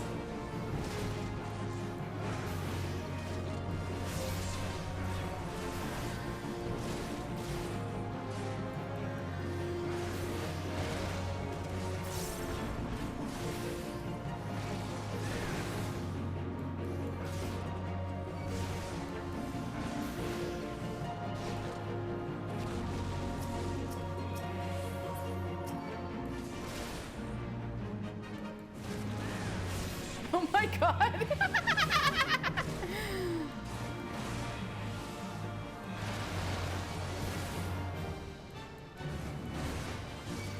This is so funny.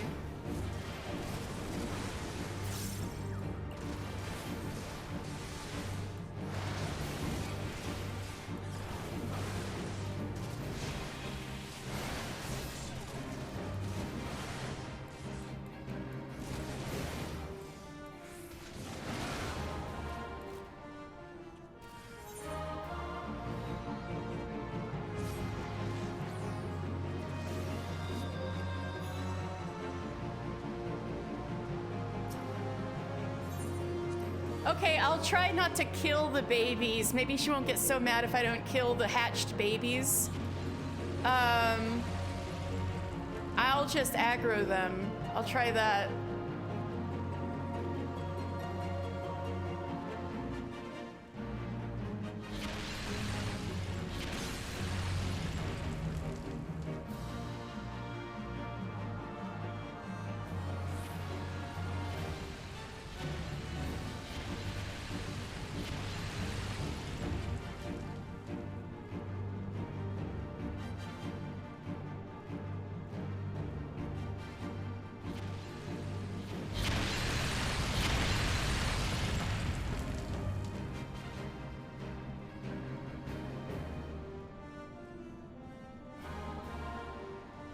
I hate these birds so much.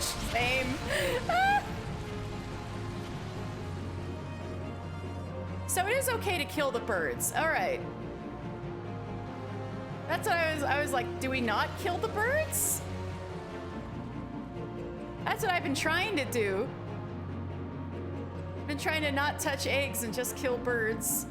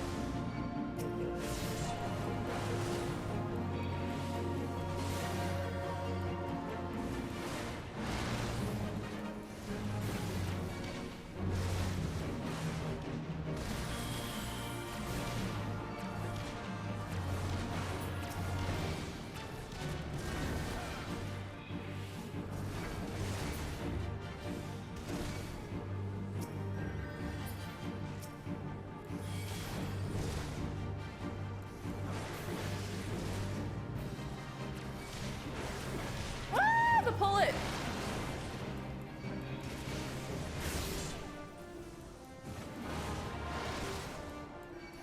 This is going much better.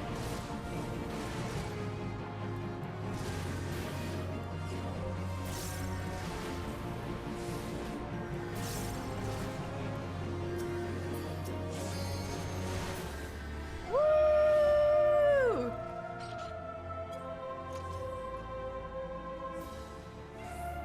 That ruled. We did it. Yes. Yes. Woo! That felt great. Let's go.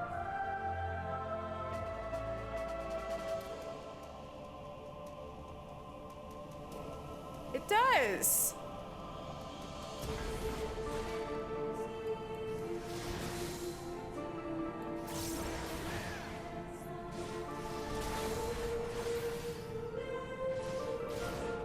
Harder than an Unreal trial, for real.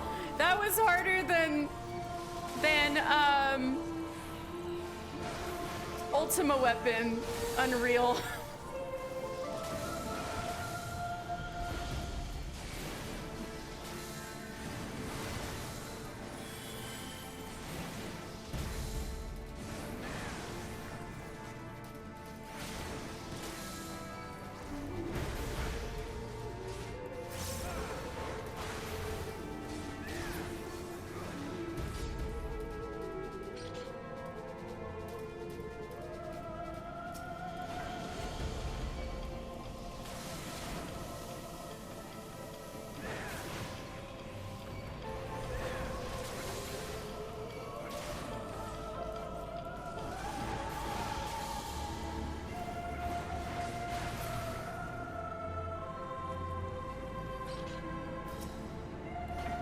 3 bosses before the final? Wild. I guess this is ARR.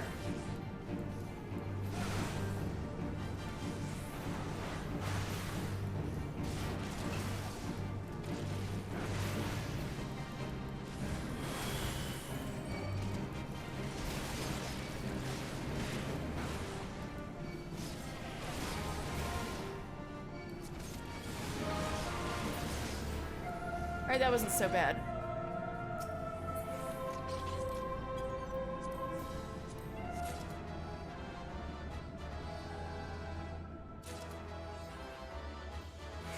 Woo!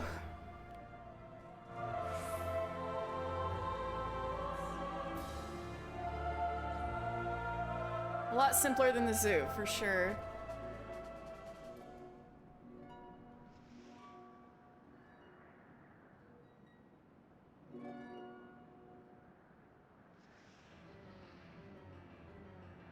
There she is.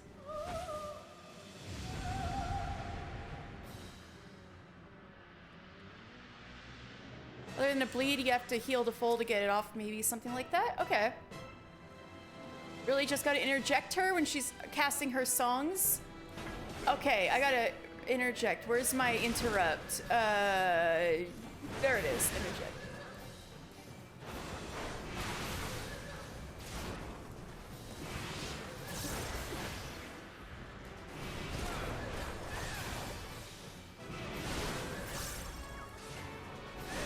Oh, I gotta really be fast on the interject, huh?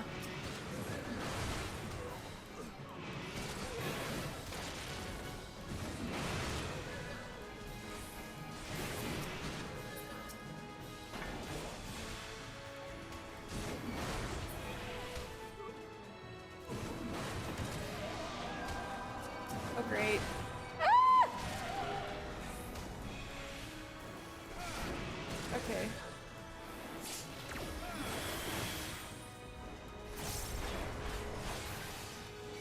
I got it.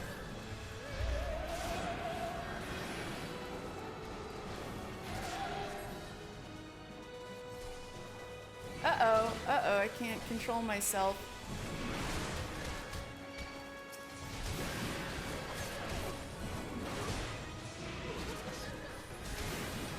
Oops, I didn't mean to do home gang, that's funny. Whoopsie.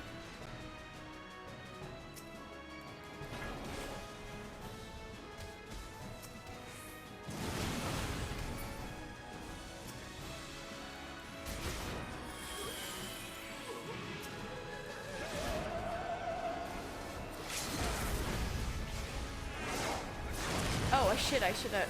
Woo! Let's go! Yeah! These two, the real MVPs.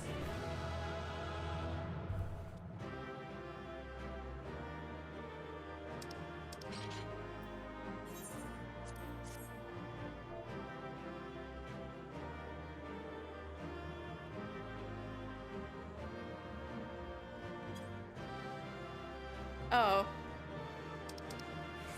I wanted to say thank you properly to them, but they were too fast. But, that was exciting, huh, PewDiePie? Yeah, it ended well at least, yeah. Wow. We just had the most cursed Pharaoh Sirius run ever in human history on stream.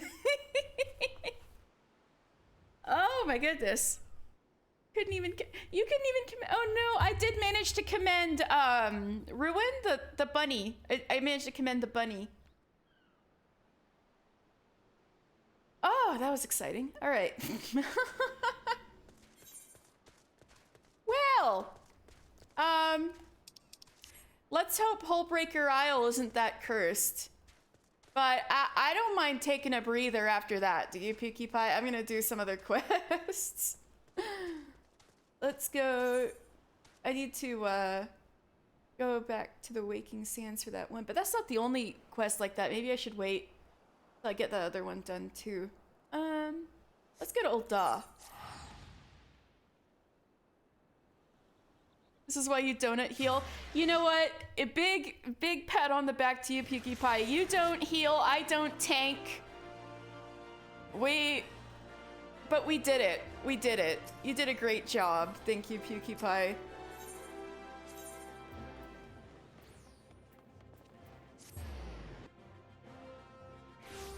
That is pretty cursed, right?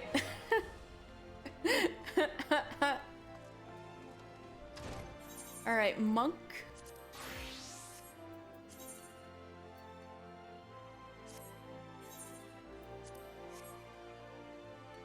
Look at me. I am the dapper monk. Right, Eric. Have you brought the thermometer? Yeah, here you go. But when we won, we dominated. I know, we kicked their butts. It seems the device has suffered some damage. I suppose such things are unavoidable in this line of work. I must see to its repairs at once. That is, after all, why I put up here at the Goldsmiths Guild.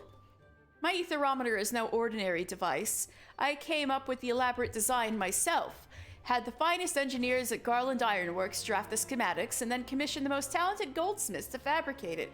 Is that why you're always hanging out in the Goldsmiths Guild?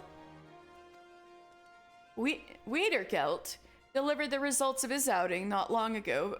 I must insist that you take your leave of me now. There is a wealth of data for me to analyze, and I fear that simply having you nearby will somehow affect the processing power of my brain. Repairing the etherometer and determining which locations to next investigate will require some time. Why don't you go and train those muscles of yours, or whatever it is you do in my absence? Okay.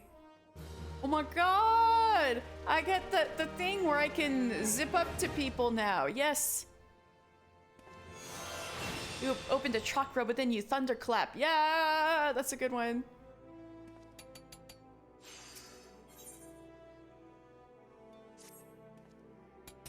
Ah, dear mister, so good of you to trouble yourself to come. Normally I might be cross, but my spirits are far too high just now. It is you I have to thank. I speak of the data you procured. It is simply marvelous. You have a true gift for grunt work, my friend. That's what I'm often told. I wish I had 100 more assistants just like you. I have been in this field for a very long time, and I have been alone. Ever since that unfortunate mold tea fungus culture incident sparked my passion for research. I regret nothing, mister. What does that have to do with war? Save, perhaps, having to share so wondrous a world with souls as unlearned as yourself. Thanks a lot. Still, your performance has not left me completely bereft of joy. It is rewarding to think that my instruction has guided you to such success. There, how was that? Shall we dispense with any further pleasantries? Those were pleasantries? Very good then. I made yet another career-defining discovery while pondering which battleground to measure next. Eorzea is home to numerous locations where the ether is an intensely chaotic state, yet which never played host to any war. My hypothesis was that such flux in the ether was indicative of a past battle, and all my research was predicated upon this. But turn the theory on its head, mister, if your mind is able. What if the people of the past chose areas of roiling ether to hold their battles? I have already sent the simpleton monk to take measurements at the fine sand banks. As you are doubtless unaware, this lies on the border between Alamigo and Gridania, and was the stage of the Autumn War. I ask that you and your fine monk friend and collect his etherometer. Manual and tedious, yes, but he has an early make of the device that is unable to transmit data. I gather the numbskull is in Little Alamigo in southern Thanaland by this time. You think I ask much of you? False, I ask more. Your other task is to travel to Snake Molt in the South Shroud, and there take measurements with your own etherometer. I will continue with my research here in your absence. Mind you, if you care to know at all of the Autumn War and the fine sand banks upon which it was fought, I will gladly enlighten you. You need only ask. Now, this is the first time we've seen mention of the Autumn War, but it will not be the last. We will learn more about the Autumn War in Stormblood. But I'm sure Eric will love to tell us everything about the Autumn War.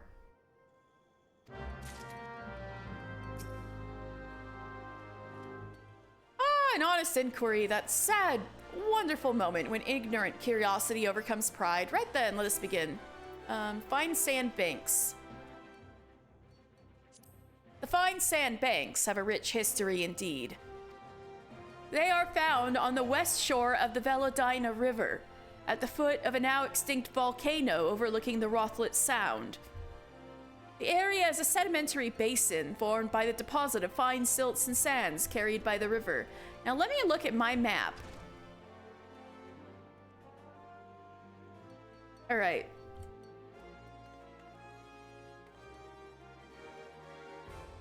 So the Rothlet Sound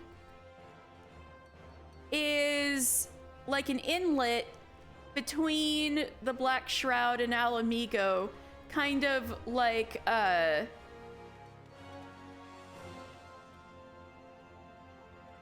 and to the east of Mordona. It's like, if you think of Aldenard, like the big landmass that makes up Eorzea, as a T shape, the Rothlet Sound is kind of to the right side of where the line of the T meets the cross, like that corner.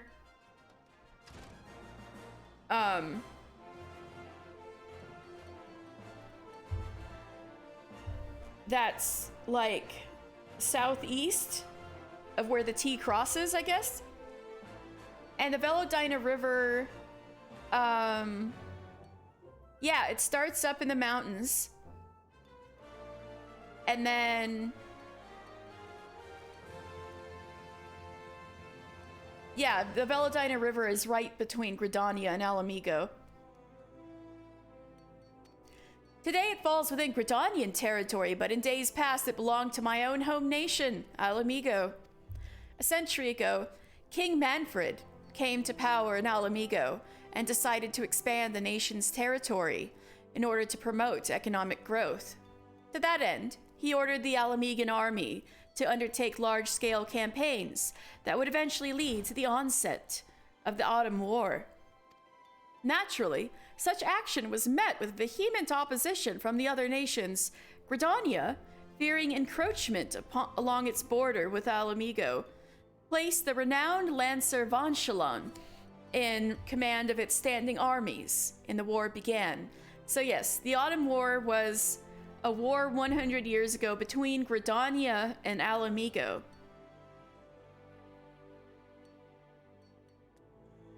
So,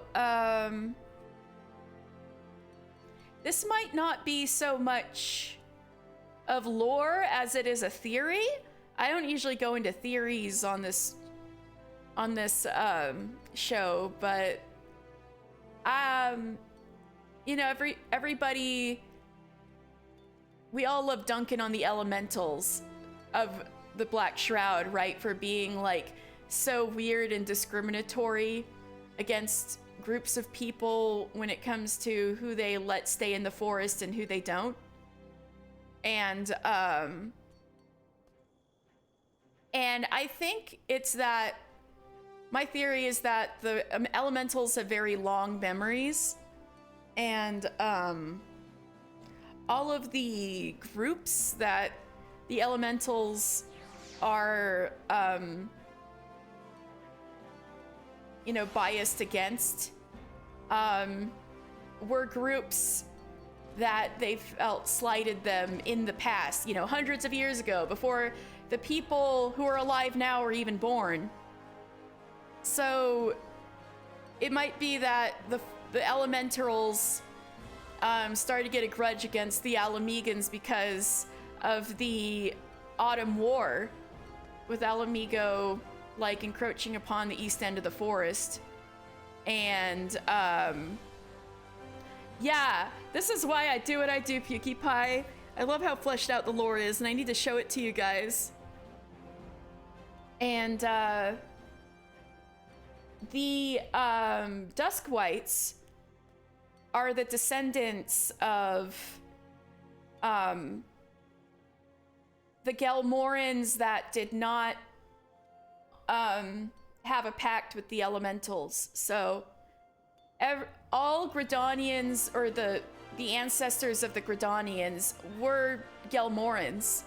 And they lived in, like, you know, the underground city of Gelmora because the elementals were so scary that they had to literally live underground.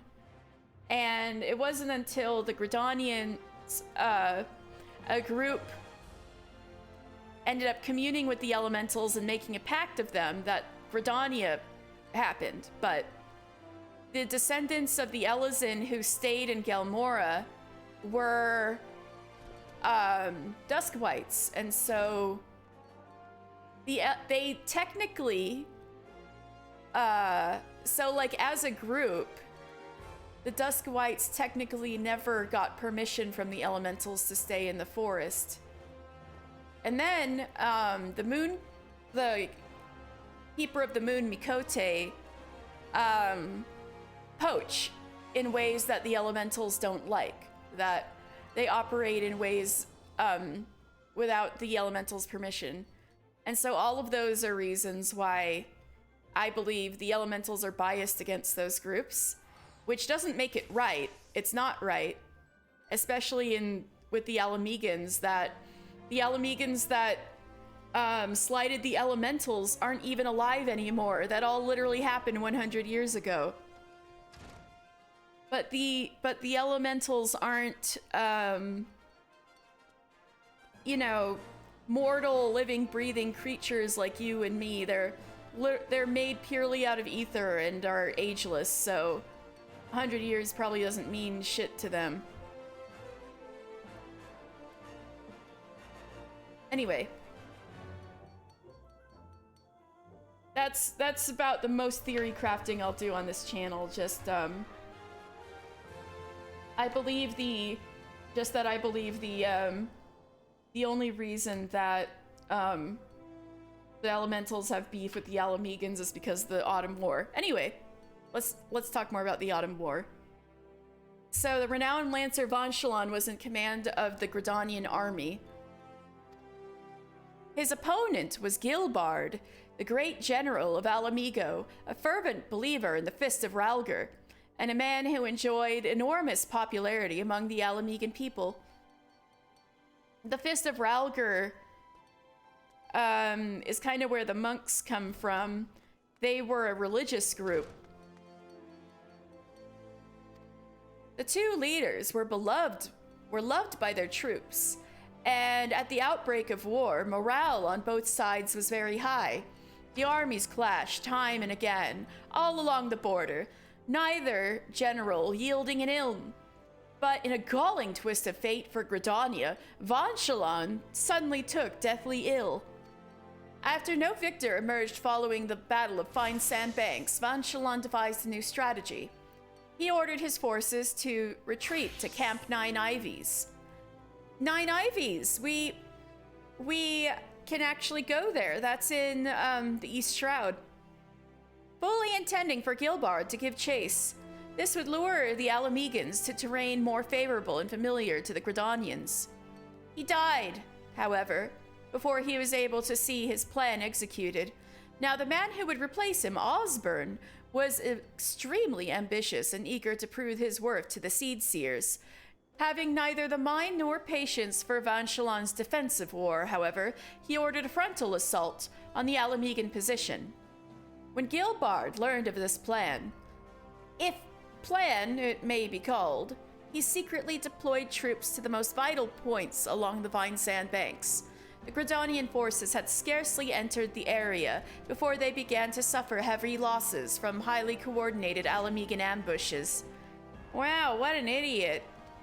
In response, Osborne ordered a forced march, permitting his troops no rest for several days as he attempted to surge through the region. Eventually, exhausted, the Gridanians came to entrench themselves on a hill. But this is precisely what Gilbard had wanted. He surrounded the hill with 6,000 soldiers to deny the Forest-born any hope of retrieving water. and then proceeded to rain down barrage after barrage of arrows upon the encampment. That is one hell of a siege. Oh no. In this seemingly hopeless position, the morale of the Gridanians quickly dwindled. Following 2 failed attempts to break free, Osborne himself led the van in a third and final charge. In the end, Gridania was defeated. Osborne and several of his officers were captured, and the legendary staff Claustrum, lent him by one of the Seed Seers, was taken. Oh shit, Claustrum!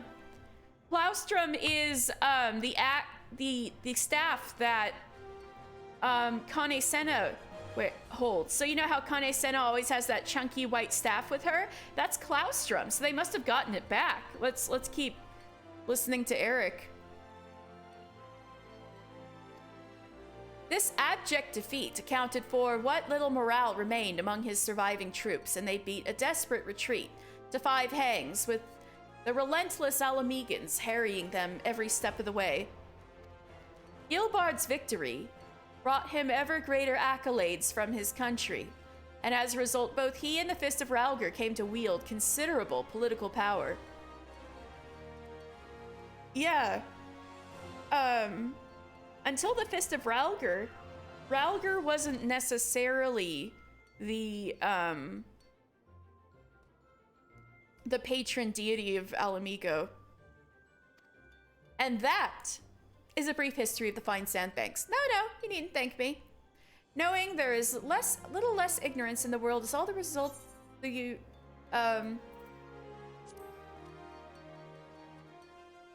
yeah, is all the payment I require. All right.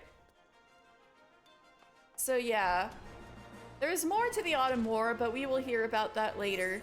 He kind of left in the middle there, but I guess we only did ask about the fine sand banks.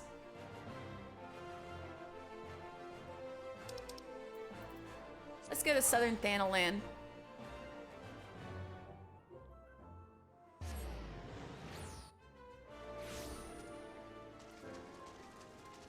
Where's that Weeder Gelt?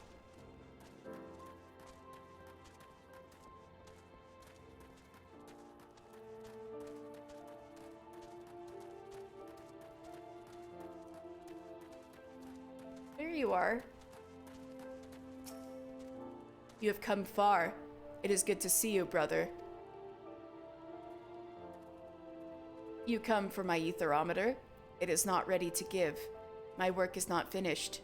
I came as soon as I was told, but the readings require more time. Do not worry. They will be ready soon. You make for snake molt in the South Shroud. Eric believes the ether is strong there. Yet, that land hosted no great battles. He told me as much this morn. Leave me to my task here. Make for snake molt. Take your readings. My work will soon be done. I will bring the device to you. I have troubled you to come here. I will not trouble you to wait. Go. We will meet again at Snake Molt, brother. You know, now that I come to think of it, I had never talked to Gundabald after Wilrid died. Gundabald, do you know? Hail to you, adventurer. Tell me, how fails Wilrid? I am told he went to enlist in the Crystal Braves at your invitation. Gundabald, my people's toils continue, and our hopes rest upon young shoulders such as his. Well, do I remember the time he went astray, and for that, I all the more look forward to seeing the man he has become. Gundabald, apparently I can't say it yet. Oh, you know what, Rowan? It's probably for the best because you missed the most cursed Pharaoh Sirius run. And not even cursed in a good way. Although it was satisfying when we got through it. Yeah, so PewDiePie, like, it was not popping. So PewDiePie switched to White Mage. So we were like, all right, tank and healer, but we still had to wait a few minutes for it to pop.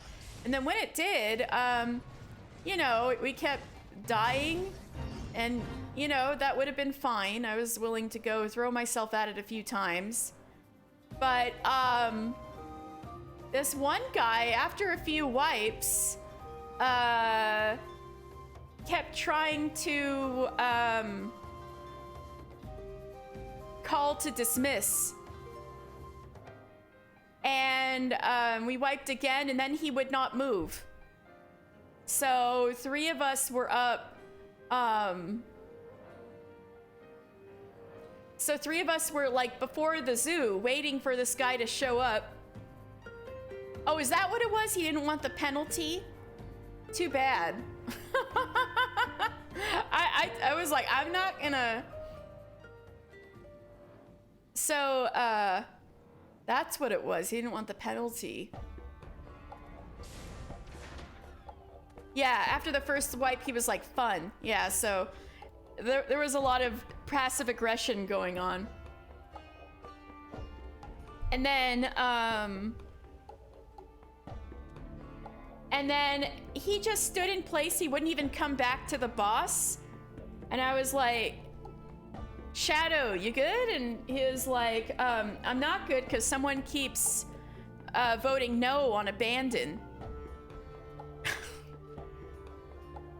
And so the other DPS ended up leaving and taking the penalty because I guess they were losing patience with this guy refusing to come to the boss. And so we got another DPS really fast, but he still wasn't coming up.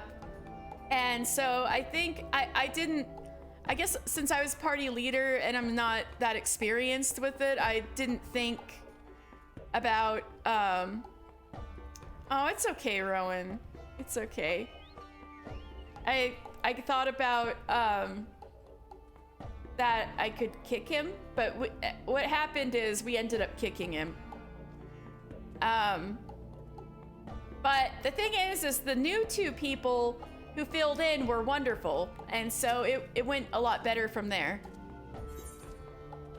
We just had to trade out both of our DPSs for better people. Probably would have been averted if we had a competent healer, but no, it was not just you, Pukie Pie. I mean, I didn't know what I was doing with the bosses either, and those 2 did not know what they were doing with, yeah, the new people actually use their words, yeah. And those 2 didn't know what they were doing with the zoo eggs. The 2 who were there before, and whatever the heck was going on with the first boss. I know, it's always the zoo, right?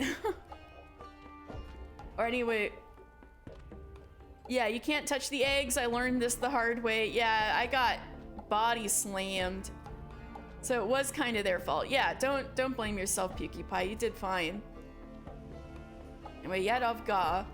Yeah, I have all of the tribes ready for new quests. So I'm gonna take this Amalja quest. Lunga is gone. Oh no, Lunga is gone. It's unhealable if they touch the eggs. Don't worry. Yeah, don't worry, Pukie Pie. She had no duties that would take her from the camp this day. I fear she rides for Zaharak and her chance at Zegaz Te's head. The war leader must be told. All right.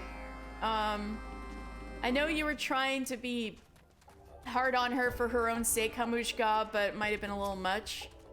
She is gone? The impatient whelp. Reckless action is not martial courage. To charge into battle without certainty of oneself or one's enemy is to court disaster. Lunga is beyond our help now. This is her battle. And her battle alone. Amalja law forbids intervention in such vendettas.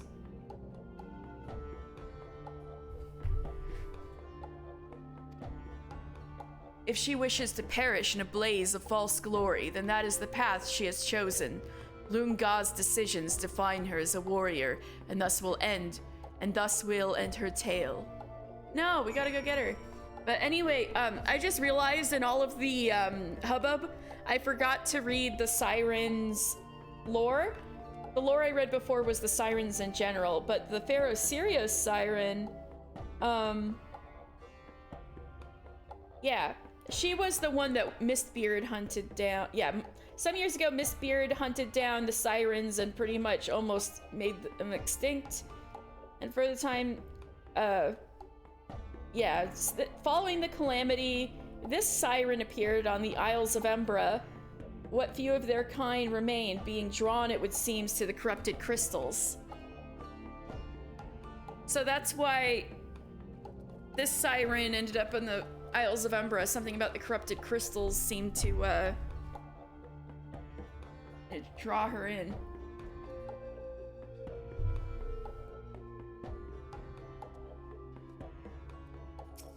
All right. Well, Yadavga, what do we do? Hamushka will do nothing? We have trained Lunga since she was barely more than a hatchling. There must be something we... Honored ally, though I risk bringing shame upon myself and the Brotherhood, I beg you, hear my plea. As an Amalja, I am bound by our laws and customs, but you are not. Pray follow Lunga into Saharak and see she survives this madness. Alright, we need to go save the kitty.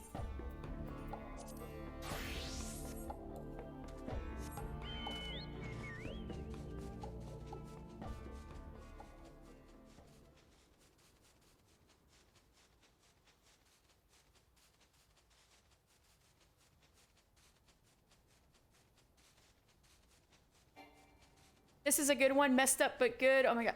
Oh my god, Rowan, while you were asleep, we also did the one with the Sahagin where you find out Nav used to be a badass. I'm like, I love Nav now. Nav is my, I'm a Nav stan. Yeah. Where are you, Zagos Te? Your doom is come.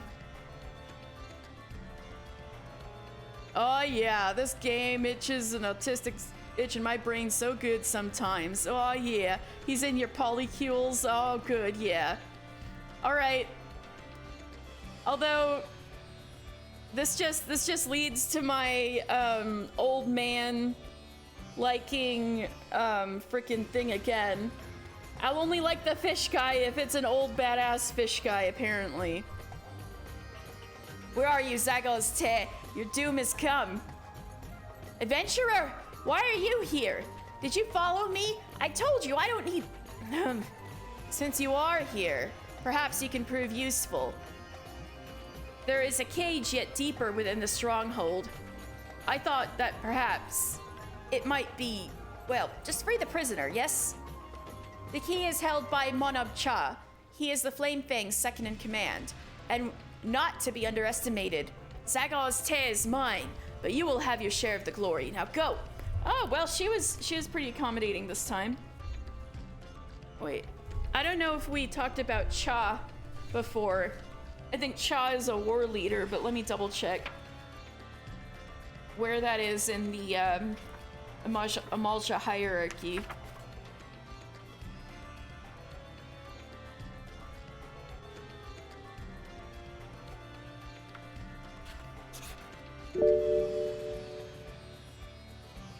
Cha is not. It's in the soldier class.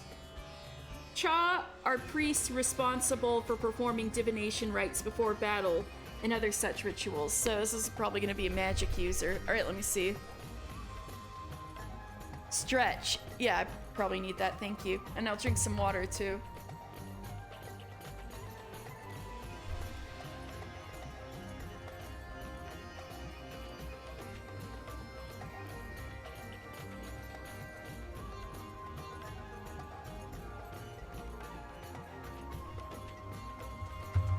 Oh, that was a good stretch. Thank you, Pinkie Pie.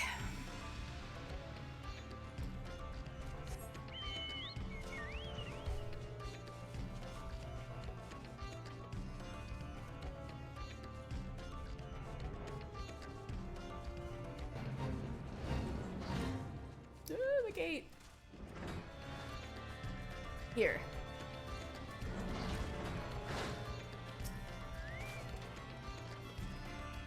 Oop. Hello there. Sense a hostile presence. Blazehorn Manabcha.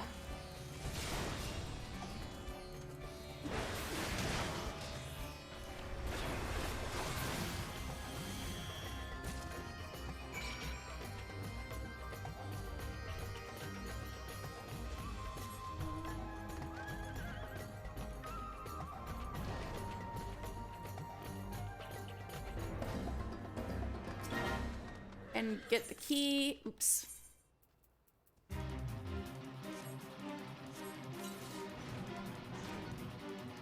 Who's in there?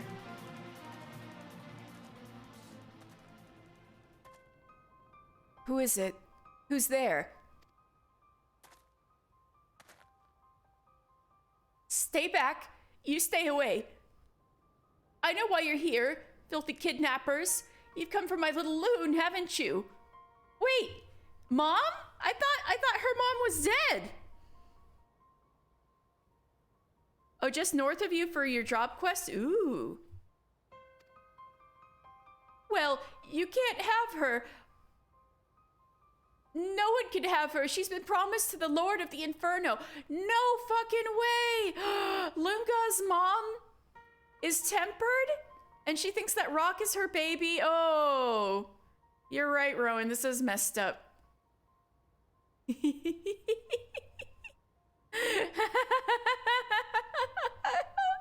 Oh no, this is awful. Mother, you're alive. But she's tempered AF. Who is that? No, I know you people's statures and your dirty tricks. Now get out of here before you scare my little loon. Out, I said. Gods, no. Yeah. There's not quite as touching as the reunion betwixt mother and child. I can scarce contain my tears of bittersweet joy.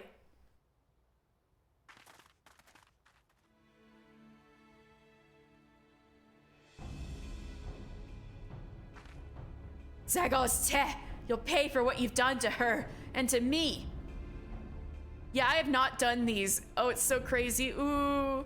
Yeah, no, I am legitimately further ahead on tribe quests on Mister than I am on my main account. Malsha is the only messed up one, as far as I know. The others are pretty tame. Sulf is hilarious, yeah. Some of the tempered, such as this one, are exposed overlong to the sacred flame. They become the walking witless, barely aware of their own existence. God, she might be a couple of steps away from being the Ifrit version of like the ones that start physically transforming. You were pogging during this? I'm pogging right now. Oh my god. Is Lord Ifrit's power not magnificent? Come now. It is time you were purified in the raging blaze of his blessing. Come back and face me, coward!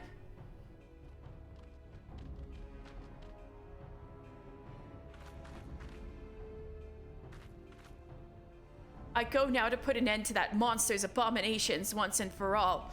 But if I'm to have any chance at victory, I will need you to first destroy Ifrit's beacons. Honor and pride, adventurer. Yes, ma'am.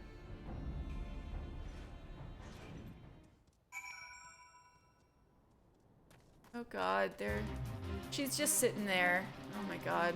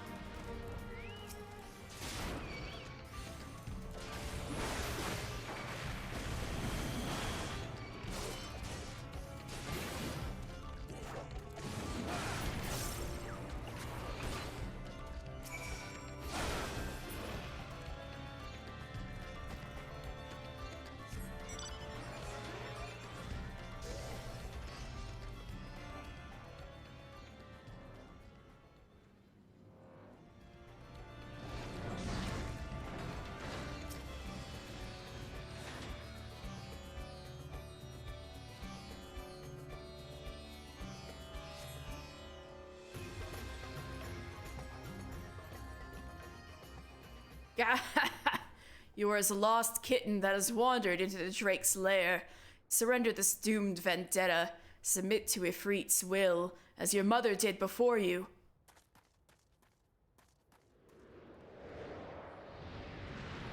They're way up there? Oh no.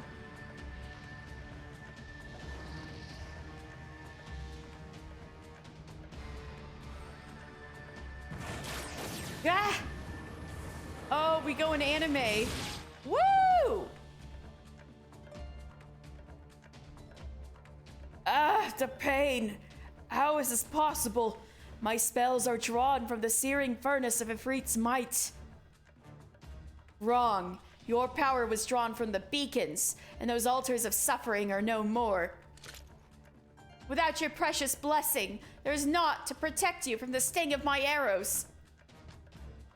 Mercy? Mercy, I beg you. Oh my god, he really is a coward. The will of our god is overwhelming. Spare my life and I shall become your slave instead. Man, this guy's pathetic. Kill him. Pitiful creature. If any bring shame to the Amalja Zagos Te, it is you. Your power is broken, and my vengeance complete. No more of my arrows need be stained by your coward's blood. No! Don't do it, Loon! Just kill him! Crawl back under your rock, lizard. He's gonna kill you as you walk away. Gullible fool. Die! I swear to God, Loon.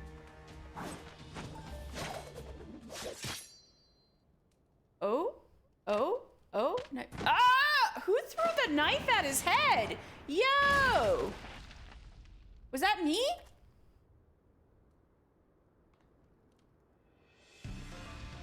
Ah! War leader! War leader! Right in the temple, I know. Hamushka, you're such a, that was awesome. You're so cool. You forsook all that is sacred to a true warrior of the Amalja Zagos Te. For your cowardice and cruelty, the only reward is death. That's what I thought. I'm glad you agree.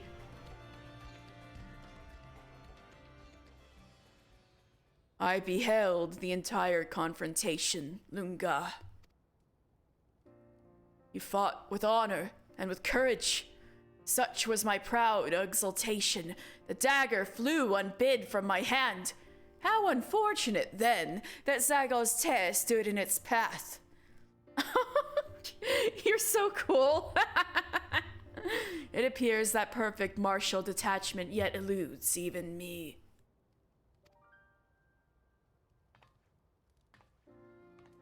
He's like, oh, I didn't even mean to throw the knife. It just flew out of my hand. Oh, Lunka's crying. Ah!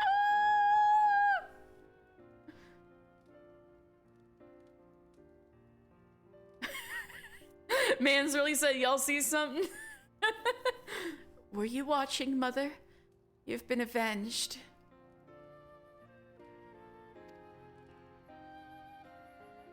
Her mother's still alive, but tempered AF.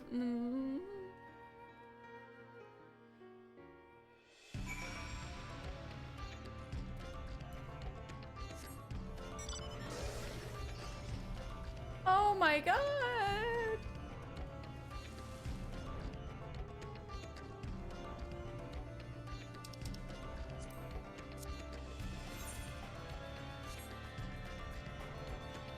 That was awesome.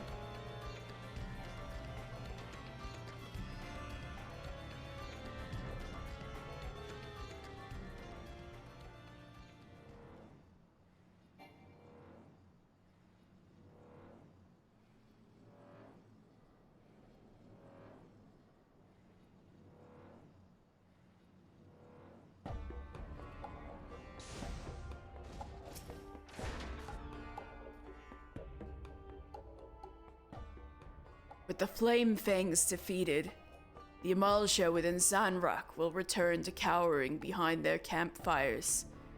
And though the embers of Ifrit's blessings yet smolder, We shall fight that fire with the flames we ourselves nurture, strength born from within. But I need not speak to you of strength, for you, perhaps more than any, have neared the peak of perfection. Oh, thank you. You have earned the highest praise and deepest gratitude of my people. Amushka. Even should our races clash in blood-drenched savagery, you, honored ally, will always be welcomed by the Brotherhood of Ash. I have seen my mother safely to Forgotten Springs. Oh, I hope they can take care of her there. It is unheard of for Tempered to ever recover from their primal-induced madness, but it is my hope that she will at least find a measure of peace in our old home. Oh, and a word with you, adventurer. I questioned your resolve, and you have answered me as well as any Amalja warrior would. You have my respect. Dang. Lunga likes me. Ah! Her face! And my thanks. Oh my god, she's cute. Well, this feels strange. Why are you staring? I cannot help the way I look. My brethren must think me hideous. I'm sure they don't. No. The road calls you, honored ally. Though misfortune seeks to waylay us, let us not stray from the path of the strong. All right. Your deeds have been etched within the chambers of my soul, honored ally. Though the road might call you onwards, may the strength you have gained with the Brotherhood serve you well in the battles to come. Yes, sir. All right, so next talk to Swift in Ul'dah, and I guess I'm finishing Amalja quests. Dang. Well, if that's the level where we're finished, I think we're about to finish Ixal quests too. Maybe I should do that next.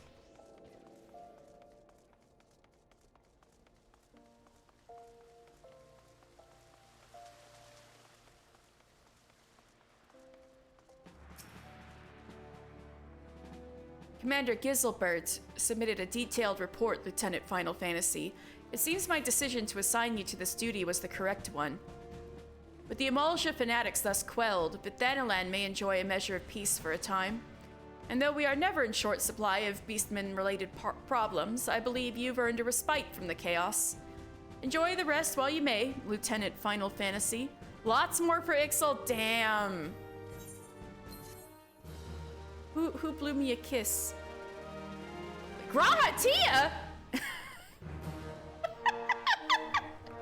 Who blew me a kiss? Grahatia!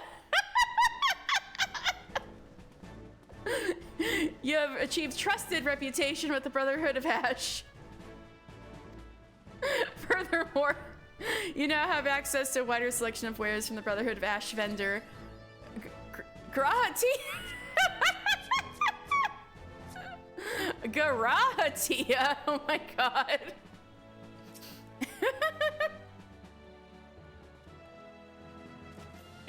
Oh my god, he's blowing me another kiss. What should I do? Blush? Wait, where's blush? No, I'm being awkward. No. I need to type it out.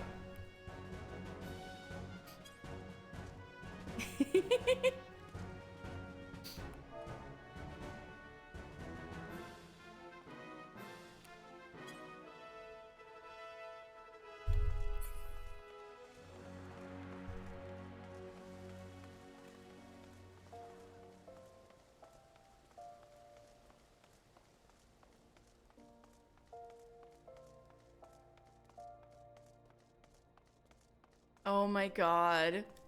That was funny.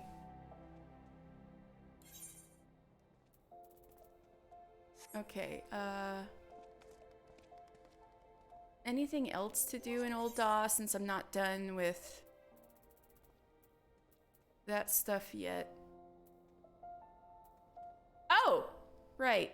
There's this.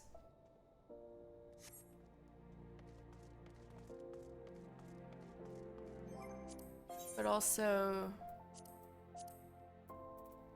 Oops. Oh, and report to Genlands. Okay. Let's do that first.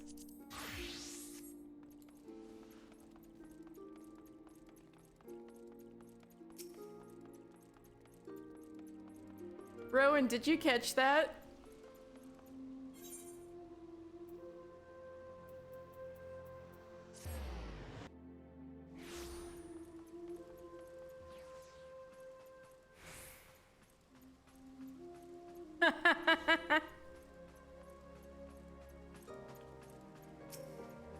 Alright, Genlands.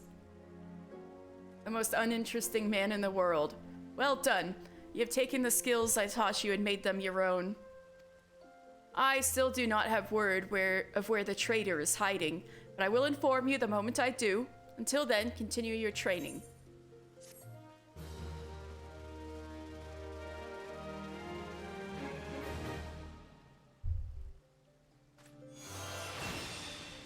The Solidans of Paladins past bequeath you their wisdom!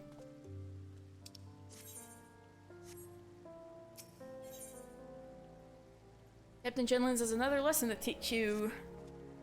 Welcome, Paladin. You should know that that word of your deeds has reached me. You are those who follow the true Paladin path without misstep, but you are one of them. I'm proud to call you brother. I feel like I've barely done anything yet, but thanks. You have kept the faith, and in return, I must have faith in you. It is time that you knew the truth, though it is hard to share, for it is a shame I would rather keep hidden from outsiders. Perhaps you remember when I told you of the Sword Oathkeeper, the traitor and the Sword Oathkeeper that he stole. His name is Sulkzagel, and he was my predecessor as captain of the Sultan Sworn Elite. Yes, he was the same man whom I had admired as a child. Inspired me to take up the sword and follow the way of the Paladin. He was the paragon of paladins. Until, that is, he changed. And now you're sworn to kill him? Man. Some years ago now, there was a struggle for influence between the Sultanate military and a faction within the syndicate known as the Monetarists. Yes, I know of the Monetarists. The latter emerged triumphant, and the army's authority was diminished dramatically. Although Sulkzagil was still a captain of the Sultan Sworn Elite, he knew his position was perilous, so he fled, taking Oathkeeper with him. In doing so, he went against the words that he had spoken on bended knee before his royal liege. Now it falls to me, as captain, to restore the honor and name of the Sultan Sworn. If that means cutting down my former mentor and master, I would do it gladly, for his misdeed cannot be forgiven. But his death will not lift the stain that mars our name. He must be put on trial in public court so that everyone knows his crimes. Then, and only then, can we begin to earn the people's trust again. He served for... I doubt half of Ul'dah even knows what the fuck Oathkeeper is, Genlands. He served for over 30 years as captain of the Sultan Sworn Elite, and he is a formidable foe. Few can match his skill with the sword. Even together, you and I will find it difficult to take him alive without mortal harm to one side or the other. So you must continue to hone your skills and prepare for the day when we will face him. Now, let's see. You were in Doma Castle and tabbed over while you auto-ran to see Graha and almost ran into a mob. Oh my god! I'm glad you're safe. To complete the next stage of your training, you must do this. Go to the Ugrim River in eastern Thanalan and find the brazier we have placed there. By lighting it, you will draw the ire of the Lepidotes dwelling within the waters. Face the creatures in battle and master your new skills. The fight will not be easy. Want to bet? Pro gamer move.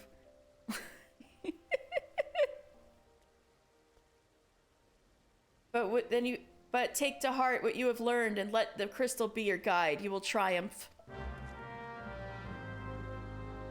Yes, the brazier on fire. Oh my. Not that kind of brazier.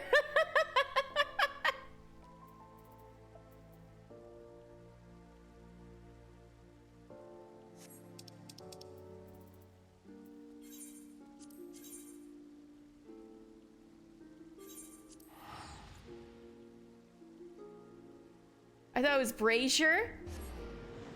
Is it brazier? It probably is. It's brazier. You know, God damn it. Thank you guys. You know, it's one of those things I never hear say out loud. So that's going to be brazier from now on. Thank you.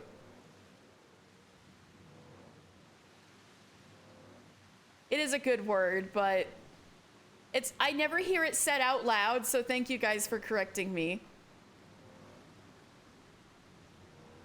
Yeah, I know that's how brazier is spelt, but I thought they sounded the same.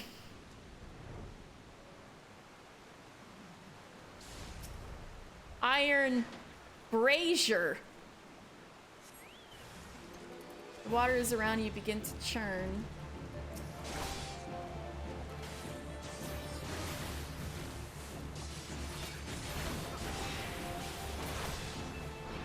Where is it, kitty cat?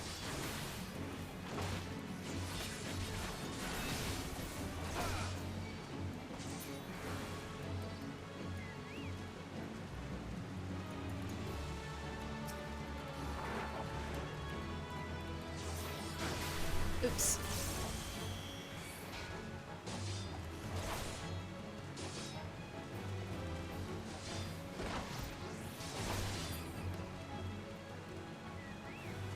How many of these fish are there?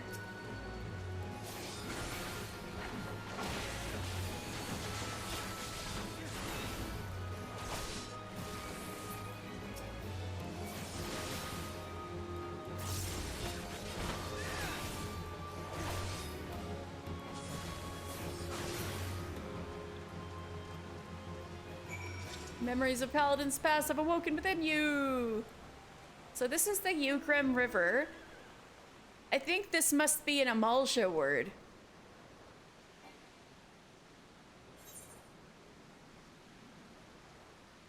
So the Ugrem River seems to be quite long. It goes from eastern Mordona and then cuts through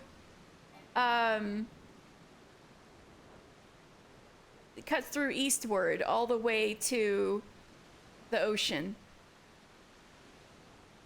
So it goes through almost half of the country, starting from the middle and going right, kind of halfway down the peninsula that Thanalan is. Pogglethon, which is the homeland of the Amalja, is south of the Ugrem River. And north is getting into the Black Shroud. And the Black Shroud actually is just north of us.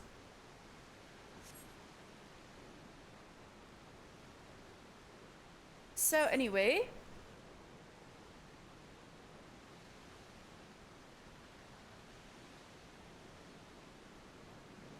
let's go see that Genlands.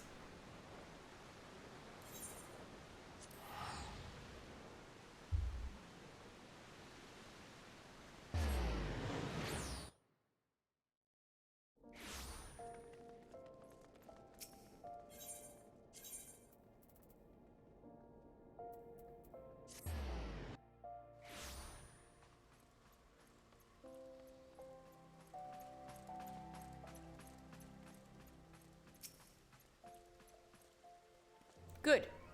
You've mastered your new skills and made them your own.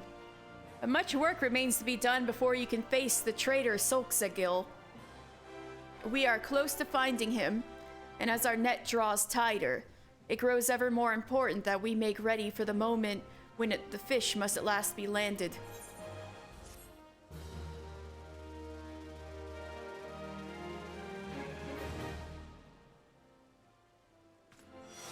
Souls of paladins past bequeath you their wisdom. Learn prominence. Woo!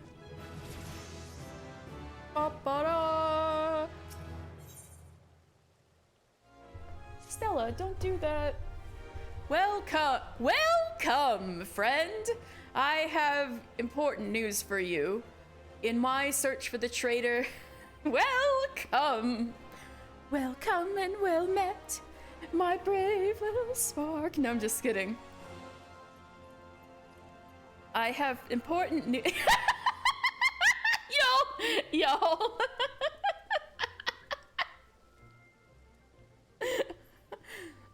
Welcome, friend. I have important news for you. In my search for the traitor, I have been looking through old records and discovered something chilling. Around the time the traitor Solxagil was named captain, several famed soldiers of the Sultansworn met with untimely deaths, but strangely, our records do not say how they died. Oh, you think he was going around killing people? I like how our friends are over there and I'm just pointedly ignoring them. Curious, I begged the favor of an old friend and received permission to inspect medical records kept by Frondale's Faunistry. I discovered that the soldiers died in various ways, some in combat, some suddenly at night, in the barracks. But in nearly every case, there were signs that poison had played a role in their demise. Yes, poison. Carefully, invisibly administered.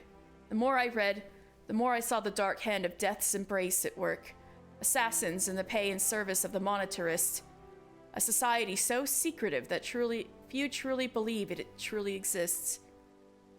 So death's embrace is extremely secret assassins working for the Monitorists. All right. But no matter how skilled and devious the assassins, they should not have been able to kill so many of the Sultansworn elite without being discovered. Not, that is, without help from within our own ranks. So you're accusing Solxagil of this. So I asked myself, who had the most to gain from their deaths? One by one, the former captain, his trusted aides, the most capable of the Sultansworn who might become future commanders, all of them, slain by an invisible hand. And with their deaths, the way was open for Solxagil to become the Sultansworn's youngest captain in a century. The Monitorists were planning to kill the best and bravest of the Sultansworn, to purge its ranks of greatness, and enervate it so that it could no longer carry out its duty to serve as sword and shield of the Sultanate. Which begs the question, how did Solxagil remain captain for 30 long years? How did he avoid the poisoner's kiss when men better than him had succumbed? There can be only one explanation. He was the Monitorist Catspaw, the turncloak in our midst, the traitor among us. Needless to say, I am more determined to track him down than ever before. While I continue my investigation, I have a trial for you. I want you to seek the gallant armor, the legendary raiments worn by generations of the finest soldiers of the Sultansworn among us. In accordance with Sultansworn tradition, the set that would be yours has been scattered across southern Thanalan. Each piece has been locked within a coffer, which will be guarded by 2 men. You must best the Sultansworn themselves if you are to claim their armor. Oh boy, our level 45 quests. Rainy voice, Amogus. Amogus. Piggy Pie, where's the sussy no-no emote?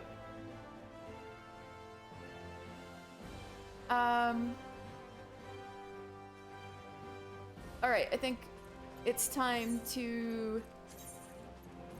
Stella! Stop! Kitty!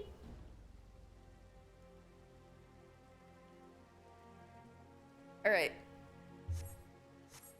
No, I'm not doing him as cute.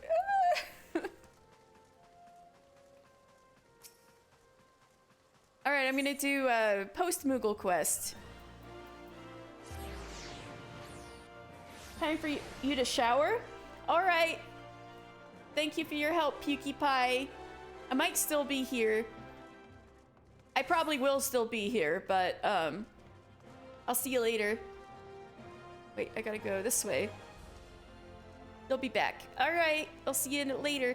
Did I send you the clip of when Wayne Radio TV brought a Sylvester Stallone impersonator do seances for cartoon characters and he started yelling, sus, sus, among us, imposter, sus? No, no, I didn't.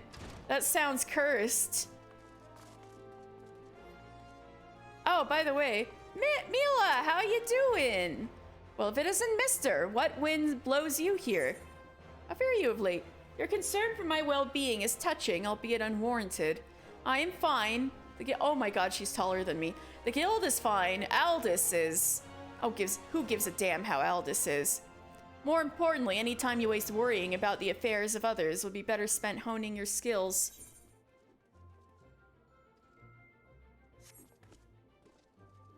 A lot was happening, but Wayne was dying, trying not to laugh. Oh my god.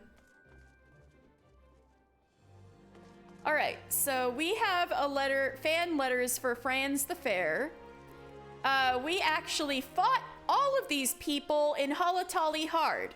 I don't know if you remember them, but Silent Moss the Solemn, Langlossier the Lionheart, Unlimbo the Sand Devil, and Franz the Fair, we fought them all together in Halatali Hard. This is Franz's little team. Anyway, let's also, this quest is called Sudal et Niaj. It's join the Ludus backwards. But yeah, we've got fan mail for him. We've got Silent Moss. The crucial moments prior to a match. A gladiator must not be distracted. You have been warned. Disregard my words and there will be repercussions. Langoisier? If you're expecting me to entertain you like the boy, then piss off. Oh, okay. Justinian vibes. Ulimbo the Sand Devil. A prezi for me? Oh, you shouldn't have, unless it's one of the new Eshtimes rings that... Oh, bugger, it's for Franz, ain't it? Yeah. Yeah, it's for Franz.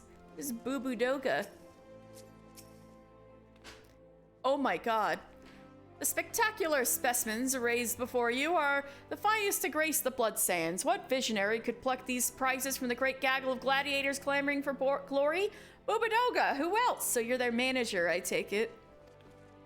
Alright, anyway, Franz, I got some fan mail for you. And what can I do for you this most beauteous morning? Shall I sign your flyer with my mark, perhaps? A rough estimate puts the number of letters addressed to Gladiator Franz the Fair in this tightly bound bundle at approximately 5 score. What? That's like 100 letters. Ulimbo is like Catgirl Julian Manderville.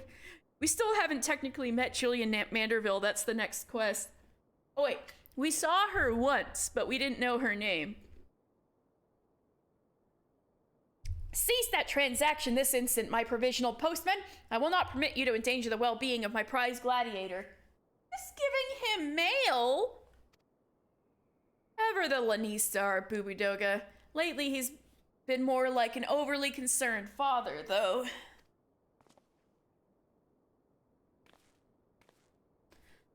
With ample cause, every day brings us more disconcerting missives from disgruntled fans and dishonored opponents with ever more elaborate threats. I fear not jealousy and envy from my enemies. Will them words leap from parchment do Franz harm?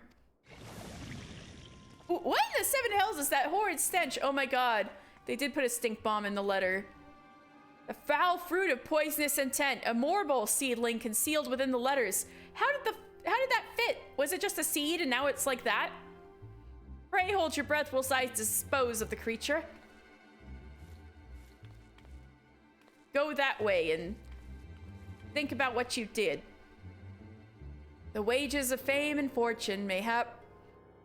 Franz cannot help but attract the adoration of misguided souls who covet him, body and soul. I mean, he is kind of hot. Melodrama does not become you, my dear. A doe-eyed maiden's affections are no match for an opponent's blade, and both have yet to leave a mark. Ain't the women folk you need to fear, pretty boy, but their husbands and the sellswords, what they hire to gut you in your sleep. Hells, for enough gil, I'd take the job myself.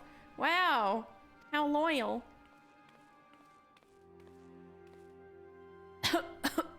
His mutinous phrasing notwithstanding, Langoissier's suppositions are closest to mine own. The language of past letters is most telling. You're all face, pretty boy. Stay out of the Colosseum. If you step onto the blood sands again, I'll rip your head off it. Well, I needn't continue. Suffice it to say, other gladiators are whom I deem to be the most likely culprits.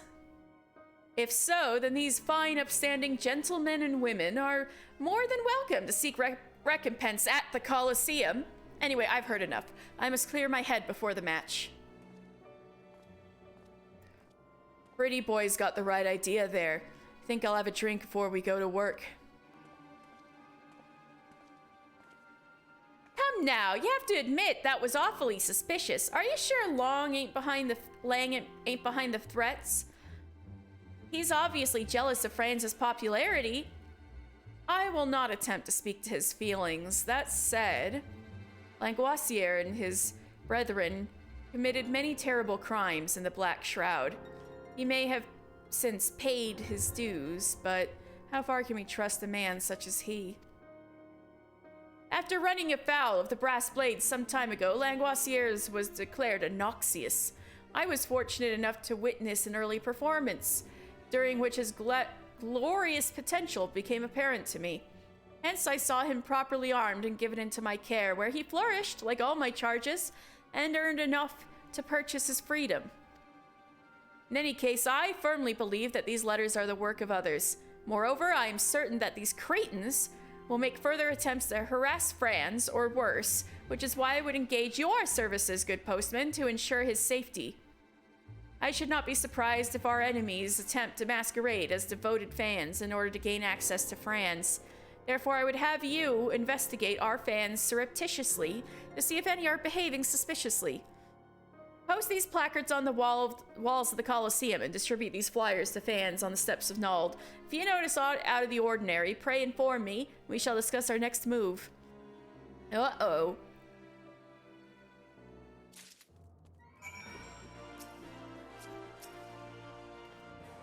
Observe closely the reactions of the fans who post the placards and distribute the flyers. If these fiends detest Franz as much as I believe, your actions may drive them to reveal their intent. Or, perhaps like the others, you think Langoissier is responsible? I think not. And for one unassailable reason. Langoissier was once condemned to the Marsaja pit for ghastly, violent crimes.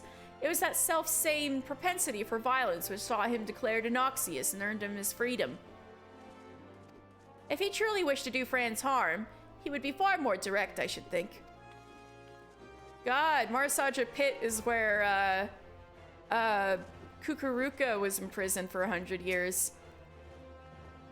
Men are not wont to change, particularly when they continue to be rewarded for their faults. Wow, you guys don't sound like the very most tight-knit group. On the Blood Sands, I trust him, no question. Anywhere else? Hells no. Interesting. Silent Moss, what the fuck is with that outfit?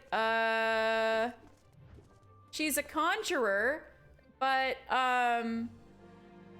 basically all of the, gladiators wear, like, no clothes because that's what the paying audiences want to see. That's why all the Colosseum equipment is so slutty.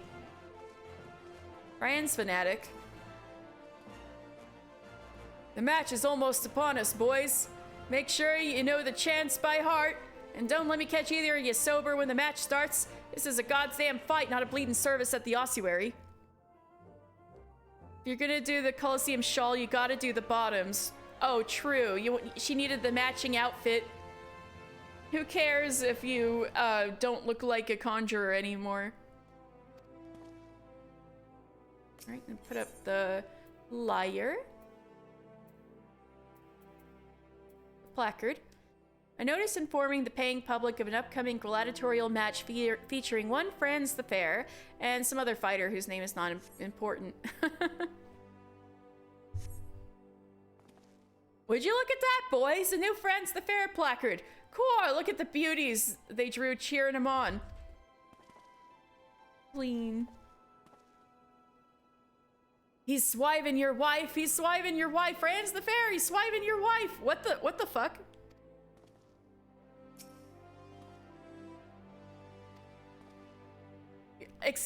Apparently that's a song they made up. Pay me no mind, good sir.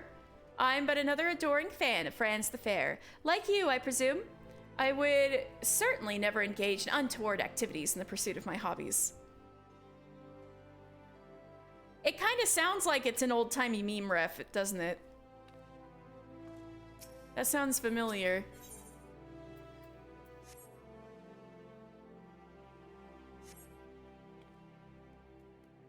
Is that a new Friends the Fair placard?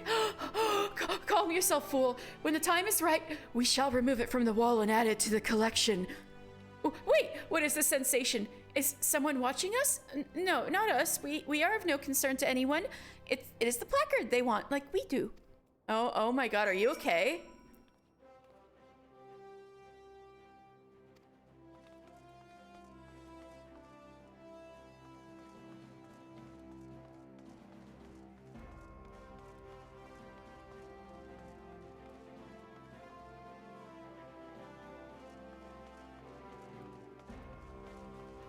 Trans fanatic.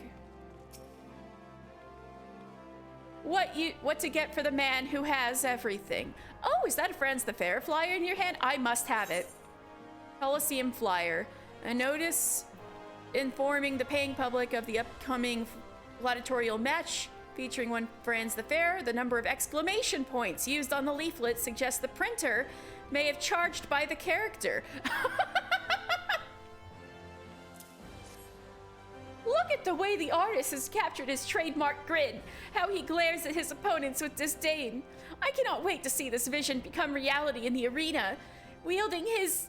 Oh, that should be splendid. I shall send him the finest sword money can buy.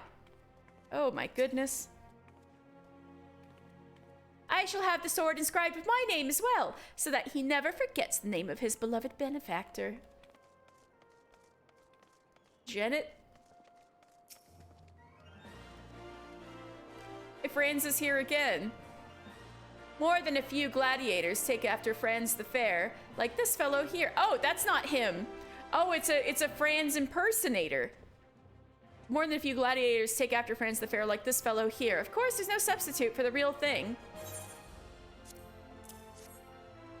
Oh my, I had no idea Franz was fighting so soon. I was so taken with this imitation that I nearly missed the genuine article. What to wear? What to wear? I must prepare the perfect ensemble to catch his eye and seduce him from... Oh, do you feel that? I just had the strangest sensation that someone was staring daggers at us.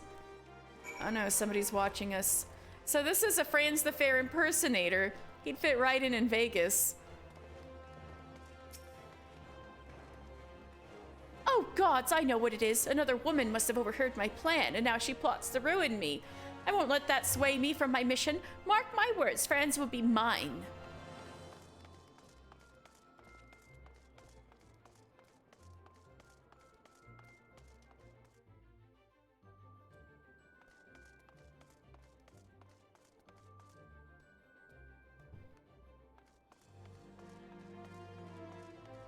Stella, are you breaking into my roommate's room?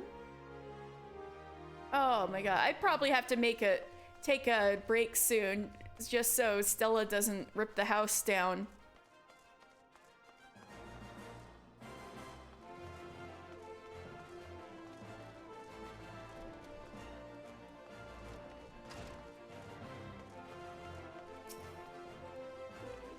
So tell me, did you notice aught amiss? Aside from the usual shenanigans preceding a Coliseum match, that is. I see. Well, it so happens that I sorted through the remainder of Franz's mail and found a score of new threatening letters. I had no choice but to inform Silent Moss and Ulimbo, who were so overwhelmed with concern that they took to the streets in search of their companion. While we await their return, I would have you continue your covert surveillance of the Colosseum by consorting with our more prestigious guests as my representative. You may begin with the Lady Genevieve. Oh, she hates me. Extend your warmest welcome on my behalf, but remain ever vigilant of your surroundings.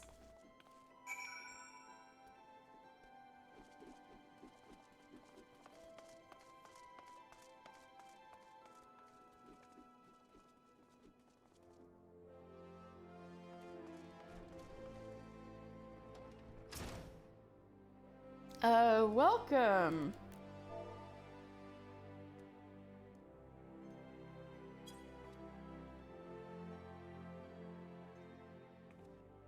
Huh? Save your pleasantries for another time. My beloved friends shall walk upon the blood sand soon, and I would not miss his triumphant return for the world. Ah! Oh no, Ulimbo. That voice just now from the steps of Nald.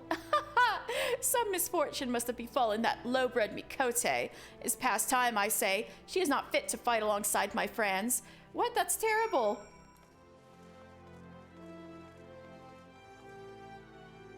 Are you okay?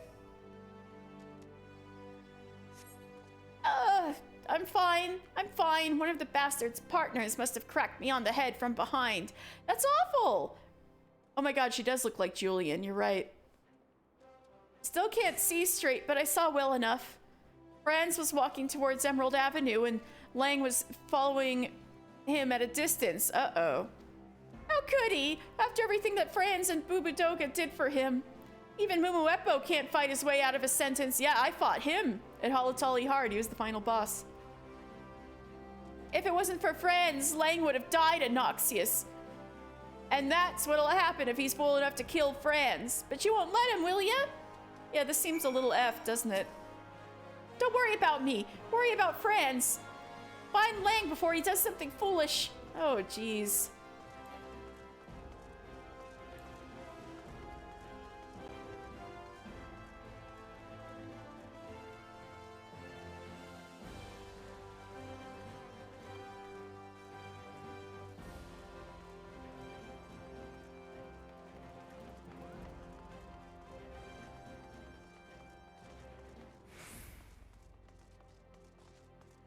He's called the Lion-Hearted.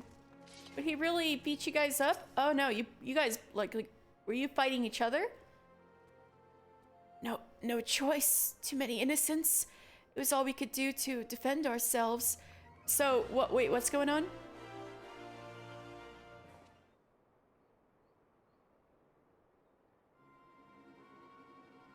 What in the seven hells are you blabbering about? Kill Franz? Did the girl take the tumble and bash her noggin? We were wrong, Postman. Langoisier was tracking the gladiators hunting Franz. You had to skedaddle, but I enjoyed suffering with you. Aw, I really appreciate it, Pukey Pie. Thank you so much for your help in keeping me company. You have a good evening.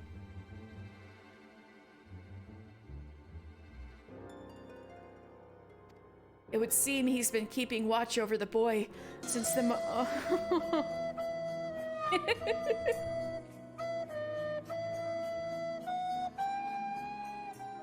It would seem he's been keeping watch over the boy since the moment he left the guild. Pretty boy's got talent, but he's raw. Knows how to deal with his enemies. Know how to deal with enemies he can see, but hasn't an inkling how to deal with those he can't.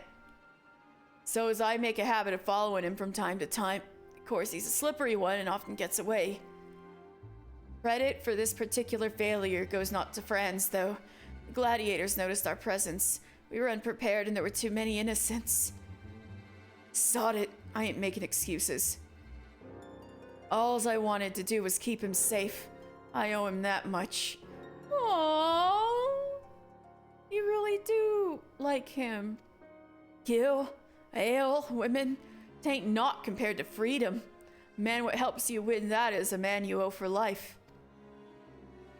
Oi, Postman, you're the only one still standing.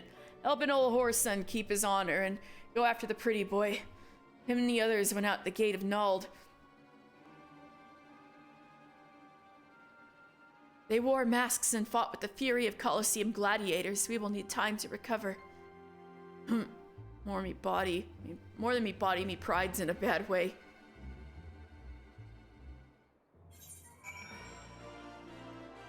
Alright. You'll know them by their masks and their tempers. Be careful. Medallion, go after the boy. They went out the gate of Nald. Alright, I'm going. Oh, we got Crystal Braves here.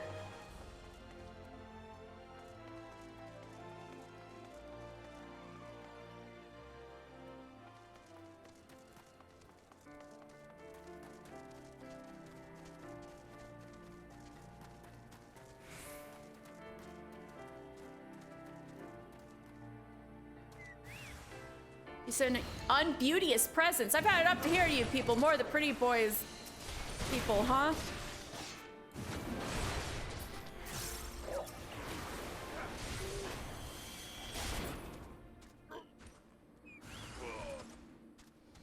Victory belongs to the brutal.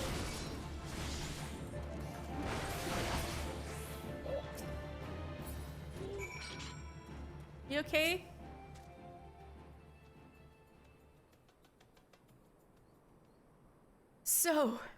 So unbeauteous. How all my friends have suffered for my sake.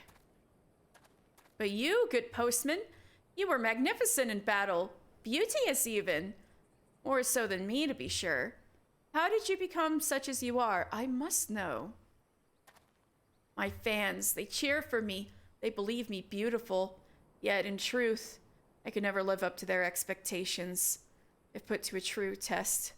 Long have I suspected that the Syndicate conspires to have my party face lesser opponents to ensure our victory. So when I learned of the gladiators' threats, I was overjoyed. I stoked the fires of their jealousy to invite an attack.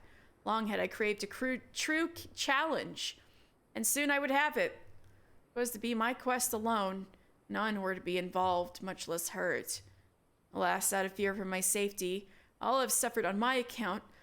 Bugger me, if you wanted it beaten, all you had to do was ask.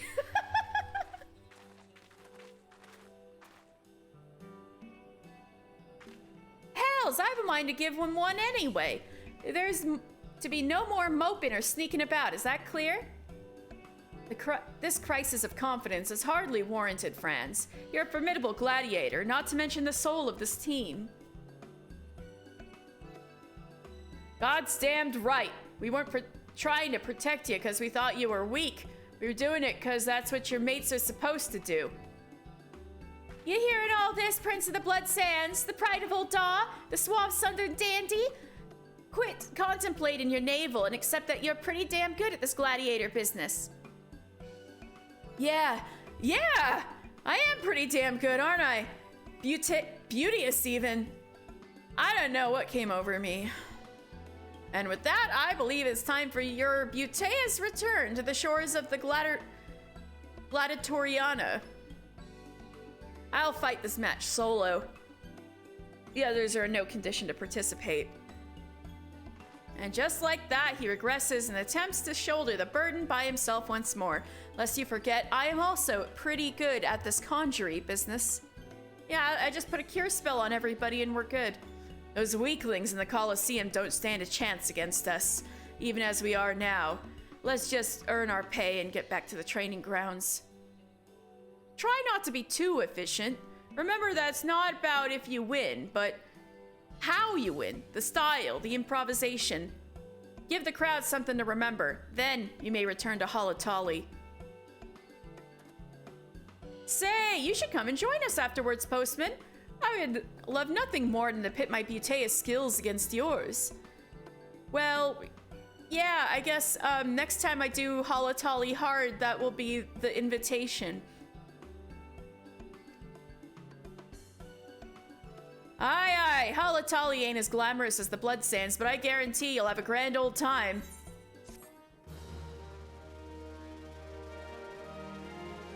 Next time I do Halatali hard, I'll think of you guys. And next time I beat your butts, I'll be like, yeah, this is what we agreed upon. I attain carrier level 11.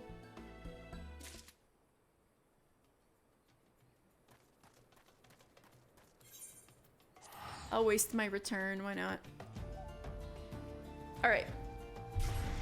I'll be right back. I'm gonna take a little break so my cat doesn't kill me in my sleep. I need to give her dinner. So I'll be right back. You guys hang tight. And I'll see you soon.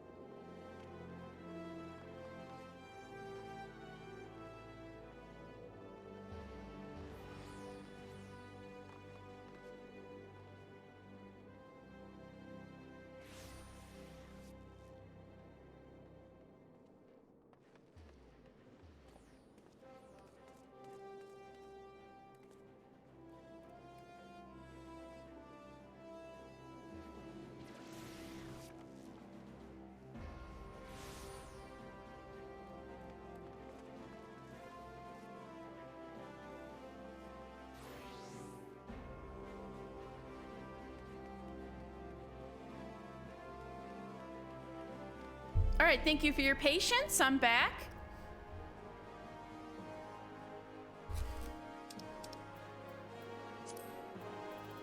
All right.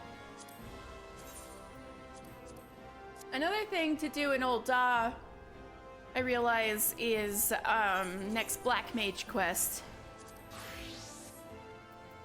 Isn't this a cool looking, oh my god. Your leggies! Mr. Final Fantasy, your leggies! Woo!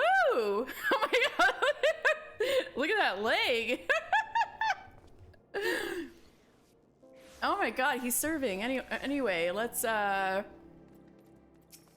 speak to Lalai.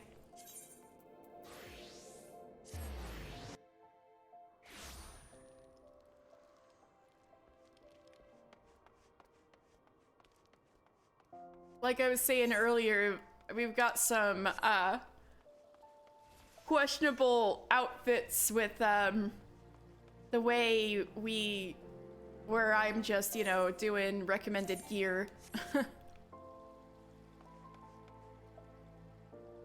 Wait, if this is all Orem Vale stuff, then this is the outfit then. The outfit is leggy. This is the set. The set has the leggy out. That's so funny. All right, Lalai. It is done then. But the blackness you have awoken has yet to settle within you. Time is needed, mister. Pray be patient. Continue to practice your mastery of the arcane, and come to me once more when the dark art is as much you as you it. What do we got this time? Blizzard 3?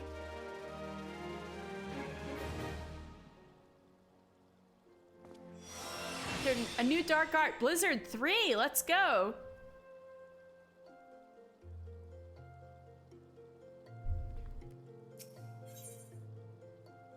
Lie is another task to strengthen your connection to the black. Mister, I see in your eyes the look of a man prepared to take on the daunting responsibilities of the Black Mage. There are few who know of our existence, and even among those versed in the ways of magic, you will not even find mention of us in all but the most esoteric of texts.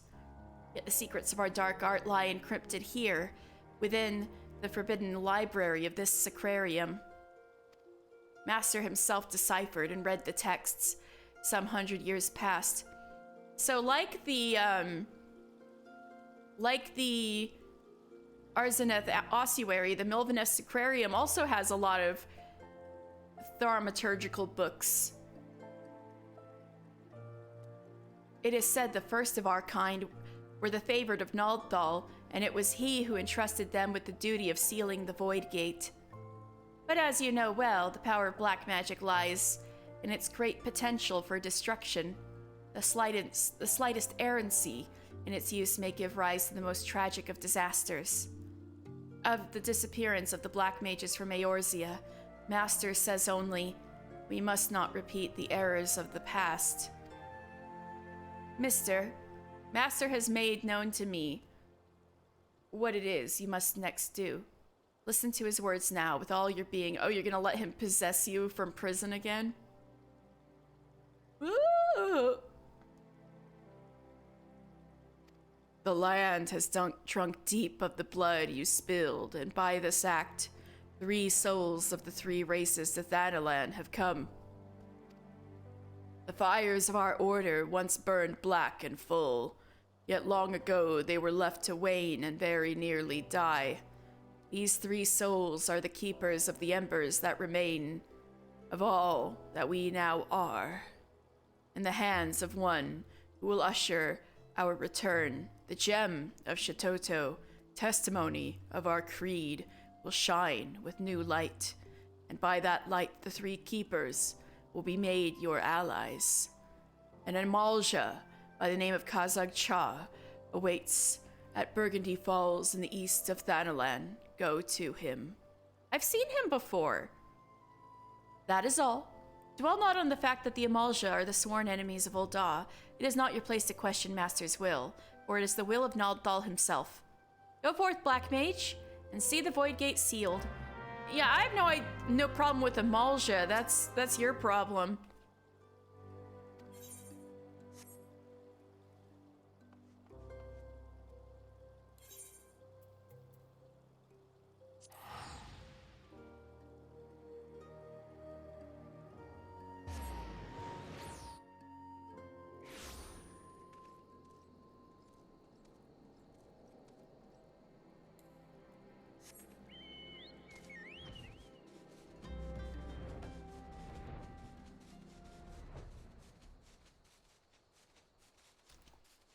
It's so awkward doing side content after maxing beast tribes because you're like, okay. Yeah, but I think it's more that, it kind of just exposes how much bullshit there is going on. And so, And so comes the desire to change things. Because even though we befriended the Brotherhood of Ash and stuff, like, Amalja are still not allowed in Ul'dah. Actually, no quote-unquote beast tribes are still allowed in Ul'dah. Which, I wonder if they'll change, if Nanamo is able to change that soon. Anyway, Kazakh.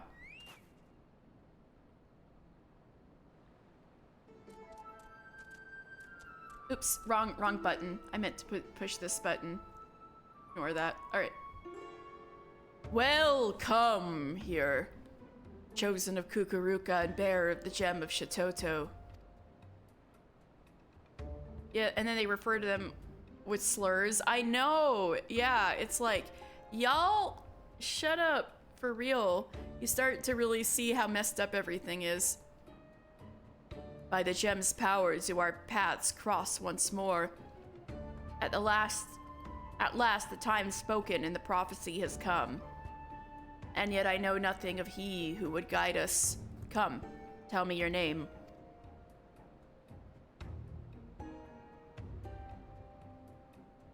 Mr. Final Fantasy. I am Kazakh, a sorcerer of the Amalja, as were my forebears. I am the fourth of my line to walk this path, which brings me now to this land. As you well know, my kind bear the scorn of the old dons. It is for that reason that I must remain here, far from the city walls. Your forebears? Great power this one has, but enough, is it? What? Kazakh. Oh yeah, there's a kobold there. Between me and Kazakh. Kazakh is terrifying to behold. Yes, but he is both wise and kind. Good, warm, kind. These are my brethren in the black, mister. Now they're yours as well. Before you stand the Ixal, Dozol Malak, and the 269th Order Medicant of the Kobolds, Dazah. Kind of sounds like Kazakh. I gotta go to the Burning Wall and talk to Kazakhstan. He's going to start telling me about all the times he got frostbite. Oh no.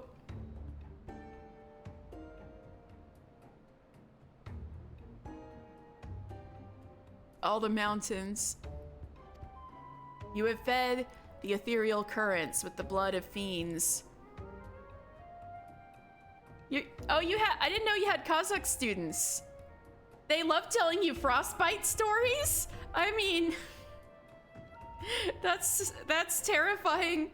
I hope their fingies are okay. You did. They were very interesting. Oh goodness. Their poor fingies.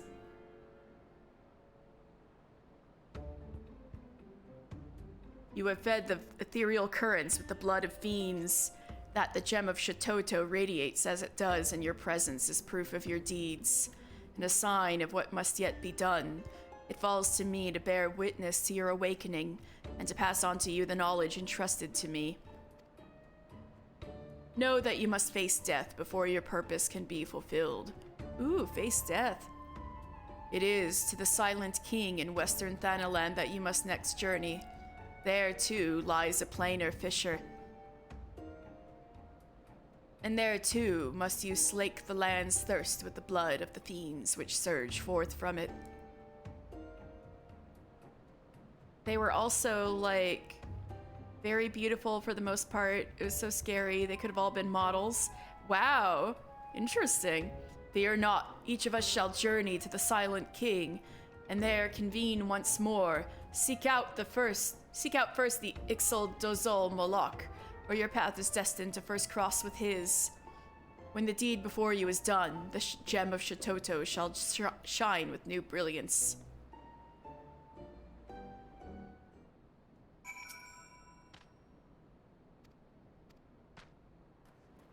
All right. Oh, we don't have to do that right away. Anything else to do here? There's a couple more quests.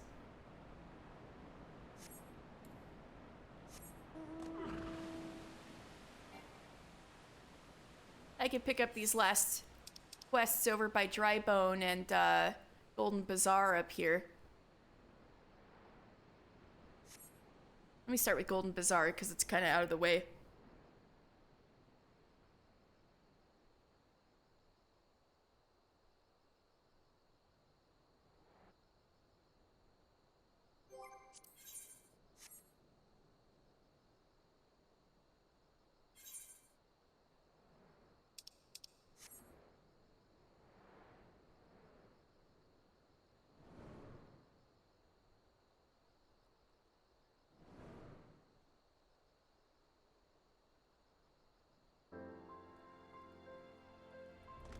Vinegar? Your name sounds like vinegar. Now hiring. Vinegar of the Golden Bazaar needs help finding help. How in the hells can you be wandering about with aught to do? There's opportunity here at the Golden Bazaar as there hasn't been in years. I speak of the massive mithril deposit, of course. The miners I fed before are only the beginning. More and more of them will flock here in the coming week, mark my words. Until now, we've been nothing more than a small settlement, but now the sky's the limit.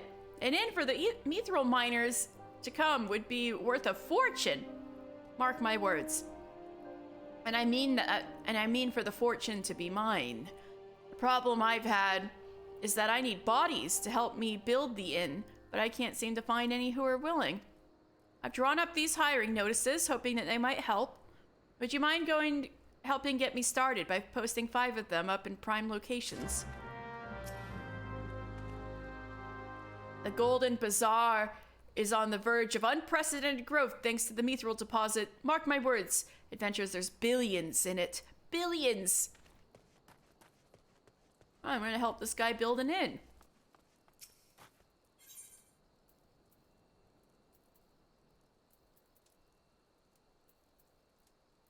The parchment reads, skilled carpenters sought to aid in the construction of a new inn. Fair wages promised. Workers must bring own tools. That's... seems fair.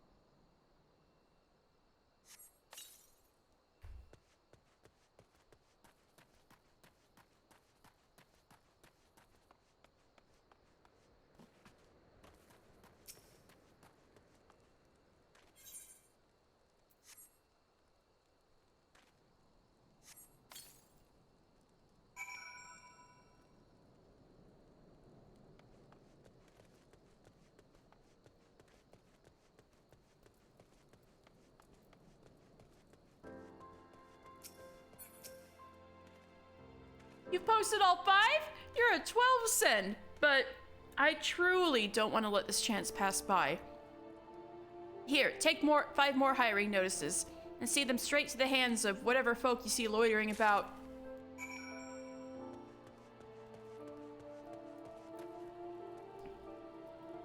Help Arenvald is being sad? Oh no! Wait, you're in Stormblood, right? Arenvald, with Mr. Arenvald, is still in the Waking Sands, being sad over Abba and Auli.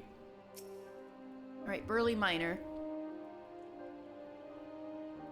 Nothing too terrible has happened. Alright, good. You have work? Yeah.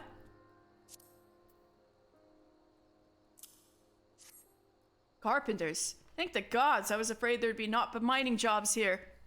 It's my vocation, to be sure, but a man needs some variety now and then. I'll go have myself a word with this Benniger fellow. I mean, have you carpented before?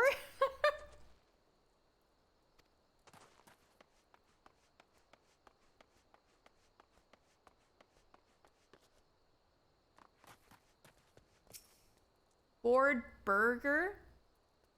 Burger? Oh, I'm bored out of my mind. Is there no work to be had in this godforsaken place? Vinegar is looking for able bodies, is he? I've done some woodworking in my day. Might be he'll have some use for me. Sun-baked madam. What is it? Can't you see I'm busy? Vinegar needs some work done, does he? Seen more miners in the bazaar of late. I reckon that's got something to do with it. Rumor has it there's mithril in the ground round here. Wonder if there's any truth to it.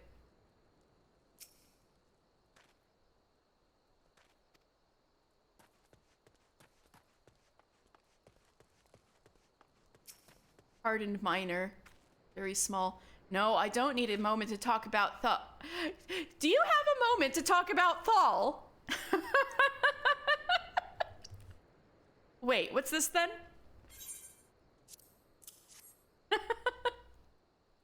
Hiring hands to help build a new inn. Well, that's bloody welcome news. I came here after hearing there might be mithril in these parts, but the inn's all full and I've been living out of a tent. Suppose I could lend a hand building inns till I start digging mines.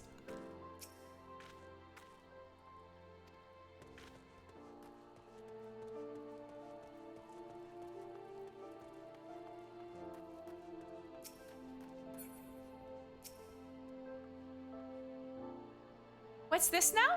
Ah, letters. Never learned them. Can't you just read it to me? Yeah, I'll read it to you. Skilled carpenters sought to aid in the construction of a new inn. Fair wages promised. Workers must bring own tools. Vinegar is building a new inn, no doubt to accommodate all the new people coming to the bazaar in recent days. Taking advantage of the new foot traffic is a right fine idea.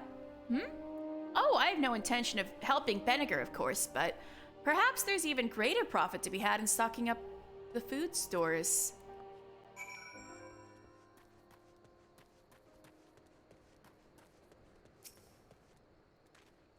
Well done, mister. Thanks to you, I have a feeling I'll have the hands I need to see my inn built. I was in a dark place after my brother died, but now I'm going to breathe life back into this bazaar. Yay! There's mithril in them dar hills. There's work to be done, mister. You haven't let me down so far. Don't start now. A miner recently come from Amajima and Sons. Wants a sample of stone from the eastern ruins. I have a mind to give him 5 slabs of cloud marble from the invisible city, and I need you to get them. Showing these to him would nigh guarantee a continued influx of miners to the bazaar. Alright. Let's go to the creepy invisible city.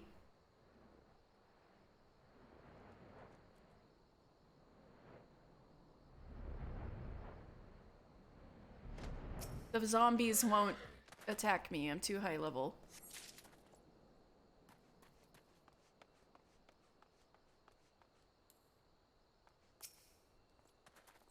Chikorun, how's it been?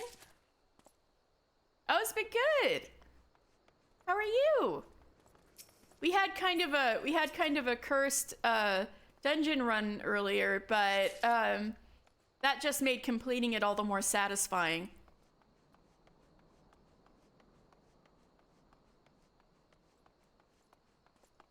I'm just casually sauntering around all these zombies, finding rock samples right now.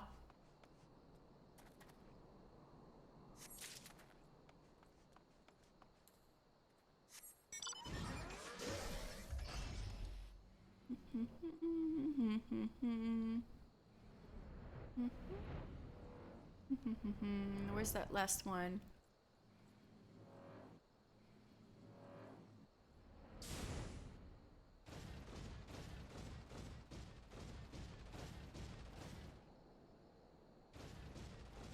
Ah, there it is.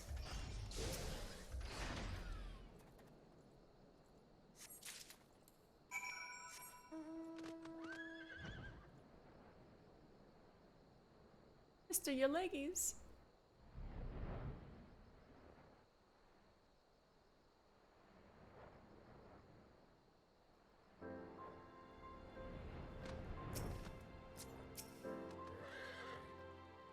Have you gotten all that cloud marble samples I need, mister? So this is the cloud marble I've heard so much about. Gods, look at the glimmer in this stone. I must admit I never seen it myself. I had only heard tell of it. I now see why the mithril rumors have risen. Now you listen to me, you bloody rock. The Golden Bazaar is counting on you. If this talk of mithril turns out to be a farce, I swear by the 12 I'll dig up every last pebble of you myself, grind you into powder, and sell you to the chocobo stables to sop up piss and runny shite. Oh my god. Threatening rocks now. Yeah, nothing like a cursed dungeon. No, for sure. Yes, well, sorry about that. It's just that ever since the war saw the road to Alamigo cut off, the bazaar has fallen on tough times. It is a waypoint choked off from its way, and is now little more than a point. But I will not let it be so.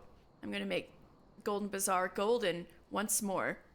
From there, I'll become one of the richest men in Thanalan, and I'll finally be able to give Caitlin the life those mongrels stole from her.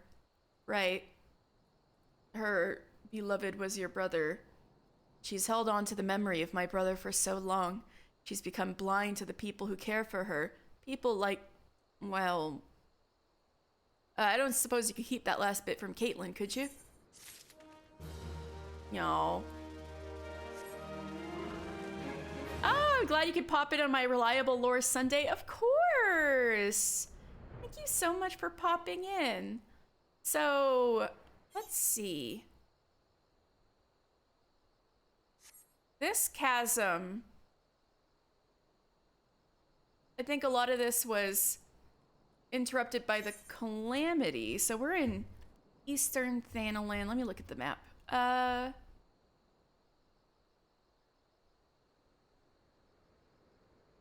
If there is a trade route to Alamigo through here, then it probably went through... the Black Shroud, too. But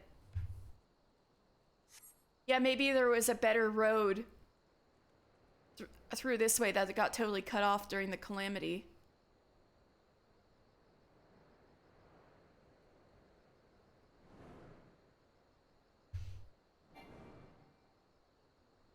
I'm going to pick up one last Church of Saint Adama Landama quest. And then we should be done with Eastern Thanalan.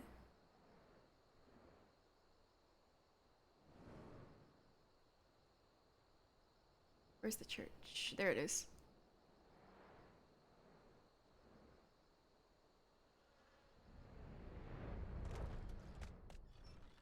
Oh, that's right! I was meeting Sharoon Tia here! Happy Valentine's Day to me!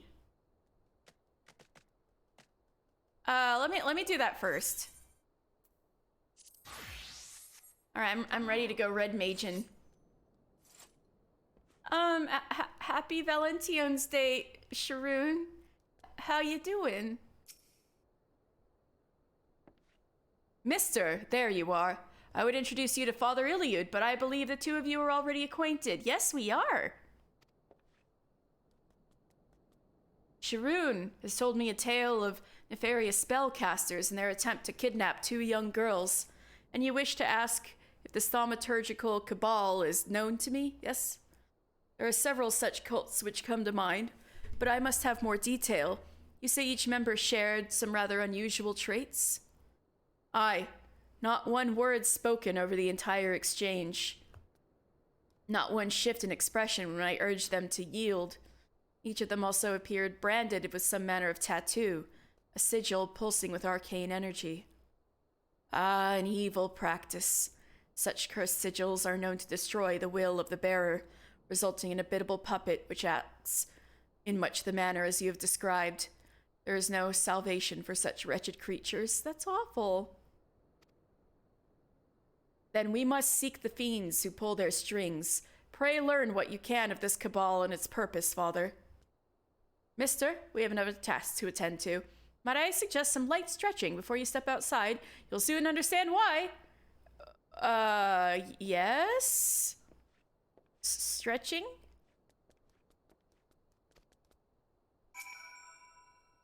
Sharon awaits you outside the church. His tone was playful, but I urge you to take a suggestion and seriously prepare for hostilities. Oh. What's going on?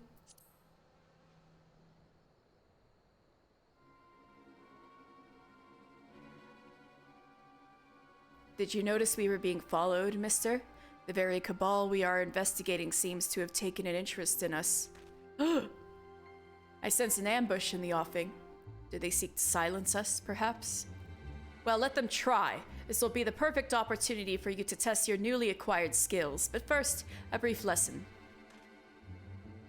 A red mage's spells belong to two distinct schools, rooted as they are in the ancient disciplines of black and white magic. Intertwined, they form the solid core of red magic, and through the balanced casting of both disciplines can a red mage build this foundation higher and higher. When your strength has reached its peak, that is when you lunge forward and unleash the energies thrumming within your blade. And then you leap away, returning to the first step. It is a dance, my friend. Taking notes so you can understand how to play this God's Forsaken job. Yes, Sharon Tia taught Alize everything she knows, so he is a very good teacher. Gotta take notes.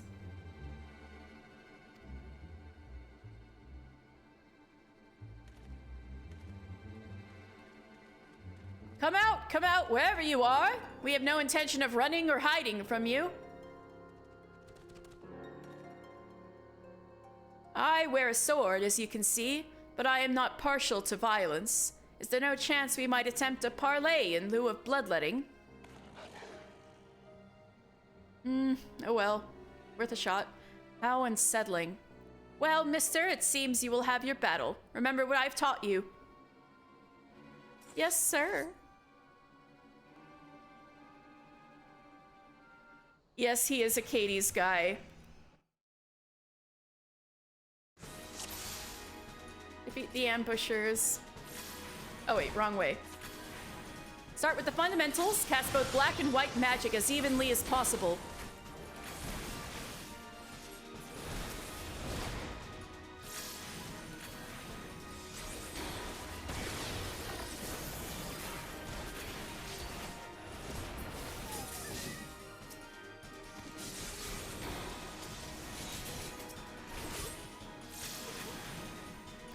They send another.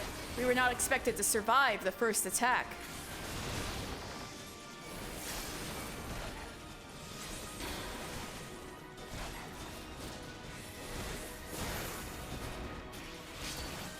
Oops.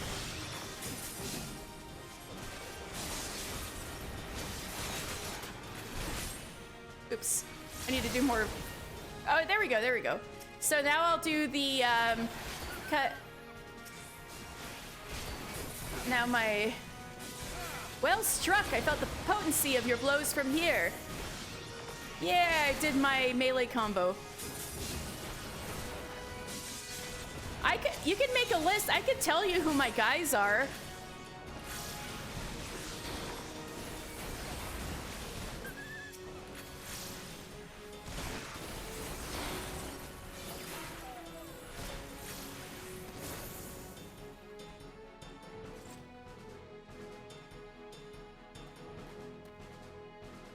These puppets must have a leader lurking nearby. Let us take the battle to our ambushers, shall we? Ah, but before we resume the hunt, let us be sure of your technique. As a red mage, you are capable of casting 2 spells in rapid succession using what is known as the dual cast effect. Intone a short spell, and you will find that a lengthy incantation can now be cast in an instant.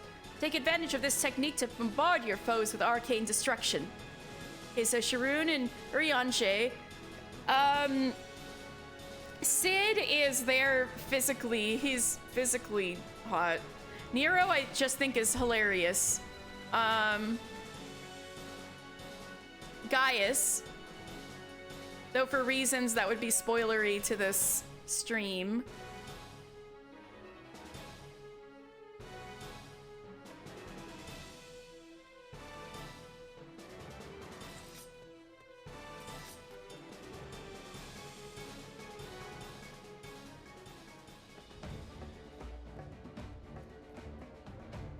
Remember, balance black and white and take full advantage of dual cast.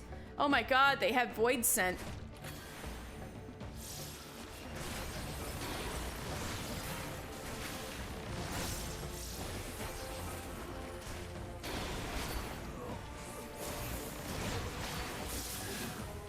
Impressive display! You were born to wield the red.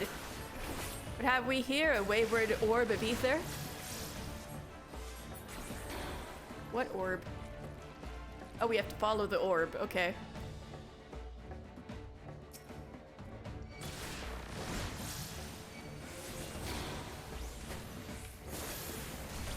Mistbeard, yes. Yes, he is my guy. We're gonna learn about him soon. I mean, we've heard a little bit about him, but not the truth about him. And now Nav, I guess.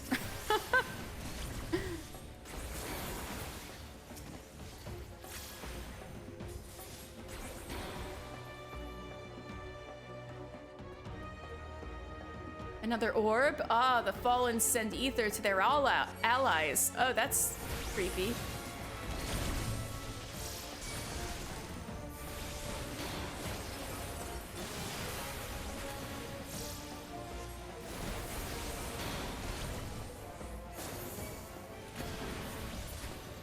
Okay.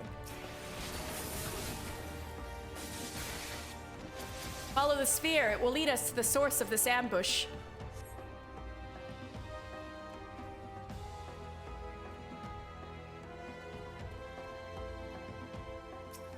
Oh dear.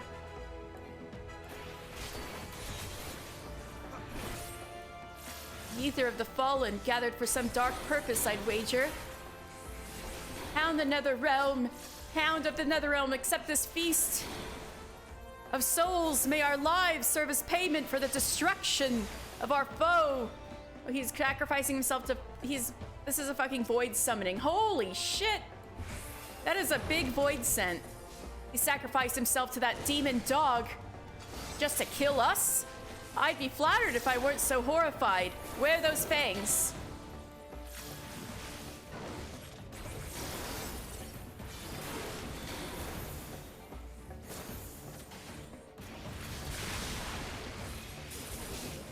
Keep your distance from the ether it spews. Ow, whoops. Oh no, I'm small. That's what you meant by the ether it spews. It's like baby Bahamut. I mean, not Bahamut. Anyway. Baby Cerberus.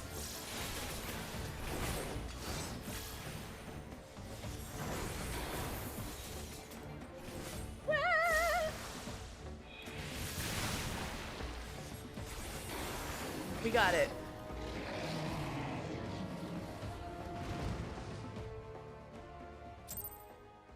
Oh. For Shino too. Although he has problems. And he's taken. Well done, mister. You have exceeded my expectations. True, these guys all have problems. This is true. Shuruntia has a lot of problems, actually. Which is a fortunate thing. For I did not anticipate the arrival of that fearsome hound. These wages were willing to forfeit their own lives to ensure that we lost ours. Do you see? The brand on her left cheek. This is the cursed sigil which stole her will and left her vulnerable to the most heinous of commands. I don't know if he's a Puss in Boots reference. He's definitely a reference to, Puss in Boots might have something to do with it, but he's definitely a reference to how red mages look in Final Fantasy... Were they in Final Fantasy 1? The classic red mage had the white hair and the feathers and stuff.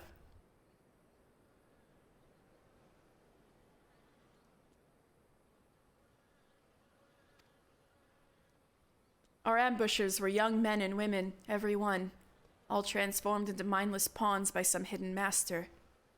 And this master has shown no compunction against sacrificing pieces that outlive their usefulness. No, this cannot stand. I mean, we literally do a little Zorro gesture, so I think Puss in Boots is probably part of it. Heed me, mister. You have begun your education in red magic, but there is much more I would teach you. Come, let's return to the Lich Yard.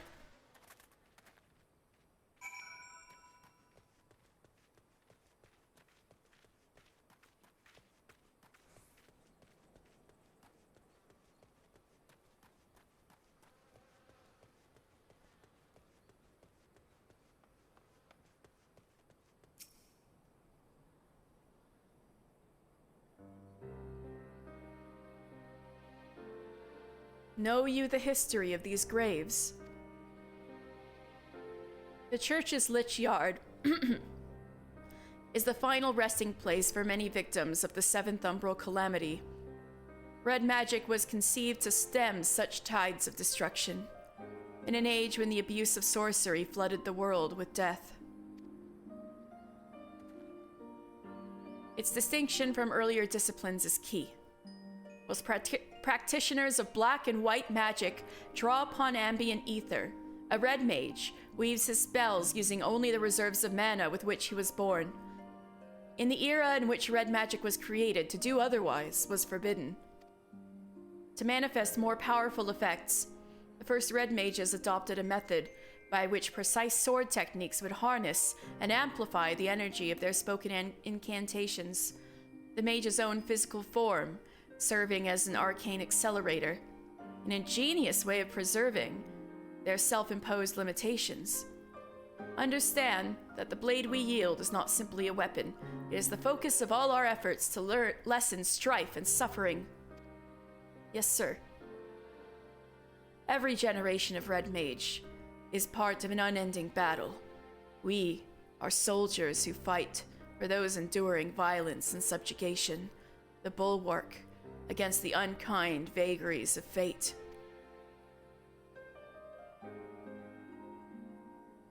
"20 years ago, I joined the revolutionaries in Alamigo and learned red magic alongside like-minded companions.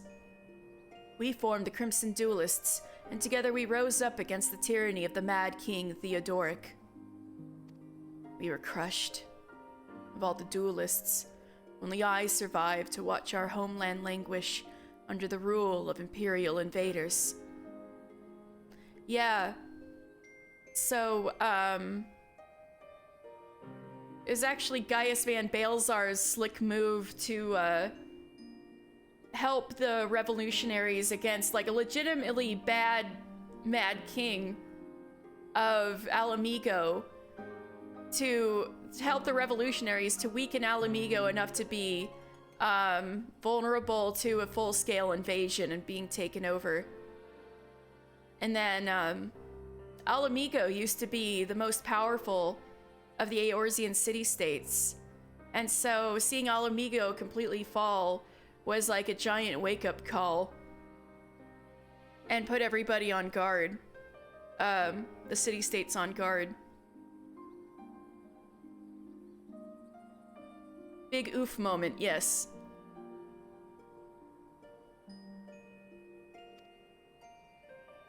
Even after leaving Alamigo, I never ceased fighting for its liberation. And when I learned of the calamity, of the threat to all the lands of Eorzea, I allied myself with the valiant scholars of Sharlayan. But in the end, I was unable to protect my homeland or halt the approach of fiery disaster. But never once in all these years have I betrayed the oath the duelists swore to champion the weak with heart and steel. You can see why Alize looks up to this guy. Such is the nature of the magic you will learn from this idealistic fool. If you would master this art, however, then my road shall become your road for the duration of your studies. I love him. I will remain here at the church for the time being, and be a pest to the good Father Iliud until we uncover the origins of this cult. Your only chore shall be to reflect upon the lessons of the day and prepare for our next encounter. Yes, sir, our next encounter.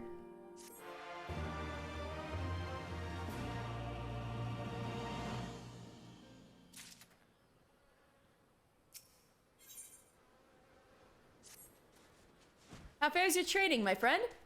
I imagine you have grown quite accustomed to the shift between spellcraft and swordplay by now.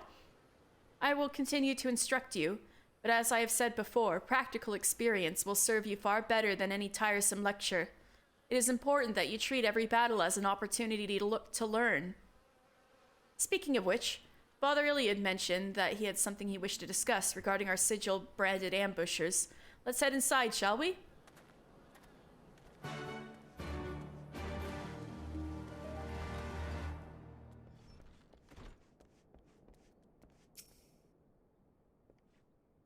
I am ashamed that it did not occur to me earlier, but I recall an incident that may be connected to this dreadful cult.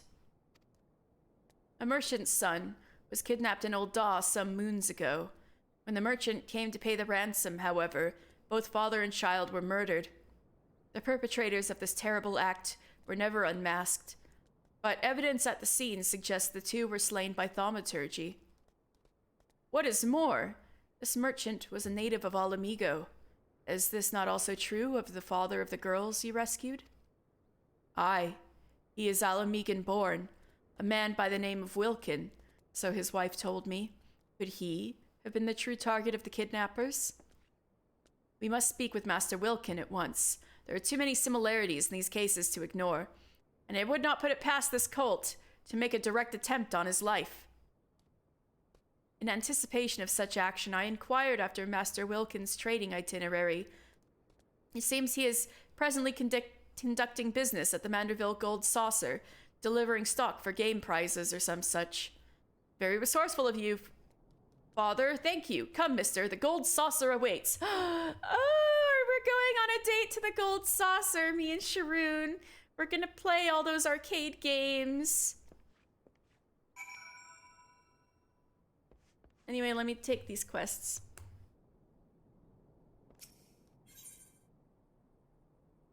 Edward wants to make a tombstone for his late sister. Rianche is sobbing bitterly. What, that I'm cheating on him? No, he'd cheer me on. You're one of them venturer folk, ain't you? He lost you to Catman. He cares more about others people's happiness than his own. He'd be happy for me.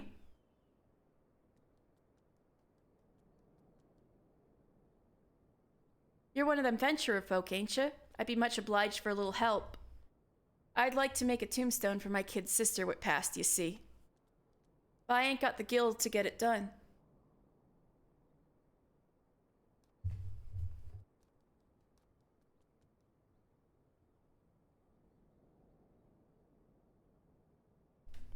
I heard a noise and I wanted to make sure my roommate wasn't like, get the door. No.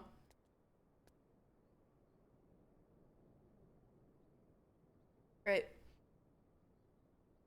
But I hear there's nice rocks for the taking aways from here, but I ain't old enough to fend off no wild beasts or such.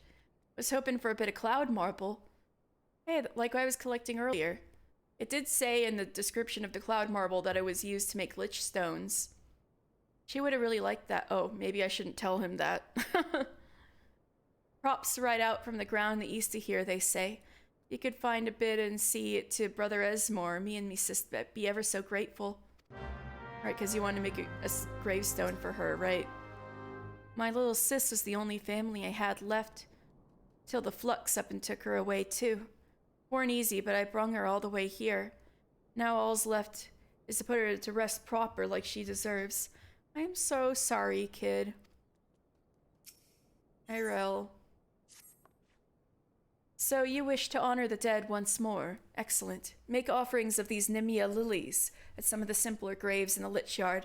The poor souls died alone, you see, with no one left to grieve for them.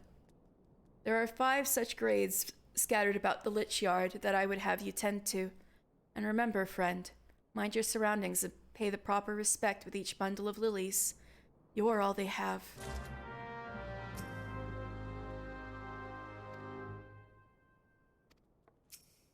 Welcome to the Church of Saint Adama Landama.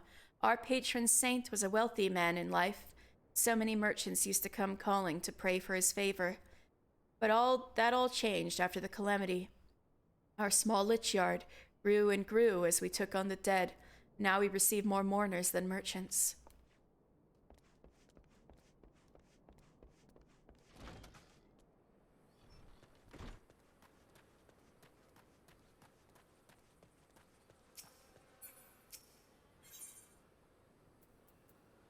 Nimia lilies. Bouquets such as these are often used as offerings to the dead. Yeah, Nimia lilies are used as offerings to the dead.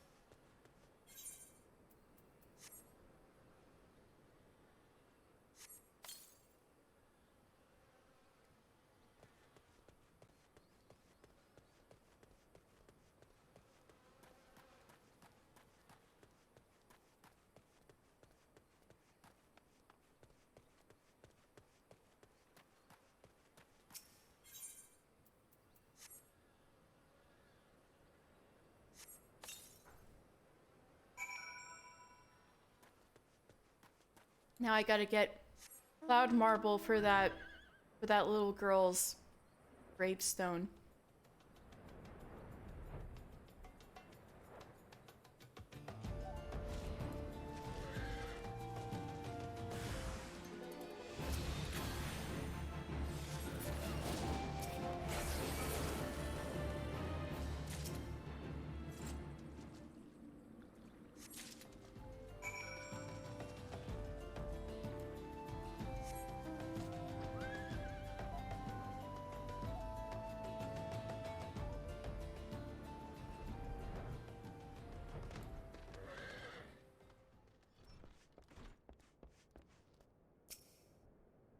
Once more, you have my thanks.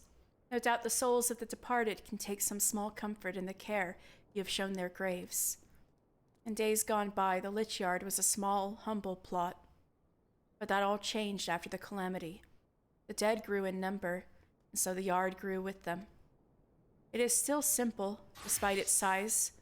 Of course, it's that self-same simplicity that keeps it from becoming more of a priority for the Order. We can ill afford to assign adequate numbers to its keeping, just as we cannot charge the poor to bury or be buried. Yet that does not stop the many who come calling to see their dead put to rest here. Those few of us who tend the yard haven't the time to see to the offerings our piety demands. The simple graves you visited belong to those who died alone. Let us pray the sweet fragrance you delivered grants some modicum of relief from their lonely solitude, even for a short while. Yeah, this place is pretty bleak. They have the whole, first and foremost, this is a Church of the Order of Naldthal, and they have more duties than just burying bodies, but this has become everybody's dumping ground for dead bodies around here. It's awful. Have you business here again, friend?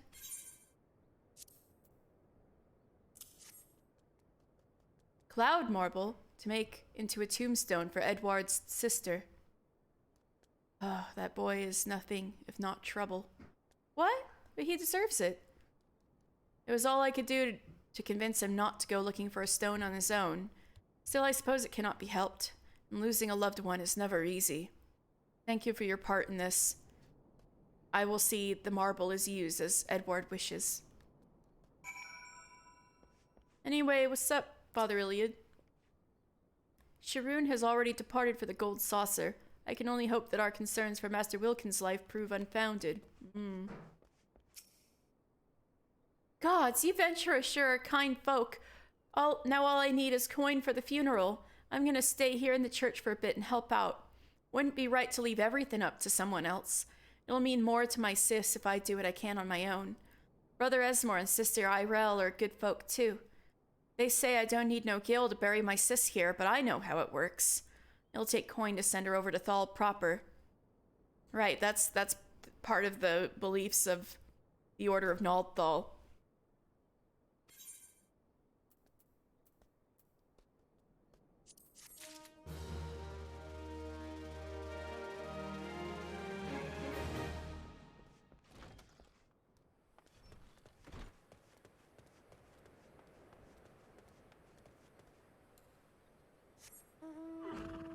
Anyway, we are done with Eastern Thanalan. No more quests.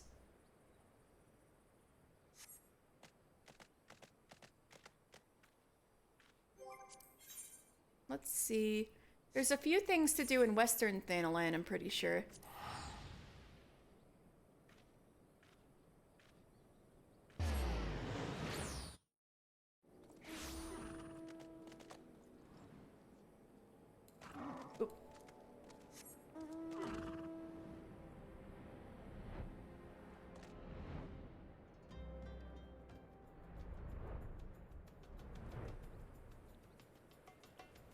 Oh god. Should I take the greatest story never told?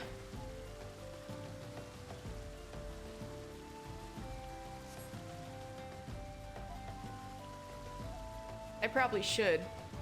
No, it sucks. Okay, fine.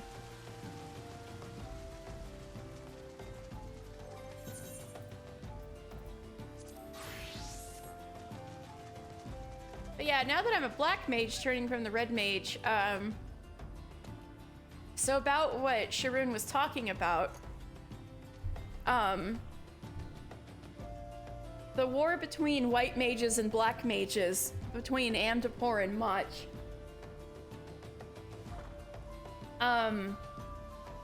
led to the 6th calamity, which was water. Wait, 5th calamity. Yeah, 6th calamity, which is the big flood. And, it's because they were taking all of the ambient ether. So black magic uses the ambient ether to make huge spells, more than what I would be able to use using just my own ether. And white magic is done the same way, and that's why the Pagels and the Elementals keep white magic really secret, because they don't want it to be misused again. And black magic was banned entirely because after the flood, everybody blamed them for the huge flood. So so that's when red magic was born in Alamigo. The reason why it was born in Alamigo was because everybody was running to the highest places when they were, you know, trying to be safe, find safe higher ground from the flood. So the highest ground was at the big mountain range, Abelathia's Spine. And a lot of that is in Giribania, which is where Alamigo is, where the highest mountains are. So everybody was going to Giribania in order to escape from the flood. And so all of those people together, you know, had the same feelings about magic, putting them in the situation that it put them in. So red magic was a way of taking black magic and white magic and using it just under one's own power. So it makes up for not being able to use ambient ether and the spells by making extremely efficient use of one's own body and the tools they have at their disposal, such as the rapier and stuff like that.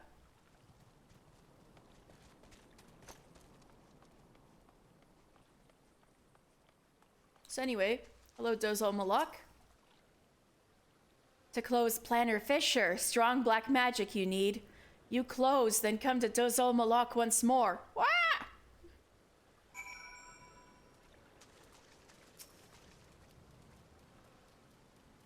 Gotta go kill some void scent.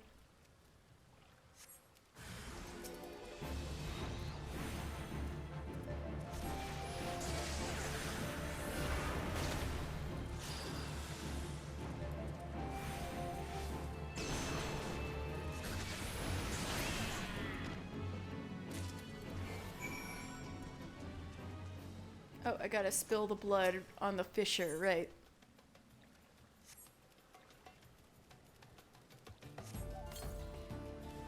Oh my god, look at Corpicur! It's just a little lily pad leaf floating above the water. Isn't that cute?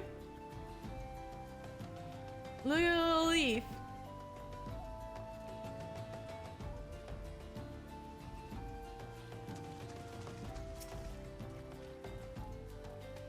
What? Kazakcha spoke true. Black is strong in Mister. You go now. Go see Dazah. Where's Dazah?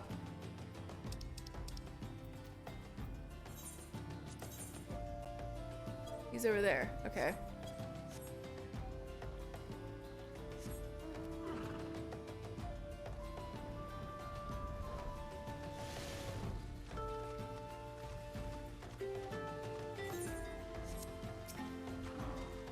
Here lies the planar fissure. Rift, tear, fissure.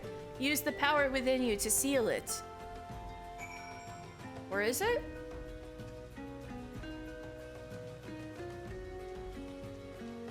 Oh, there it is.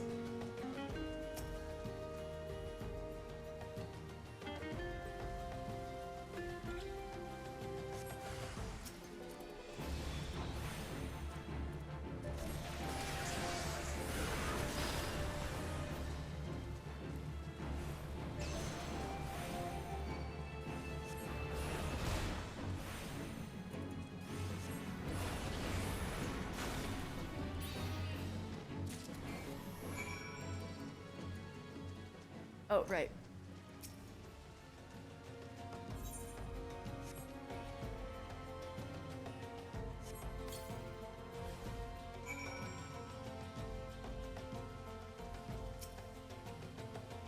It is as Kazakcha foretold.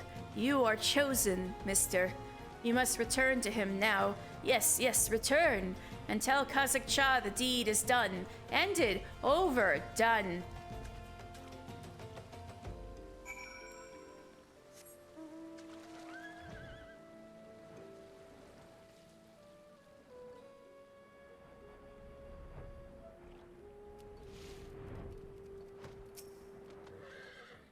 You have done well, mister, as I knew you would. Come, it is time now to return to Burgundy Falls. Alright, that was a nice field trip. And then I gotta, since I'm here, I might as well go to the Waking Sands to end that one quest.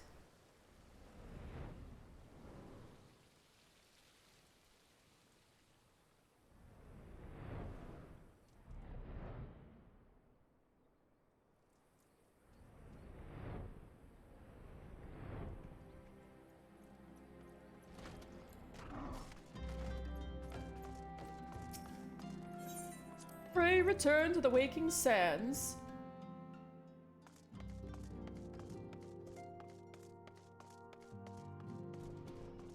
See, Arnvald's still here. Alright, Radolf.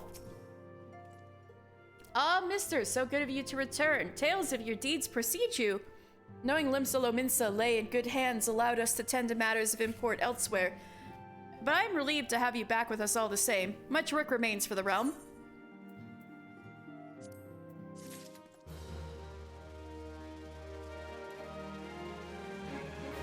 All those Urian Shade quests are for extremes, which I can't do on my own yet.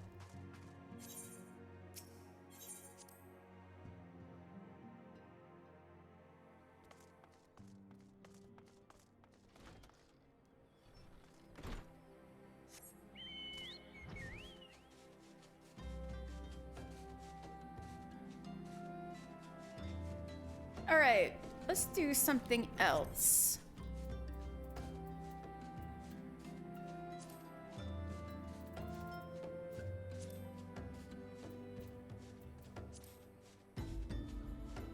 Oh yeah, I need to speak to Jeantel. And we need to go to Snake Mold anyway for, the monk quest, so let's go to Quarry Mill. I told Spec you're Sahuagin pilled now. She agrees with your reasoning. That my reasoning about Nav.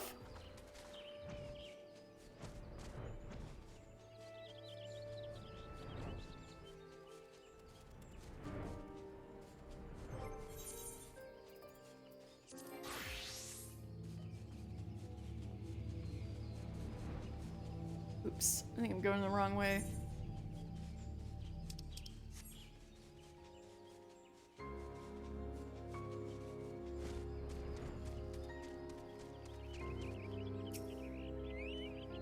Welcome back, mister.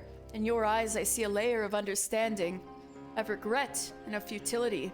And in your heart, it now echoes with the strains of an old song newly discovered. Embrace this song, and as you play it in battle, shall ever more powerful emotions beset and temper your soul. When your stock of tales is grown, pray return and regale me with stories of your adventures. I learned a new song!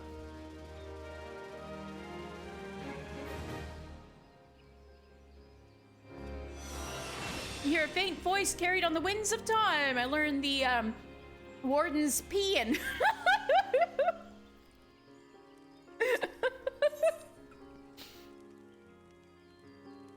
Bard's eye view. 'Tis good to see you return, mister. And more to be peed.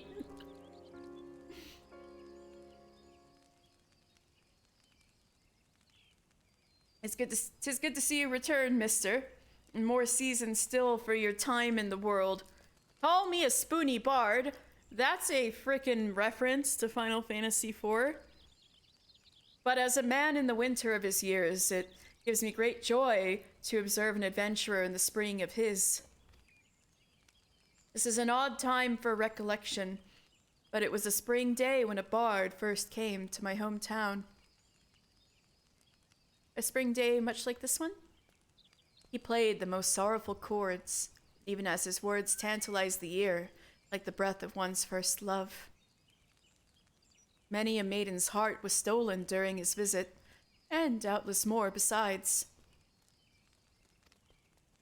Mister, would you believe that common bards, too, were born of archers? This may seem far-fetched upon first hearing, but it isn't so far a stretch. Ask yourself this. What becomes of soldiers when conflict gives way to peacetime? Some have lives they might return to, aye. Or most must needs take up a new trade to make ends meet. Well, it so happens many who had once bent the bow took to strumming the harp. They wandered the realm, singing passionately and earnestly of the war as seen through their own eyes, sweet victories and bitter defeats, of sacrifice and cowardice. Their songs so captured the imagination of the people, nary a day passed that a bard was not called to perform, be it in a humble tavern or some great lord's hall. Alas, their popularity proved their downfall. Intoxicated by the attentions of the masses, the bards took to embellishing their songs in a bid to outdo one another. They got into too many, battle the bands And over time, each song was shorn of verity. Oh no, look on the left, Rowan, it's evil meow meow. Dark meow meow.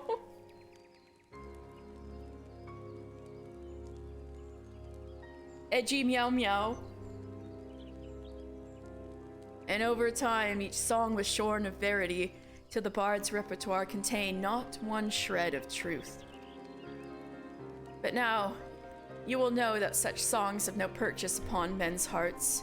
Certainly, a bawdy tune may set off fits of laughter in a sailor, and a sorrowful ballad summon tears from the eyes of a soft-hearted maiden.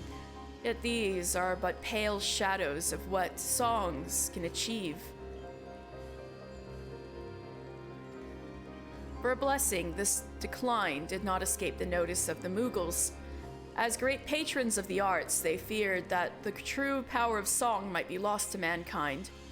So it was that they labored to gather and safeguard those crystals known as the souls of the bard, that they might be bestowed upon worthy men and women. Oh, so the Mughals take care of the soul crystals.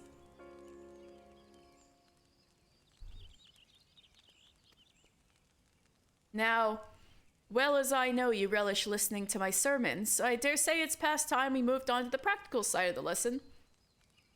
I know I've mentioned this previously, but tell me, are you perchance familiar with the Ballad of the Vainglorious Fool? Nay? Well, that won't do at all. We must remedy this post-haste. The song recounts the massacre of Griffin Crossing. Hey, we've been to Griffin Crossing. That's in Kurthus. A battle that took place decades past, wherein countless Gridanian lives came to a premature end. Ah, but do forgive me. I seem to have mistaken the proper order of things. Before I begin, I must be convinced that the point of the tale will not be lost upon you, elsewise I will have wasted my breath in the telling of it. Now, heed these instructions. You must make your way to Welwick Wood, where resides a mated pair of owl goats that have but recently lost a kid. The pair has been driven mad with grief, and only death will put an end to the uncontrolled rampages. Linger in their territory until you encounter the beasts, and let fly your arrows of mercy. As you liberate them from your sorrow, so too shall your soul resonate with the echoes of poignant melody.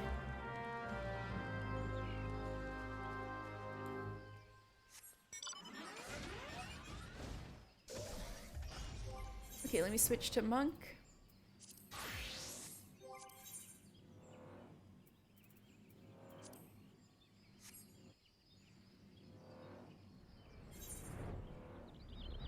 And I could be getting some... Maybe I should get these from Bascaron's Druthers real fast. Yeah, let me get these Bascaron's Druthers quests.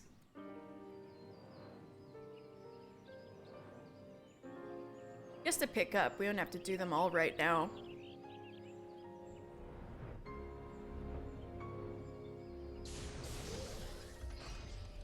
Yoen? Yoen wants you to check on the researchers surveying the ruins at Issamhar. Oh, I like those guys. Hail, friend! Would you fancy a flagon of ale, or perhaps... Oh, an adventurer! I can scarce believe my fortune. I was just looking for someone who might assist me in checking on the welfare of a couple of regulars. To be precise, I'm looking for an expedition team poking around in the ruins of Issamhar, due south of here. They usually turn up at the Druthers every few days, covered in dust and hungering for a hot meal, but they've not been in for nigh on a week. Could well be that they're simply occupied with scholarly business, but they'd be running low on supplies by now, and that concerns me. Please, pay them a visit at the ruins and see if aught's amiss. You're looking for one by the name of Iriel, by the way. I, forget the other one's name. Okay. Bascaron might not pay his help much, but he treats us with respect. After growing up in the company of brigands, that's more than enough for me. I don't know, I gotta tell Bascaron to start paying y'all more.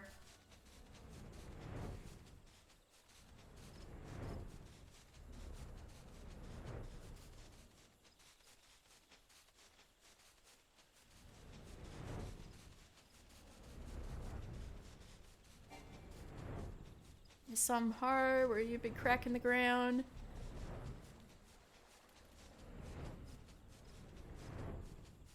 Oh wait, this is the snake molt thing for monk.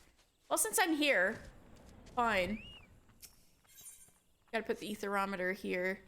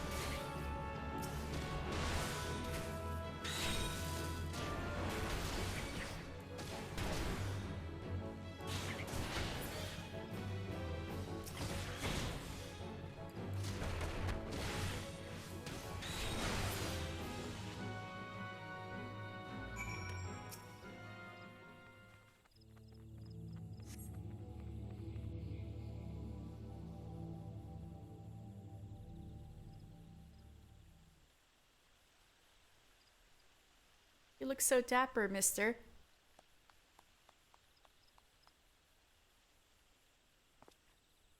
Oh god, those heels.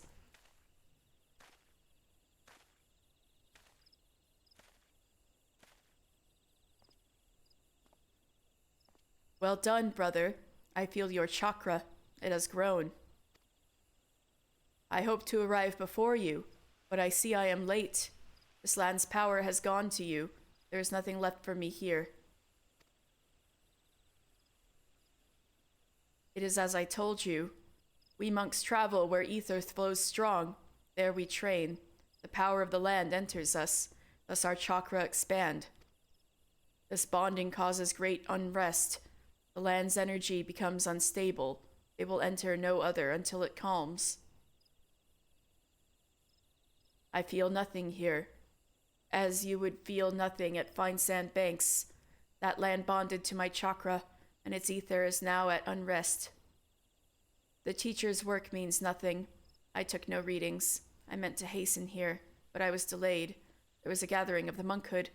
I was summoned to Little Alamigo. He's gonna be so mad at you.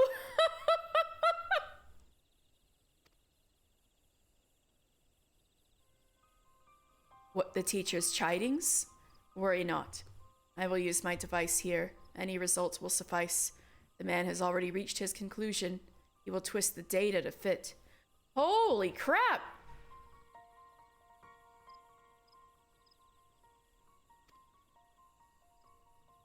It is a sad existence to sacrifice all for truth, yet being unable to truly know when one sees it. Speak not of this to him, brother. You see both our aims. You know mine to be more worthy. Man, why do I gotta talk behind y'all's backs and stuff? I tell you this, you, and you alone. I am of the Alamigan resistance. I fight for freedom from Garlemald. Yeah, someone from the Alamigan resistance. Shocked face.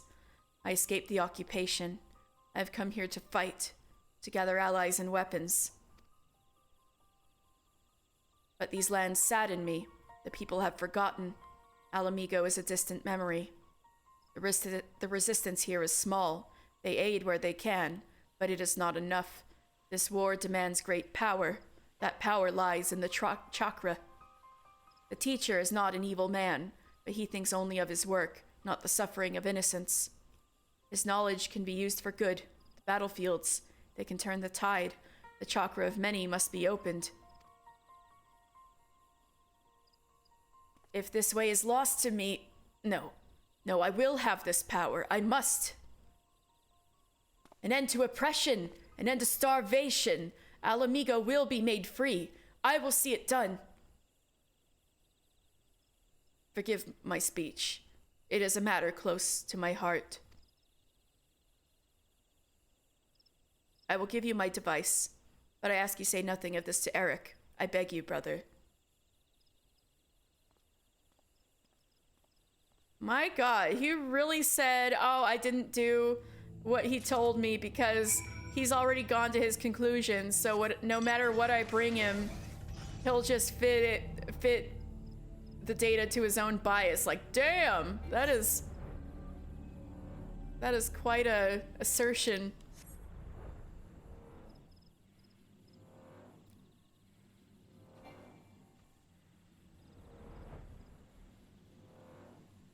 Dang, these got effed by the calamity.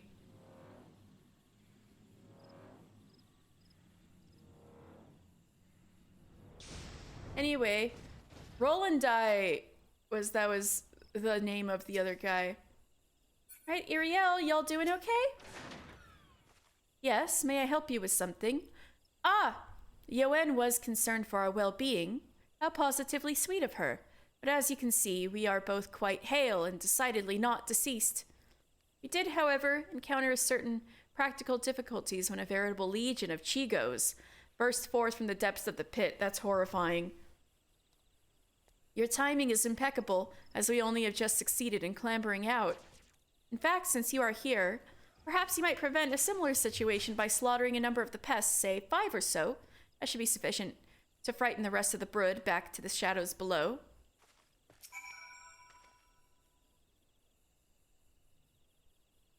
Right there. So that's Gelmora down there, but also the way into the Palace of the Dead is also down there. Can you believe they found a labyrinth teeming with all manner of ghosts and ghouls down there? I wish they had never found that cursed gateway. That's Palace of the Dead. Strange shadow. Are there flies coming out of the hole? This is horrifying. Yeah!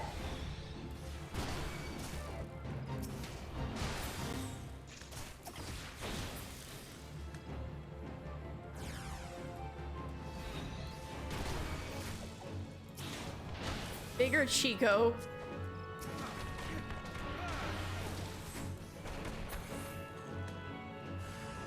Even bigger Chico. Oh no.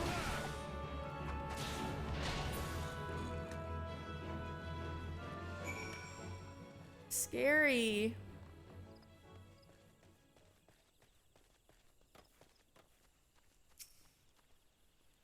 My, that was marvelous work, adventurer. Many thanks. Perhaps now we might return to our research in relative peace. Oh, the ruins you can see down there are part of the ancient subterranean city known as Gelmora.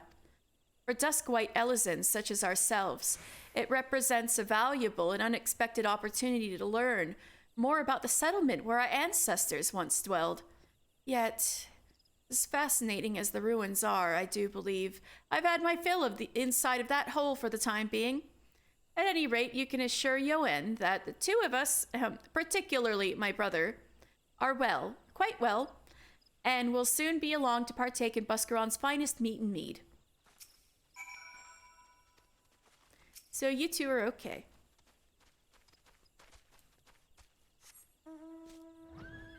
I wish you two the best.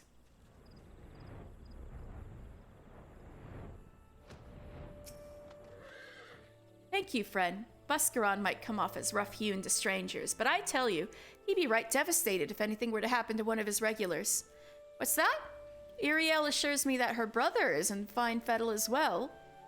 Why, I have not the slightest idea of whom she speaks, nor what that would concern me. What does she think? Oh, baby Chigo! Baby Chigo! This tiny Vilekin takes the blood pact with his master very seriously. Do you have a crush on him? But you didn't even remember his name. Maybe he has a crush on you.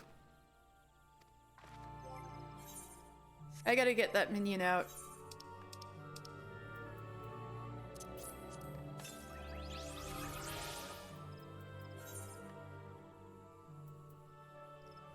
Chirurgeons of the fallen city of Gelmora once used Chigos to leech the dark humors of the infirm until it was realized that the patients were contracting additional maladies as a result of the treatment.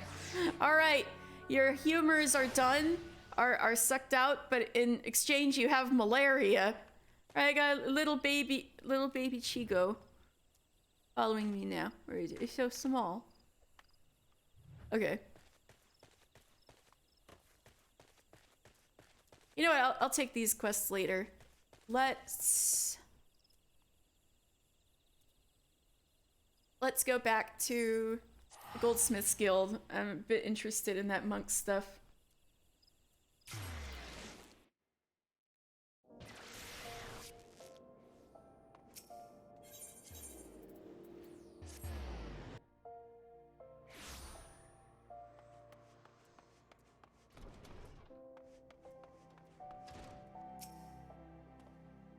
I trust you have returned with both of my etherometers.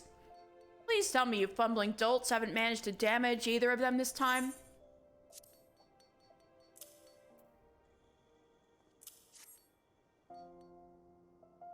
All looks to be in order. These readings from your device. They look promising. Very promising indeed. I dare say this data may yield revolutionary results. The chakra opened a bit more, did it? Yes, well, ether is a most mysterious and wonderful thing. I'm glad this meaningful research could serve your nonsensical ends as well. Now leave me to my work.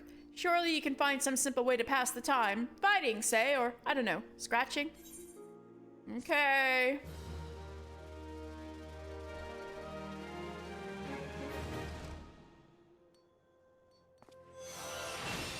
You have opened a chakra within you, Howling Fist.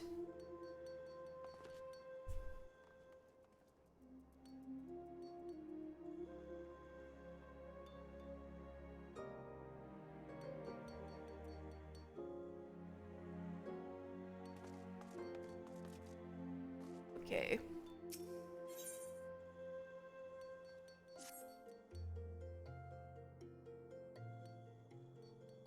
You two played me for a fool. The data the simpleton monk brought me was absolutely astounding. Groundbreaking, revolutionary, yet I remained objective in my analysis as a scholar must. Man, Wiedergeld's gamble did not pay off. He thought he had Eric all figured out. Poring over the data, I finally arrived at a disheartening conclusion. The two of you took measurements of the same area. The values were near identical. Equivalences mocking me as I struggled to reconcile them. I could neither sleep nor eat lest I waste time not drawing nearer to the truth. And for what? Tell me, what is it you two were doing in the field? Well, we're caught. I guess I'm telling him everything. Ah, this bloody chakra nonsense again. How many times must I tell you? It is naught but imperceptible ether. Call it what it is. And to think, I had a mind to put your names under mine when my hypothesis was published. This life force, this spiritual energy, this God's forsaken eternal soul essence, I care not what primitive nomenclature those backward monks wish to assign it. It is ether, plain and simple. They claim they're able to manipulate and amplify it through discipline and the opening of the so-called chakra. False! This is nothing more than the ethereal regulation of organisms, a basic and natural concept. In an attempt to explain that which science does not yet fully understand, the monks have erected an institution of control. Their preachings are unassailable by design, for none can disprove the existence of the unknowable. They promise power in return for abjection and servitude. Control and power indeed, only that of man. It is the very essence of a religion, and should be treated with contempt as all religions should. Damn! Atheist Eric out here. Ether resides in all living things, as do natural mechanisms with the capacity to regulate it. This is simply life, not some mystical, supernatural endowment. I concede, of course, that the heightened mental faculties of man allow for the potential to gain conscious control over those mechanisms. Indeed, it would appear that you and the simpleton monk have already achieved that end. The indiscretion and impertinence of youth, I suppose it can be forgiven once. In my own youth, I was not the model of perfection you see before you. I, too, have made what some might call mistakes. Not myself, but some. In our talks together, the simpleton monk often spoke of the seventh chakra. Its awakening is thought to be the highest achievement among the monkhood. I make it a habit to know the tenets of my intellectual enemies.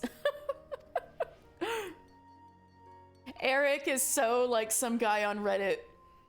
It was the flow of ether within the two of you which betrayed your falsehood, the whispering of your chakra, as I'm sure the monks would rush to call it. But serendipity most often visits the industrious. Just so it is precisely these ethereal whispers that prove to be the most intriguing. The waves of these sounds resonated perfectly with the ether of the battleground. He must be so loud at this point that other people in the guild are like, huh? Like, look, that guy's looking over at him. I can see by your vapid expression that you are missing the point. Allow me to spell it out. It follows that if one were to visit a battlefield with a certain ethereal wave amplitude and frequency, it would resonate with one's own ether. This is the phenomenon responsible for the initial opening of your own chakra. Oh, I cannot believe I'm being reduced to speaking in these terms. It stands to reason that for any ethereal wave, there may be a location that will resonate with it. Think of the implications, mister. If the seventh chakra the monks speak of truly exists, then so too must an ultimate battleground to bond with it. The concentration of ether in such a place would be unlike anything ever recorded. I forgive your past treachery. Guide me as it did to this great discovery. That, and I need you to do more work for me. Here, take this new etherometer. Make for Lark's Call in the East Shroud. My research indicates it is a very promising tract indeed. Set the etherometer as you have the others in the past, and then kill whatever you must to obtain a strong reading. Slaying beasts there will release the ether of the land they are steeped in, and it may then resonate with your own. I suppose in the primitive terms of the monkhood, you could translate to the expansion of your chakra. Oh, and you'll not be crossing paths with the simpleton monk this time. I will be sending him to take readings at East End. I have no intention of allowing you two to conspire to impede my research again. If you care to know more about the events that have transpired at Larkskull, I suggest you pay a visit to your local library. I assume it has something to do with sylphs. East End, on the other hand, is a fascinating subject of which I never tire speaking. Ask me about it any time if your curiosity ever gets the better of you. Alright, I'll bite. Talk to me about East End.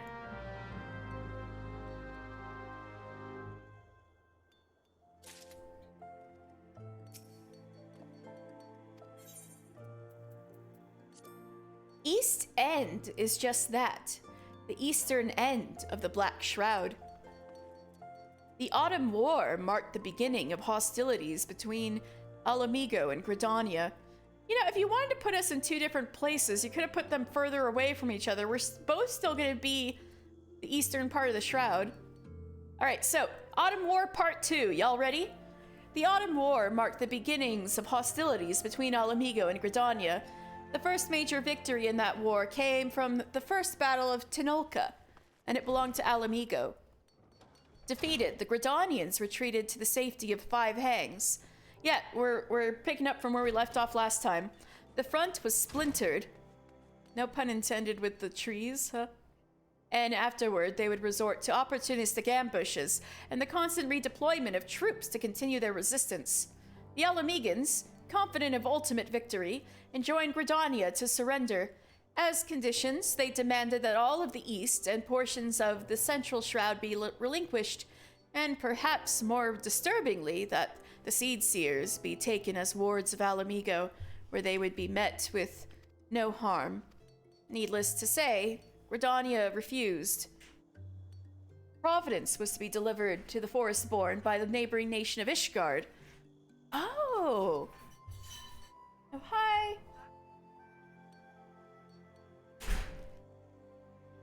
So that's why, Kane Senna had such strong feelings about Ishgard. That Ishgard,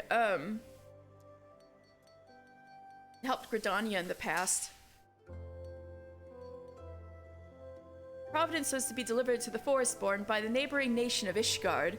Wary of Alamigo's ambitions for the region, the sea appealed to Limsa Lominsa and Ul'dah for aid.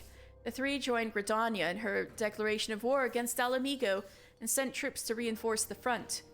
But this was far from a gesture of charity.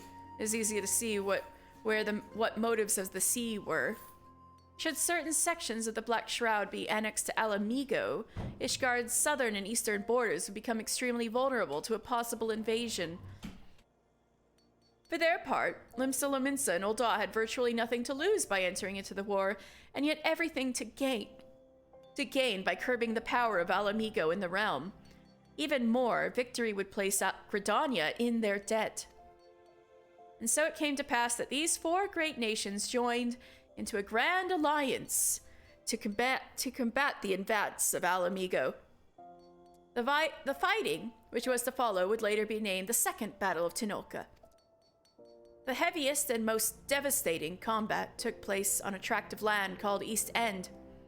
In the beginning, there were several small-scale skirmishes, but the allied powers succeeded in foiling the stratagems of Alamigo at every turn.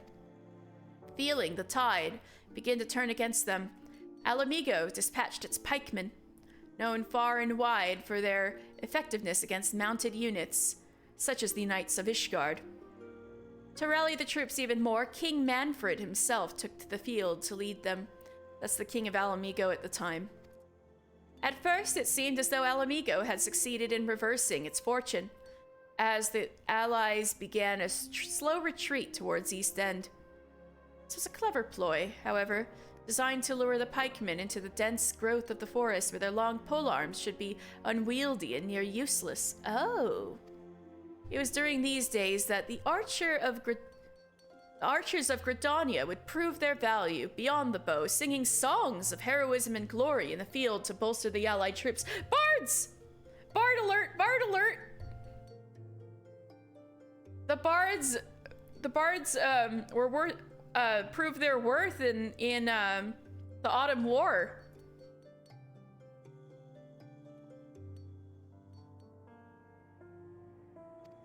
It is said that this gave birth to the bard tradition. Bards! Bards! So Eric alleges that they had that all of this came from the Autumn War. It seems older than that. Because the Autumn War was only 100 years ago. The archers of Gridania excelled at combat in the dense vegetation of the Black Shroud, and their arrows inflicted heavy casualties on the Alamegans. In the end, General Gilbard was slain, King Manfred severely wounded, and Alamigo completely and utterly defeated. And that is a brief summation of the history of East End, site of the end of the forest, and the end of the war, both. Do you know, I can almost feel you getting less stupid, mister. Wow.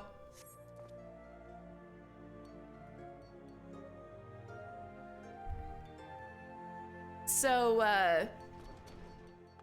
yeah, that was Autumn War Part 2. Alright, let's go to Eastern Shroud then.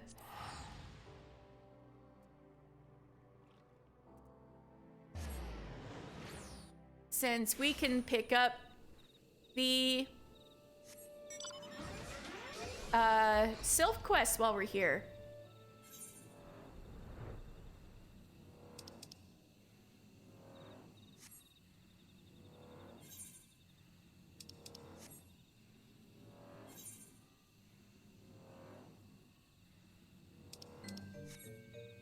Gotta talk to... Where is he? Oh, up there.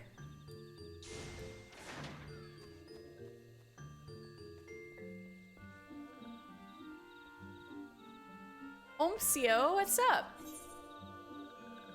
Omsio has had it up to here with voices utter incompetence. Oh god, what do you do this time? Ah, friendly one. This one would ask a favor. Bumbling one spends all day sleeping on paper stack pillow, yes? So this one thought to put that one to work. This one gives Bumbling one needle and thread, but Bumbling one pricks finger and starts screaming and sobbing. This one's head still hurts. So, this one finds simpler task. Asks Bumbling one to go collect leaves for Nathaxio. Simple, yes? But Bumbling one does not return. This one has had enough of bumbling one's bumblings, but Nathaxio is concerned. Friendly one should go talk to concerned one. Ruh-roh. Do I have to go save that guy?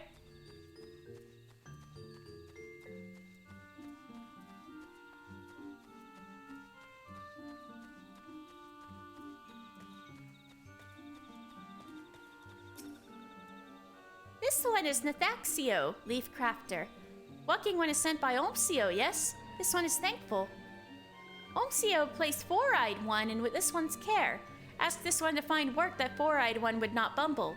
So this one sent Four-Eyed One in search of leaves of Great Shelter Tree. This one casts See-Through spell on Four-Eyed One for safe return. But day turns to night and that one is nowhere to be seen. Oh, I gotta go rescue him. This one suspects that Four-Eyed One is See-Through no more, and shakes and shivers behind trees somewhere. Four-Eyed One is useless, but does not deserve to die. Please find Four-Eyed One, friendly one. Yeah, rescue mission.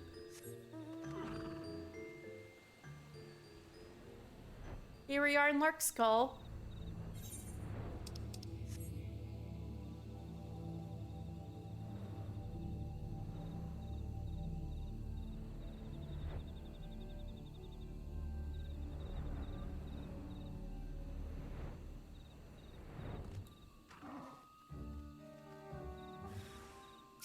And Ochu is about to eat him.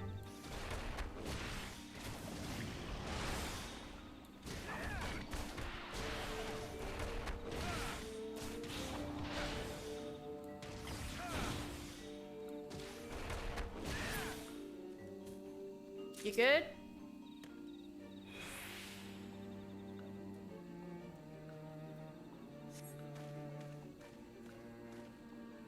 Oh, friend! Ever a sight for sore eyes, you are. Pray forgive me. I was just on my way back from collecting leaves for my dear friend Nathaxio, and I must say I harvested quite a haul when I, somehow lost my way. Next thing I knew, my transparency spell had worn off, and, that means all those nasty forest creatures can see us. Yes? Nasty forest critters. What say we return a little solace, and quickly at that? Alright, well, I saved his life. Now, where's my business in Larkskull? Over here.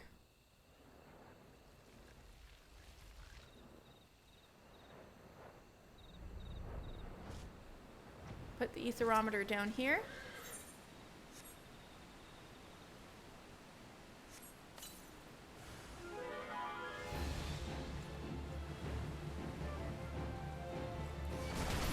Zombies.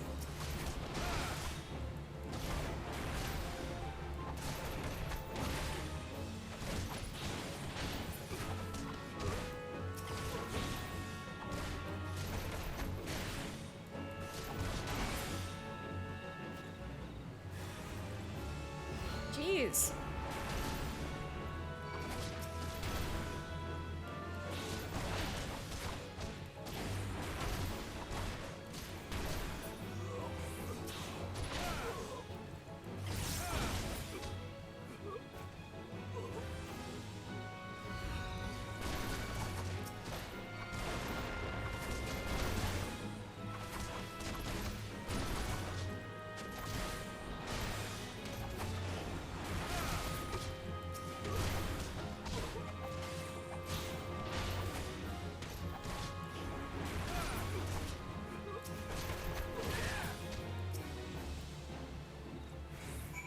Either of the land opens your chakra. All right.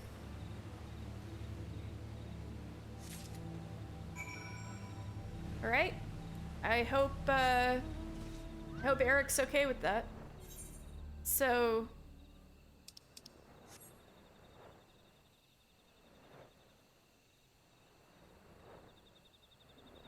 Weedergelt has to be way off into the east in a Stormblood area.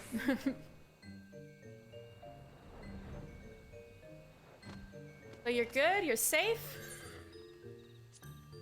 I can't thank you enough for saving my skin again, friend. I say, the sylphs seem restless today. What do you suppose has them all aflutter?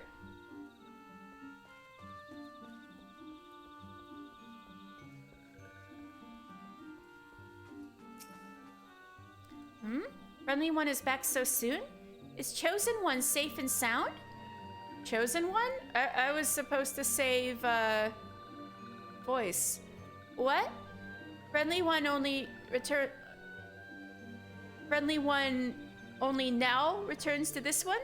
Saved bumbling one but moments ago? This cannot be. What do you mean? Friendly one was here moments ago. Told this one that friendly one would go look after... Ah!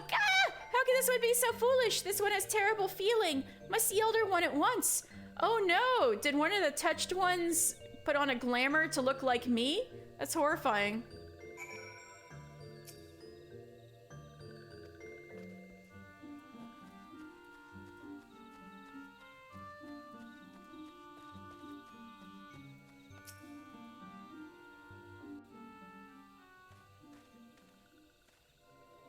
Are these one's eyes to be believed?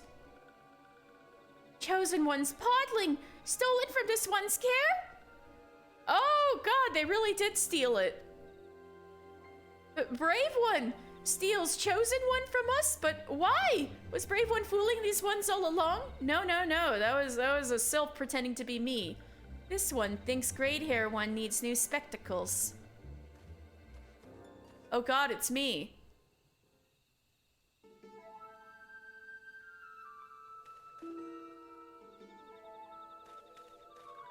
Why, I'll be, friend. You never told me you had a twin brother. Voice, just be quiet right now. This one is surrounded by fools. Makes this one task all the easier. I knew it. I knew it. It was a touched one.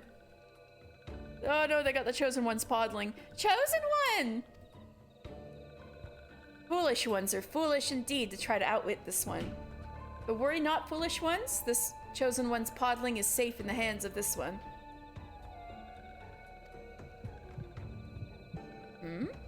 Oh no, is it hatching? Ah, the podling trembles with power. The time of rebirth draws near. Yes, at long last, this one will finally reclaim the forest for these ones. With chosen one's power, these ones will be pushed aside by walking ones no longer.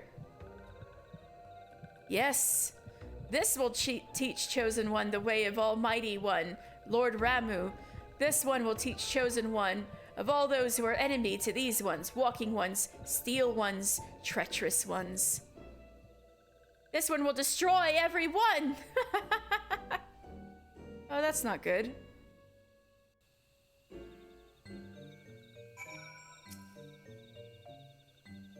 As Elder One, it is this duty to protect these ones from harm. This one must think of something. Oh dear.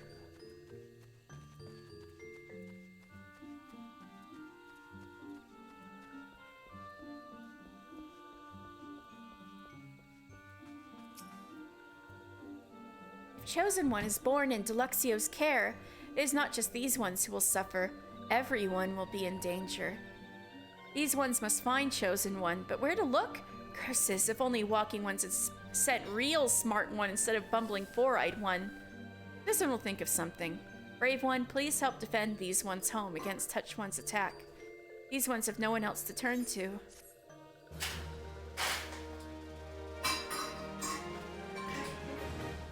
Alright, reputation up! So we get new Sylph quests.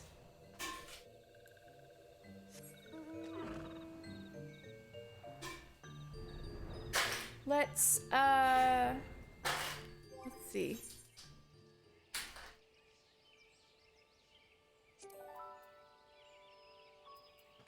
Let's go to Floating City of Nim. So let's go to Camp Overlook. There's a couple things to do in camp. Still going? Dang. Hi, Pukie Pie. I don't know. I was thinking of maybe stopping in a little bit. I was just, you know, doing quests and stuff. Hydrate, thank you.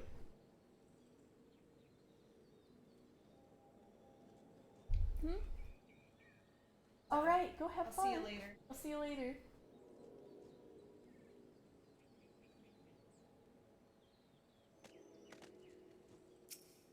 All right, Svig Rail. I have a letter for you. Delivery? Is that what they're calling it now, sweet thing? Oh, a letter, eh? Thanks. Useful things. Better than a creamer's rum for putting me to sleep. Give it here.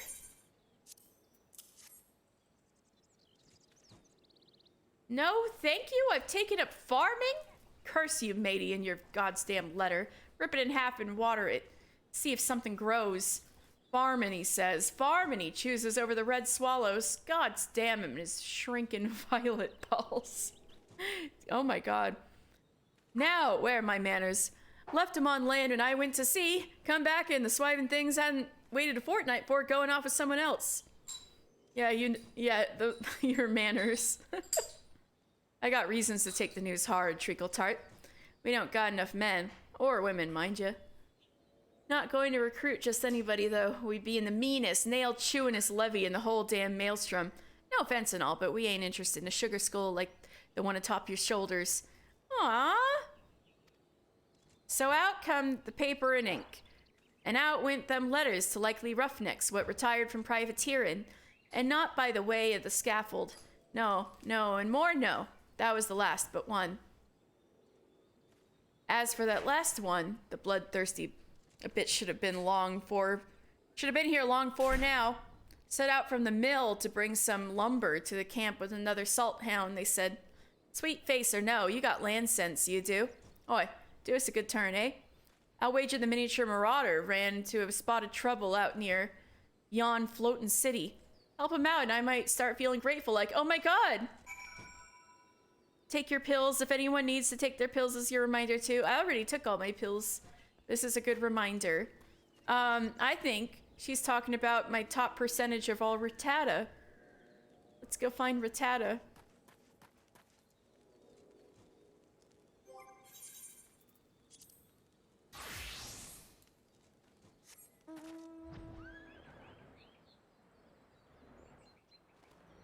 I need to, Rattata!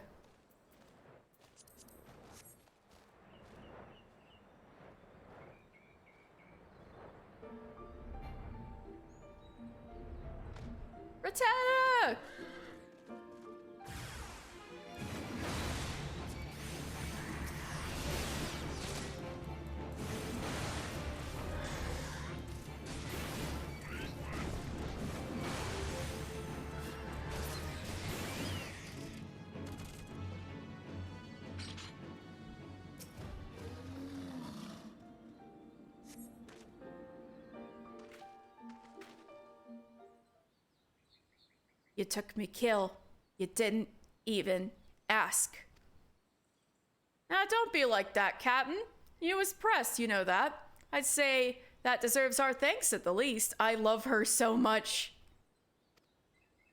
The bloody bastard took me kill. I like being pressed. Sends a tingle up me thighs, it does. If you want to thank the bastard for saving your knickers from a right soilin', you go on be me swivin' guest. She and Pagaga would either be besties or kill each other. I agree. Me? Pagaga? I apologize. The captain has never been one for social graces, what with all the killing and marauding. Thank you kindly from both of us for lending a hand. You have the look of a fine killer, though. Sharon Slaughter's not as bad when your shadow's an apprentice for carnage. Well, if salt ain't sweet. The captain don't usually have a good word for anyone outside our humble crew. I've been recognized by Rattata. Sergeant Svigvale told you? Sent you? Why, that's another surprise. She's not the sort to watch the clock hands, but Rattata's your miniature marauder, sure as salt. We ain't much truck with time down at the mill. Poor maid's mill. Abandoned it was. When we salt hounds settled in to make a new life. A ghost town? No, adventurer. For old pirates, the old ghosts are out there on the open water. And even for not so old pirates like that one. Oh, I know what they call her. And even for not so old pirates like that one. Oh, I know what they call her. Rabid Rattata, mad dog of the mill. And they ain't wrong, but... She is rabid, and she is a mad dog of the mill. She got nothing but fighting in her blood, which is why I worry. 'Twas the captain's idea to clean our hands of reeving and start a new life at the mill.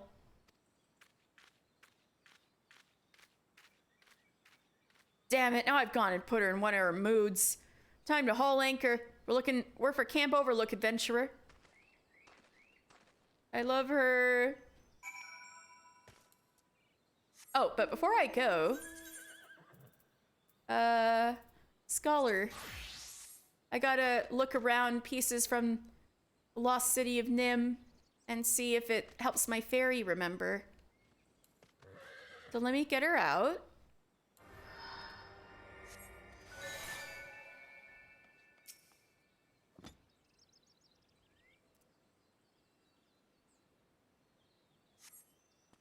The fairy strains to remember.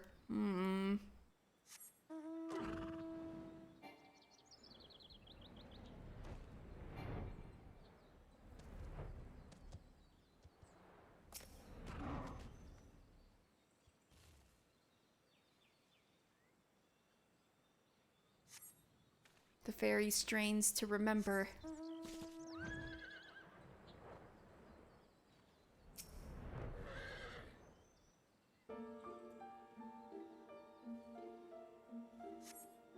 The fairy strains to remember.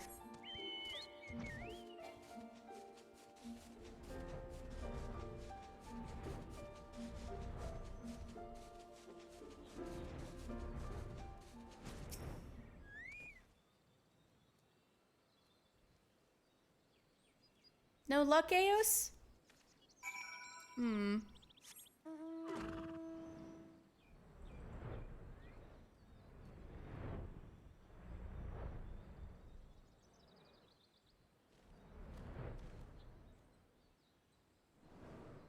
Well, we'll get back to that in a second. Let's go find Rattata. Ahoy, adventurer! You was a big help back Nimwise, thank you. Can you believe Sergeant Spigrail called the captain a berth in the Red Swallows? Now, if only she had the sense to say yes. She'd be great in the Red Swallows, yeah. Oi, there you are. Got me lumber thanks to you, but not me new recruit. Weren't forsaken for farming. That's some swiving comfort, but bugger if I know why she'd said no. Got her hackles up, that one. My ma always said every dog needs a little petting, a little treating. A bit of salt beef from a new friend? Might do, might do. How about a sweet thing? Are you up for talking to her? Yeah. Right, Rattata.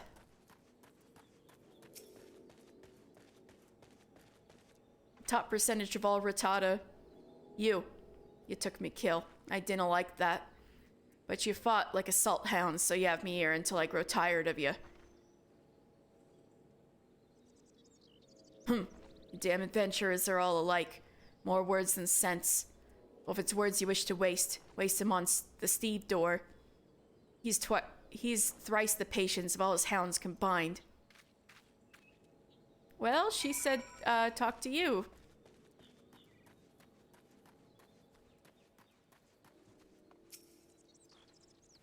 Not interested, eh? Think well of her if you can. The captain is what made us. The captain is what we made her, like as not. Her mama got her chest shoved in boarding a merchantman. And the very next moon, what does her papa do but make a right mess of the steps of some rathskeller? And she but a swaddling babe, born on a pirate ship, raised up by pirates, weren't no life for a child. I can still see her toddling along the gun deck or swinging her wee axe with the blunt edge. Didn't stay blunt for long. And never another child to play with. We should have put her ashore for fostering, but we hadn't the heart to. Got nothing but marauding in her veins. I tried to show her how other folk live, draw her out a bit, but before we knew it, she'd gutted the former captain and taken his place at the fort. She's so cool. I'd be lying if I didn't say part of me feels like it'd be good for her to join the Red Swallows. Though we'd be heart-sore to lose her. She'll have her battles, make boon companions. She'd be a swallow instead of a dog. As for us, we'll find ourselves a new captain. We always do. You wasn't scared of Rattata the way most are. That's why she liked you, I know it. Can't you talk to her again? You'll find her near the floating city. She likes the air there and the prey. I love her. Will you talk to Ratata again about joining the Swallows? She's out Nimwise. Talk to that damn salt hound, will ya? I'm offering her a place in the Red Swallows, goddammit. She don't have to be grateful, but ain't nothing to spit at.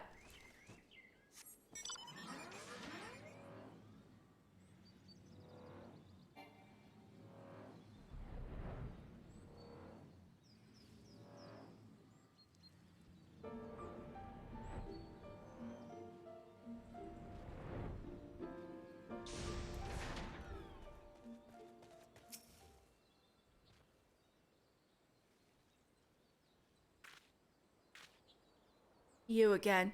I could kill you. I could kill most things if I'm in the mood. Let me serve it to you straight like. I don't need them red swallows. 'Tis them what needs me is all. I know me men call me rabid. Does it look like I care a whit and a half? I know I ain't the sick one. Dogs is loyal. I kill for them salt hounds. I kill for me family. I dinna ken what red swallows kill for. That's sick, if you ask me. Maybe I'd kill for you sometime. That might be right agreeable. Enough words. I'm heading home. Keep that gob of yours clapped or I'll find a dead rat to stuff it with. I love her. So yeah, Rattata is involved in a bunch of fates at Poor Maid's Mill. The Salt Hounds have been one of the few pirate crews to fully embrace new life on the land that Merlvib has sent them on. Anyway, this is a great view, Fairy. You remember anything?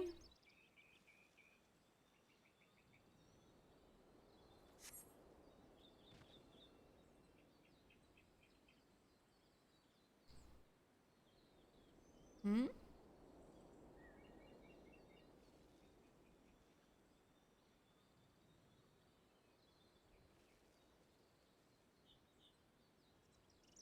Wow, that was nice.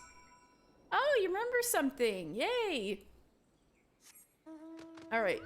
We will eventually go back and talk with Alkazolka, but before that, let's finish up with Rattata.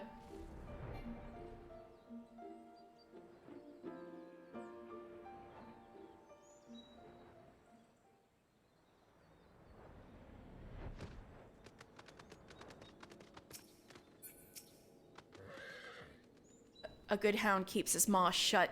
You a good hound venturer? Or a dead one? I love her. I love her. So this is kind of what my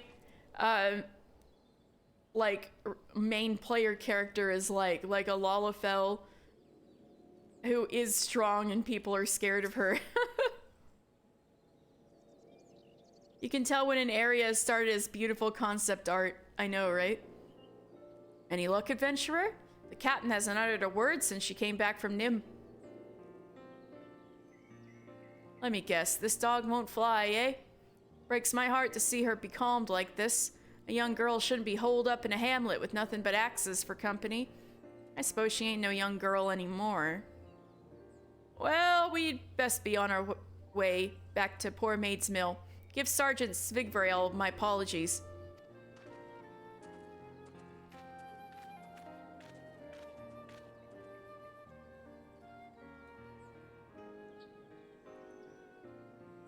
Nod of a very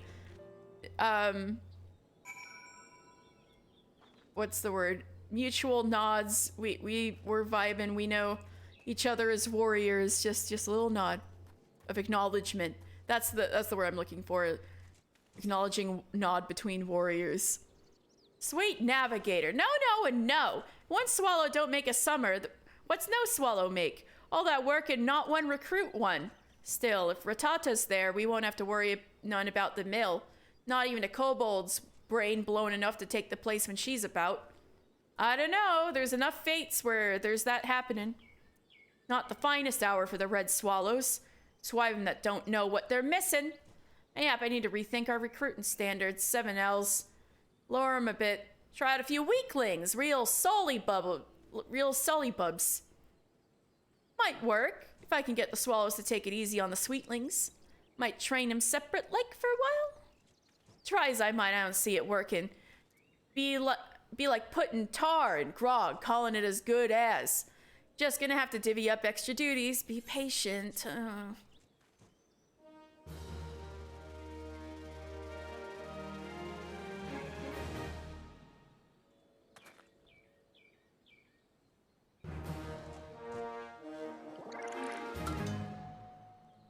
Obtain carrier level 12. What's that, honeysuckle? You got a question for me? What do you do here? You ain't ever heard of the Red Swallows? Why, we're the toughest, meanest, shite-kicking unit in a whole damn maelstrom. Might be as we is mostly from privateer stock, but I trust anyone in me swallows to watch me back with a blade. And don't matter none, we switch from ship deck to cliff top. As long as I get me share of the action, then all's right with the world. She's funny. Anyway, Bluidin is her boss. He's got a quest or two. Return to your dust. Don't let the looks fool you. The kobolds make a bad enemy. They've forgotten more about smelting and alchemy than some on the lot of our side have ever known. All that matters is the kobolds can make golems, and war is a thing that kicks down the door between can and do. You know about the ancient golems up in the floating city of Nim? Scouts tell me the moles are gathering material in the ruins. Once they make more golems and send them against us, we're as good as done. I got no men to spare. And you're not the worst I've seen. Put a stop to their shopping trip before it starts raining golems. Here's how this water's gonna run. You find a golem and get its soul stone. You put that on a likely spot as bait and put an end to any kobolds that show up. And here, take these bottles of water. My boys tell me they didn't like the look of kobold's armor. But you know alchemy. It'll wash.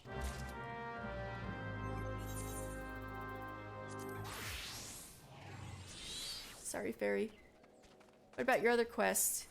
Claiming the booty. Aye, the Pirates of Limsa have added another chapter to our legend, and we couldn't have done it without you. On behalf of my entire crew, you have my thanks, adventurer. In a perfect world, the mere word of our triumph would convince any pirate captain still sailing aimlessly in search of treasure to quit their plundering and fight the good fight. But I know as well as any coin that coin is the quickest and oft-times the only, way to a pirate's heart. I've drafted a full report of the operation along with the suggestion that the Maelstrom Institute generous rewards for any pirate, be he captain, cook, or swab, who contributes to their cause. I'd be much obliged if you could deliver it to Commander Riki. And after you do that, send my regards to Slavsis. Tell her I'm waiting for her. Oh, excuse me? Slavsis is with the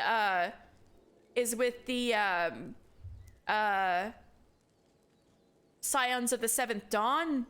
Bluidin, leader of the Red Swallows, is her old flame? That's interesting.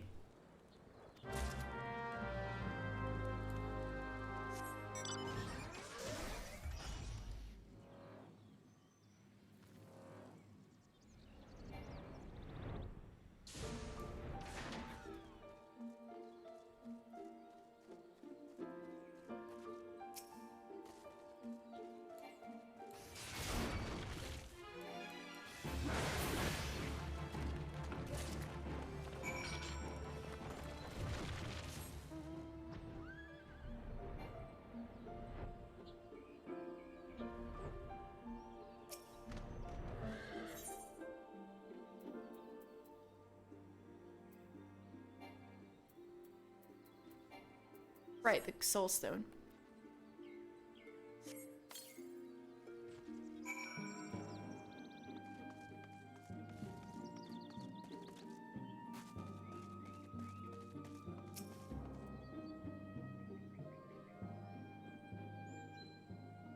The kobolds?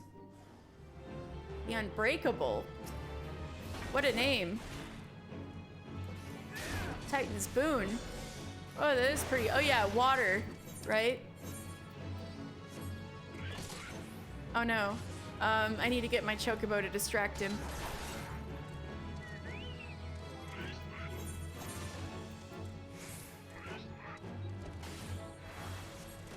Alright. There we go. Now you're not so unbreakable.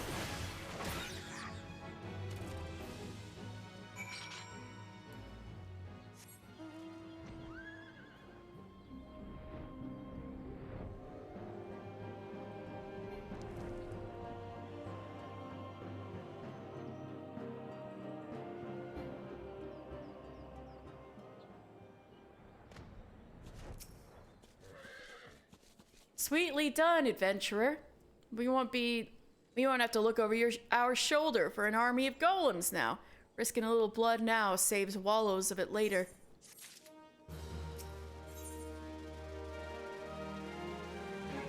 I'll take this one later. I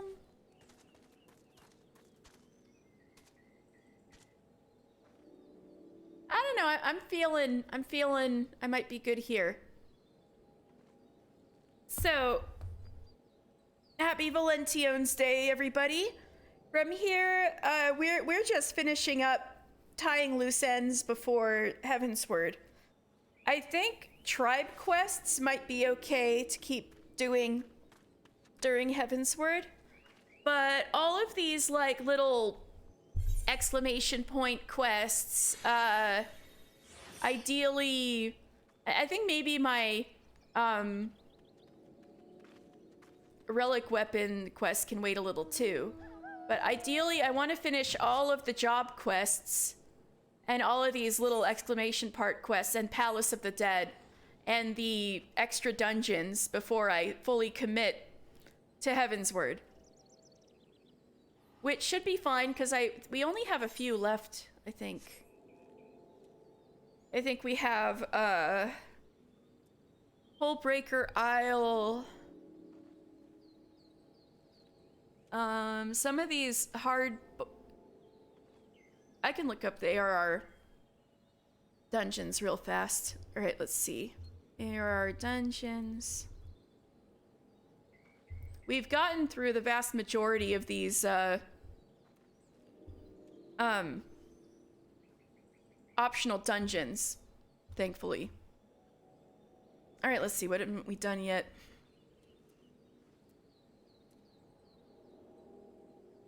Hullbreaker Isle, Tamtara Deepcroft Hard.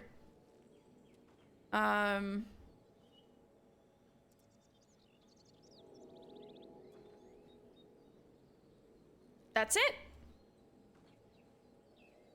Yeah, we just have Hullbreaker Isle and Tamtara Deepcroft Hard. That should be our last two dungeons. And then, yeah, just finishing all these extra little quests and all the job quests. We should be good. But we still have quite a bit to... Oh my god, Tish! Hey, bestie! Oh no, I gotta switch to, my gear. There we go. Hey! Rowan found me. We're buddies. We got our Oh, isn't that sweet? Aww. Oh, I look so gruff. I need to smile. Hold on. Smile! Yay! And so happy Valentine's Day, everybody. We got our Valentione fashions and we're killing it out here. Oh wait, I need to eat some chocolate.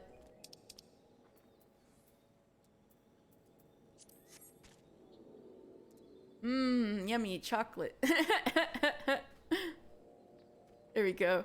Happy Valentine's Day, everybody. And I'll see you next Sunday for more finishing up, tying up loose ends of ARR. I'm really looking forward to it. Oh wait, I gotta send you guys off with one more papaya, don't I? No, I don't have to. Baba Booey. Do you guys want a papaya before I leave? You can't spell sus without us. Oh, that's the sweetest thing I've ever heard. Please do. All right, all right. One more before I go. Gotta get the bard out. I gotta get my flute out. And I'll DDR some papaya.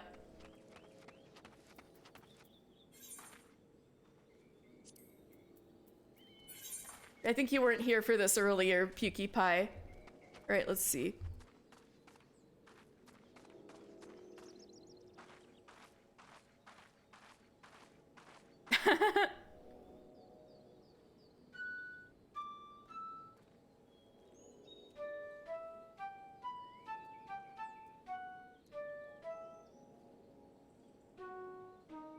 Oh, that got messed up a little.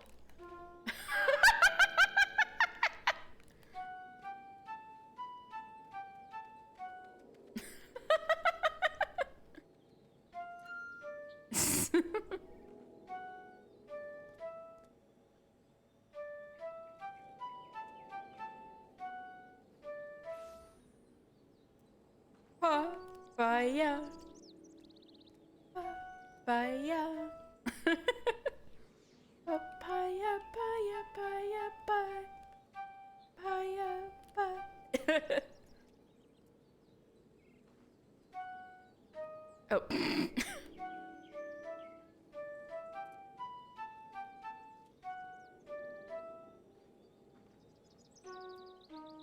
I did it again, damn it. I've been waiting for this. Yes!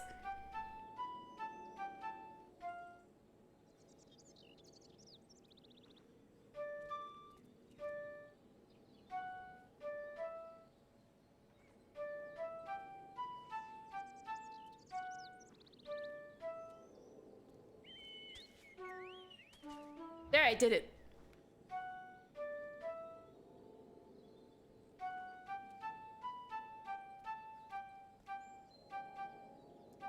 Yay! All right. Good evening, everybody.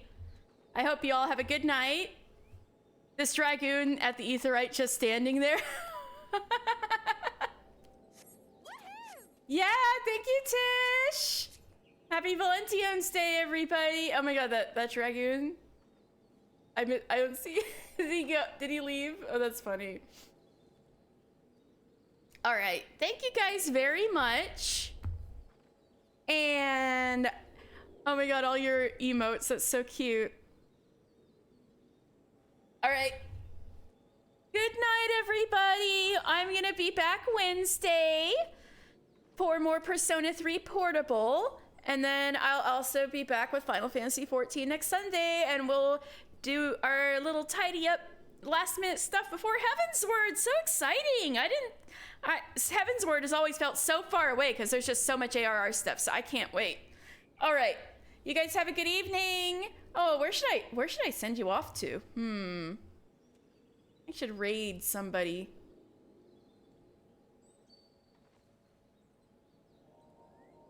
Who's on? Oops.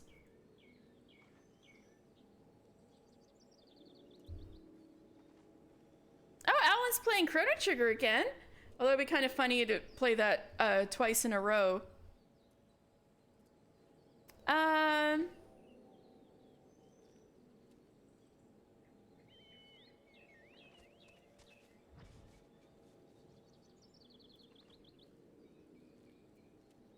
Screw it, let's do it. I want to see more Chrono Trigger.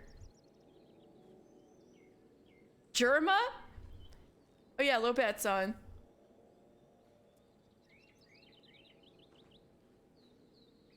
Your joke? Your joke in Owlins? But see, everybody memes on Germa, but I've never seen Germa content in my life. You're a Woolin joke. All right, that sounds wonderful. All right, let's raid Owlin for the second night in a row, because I want to see more Chrono Trigger.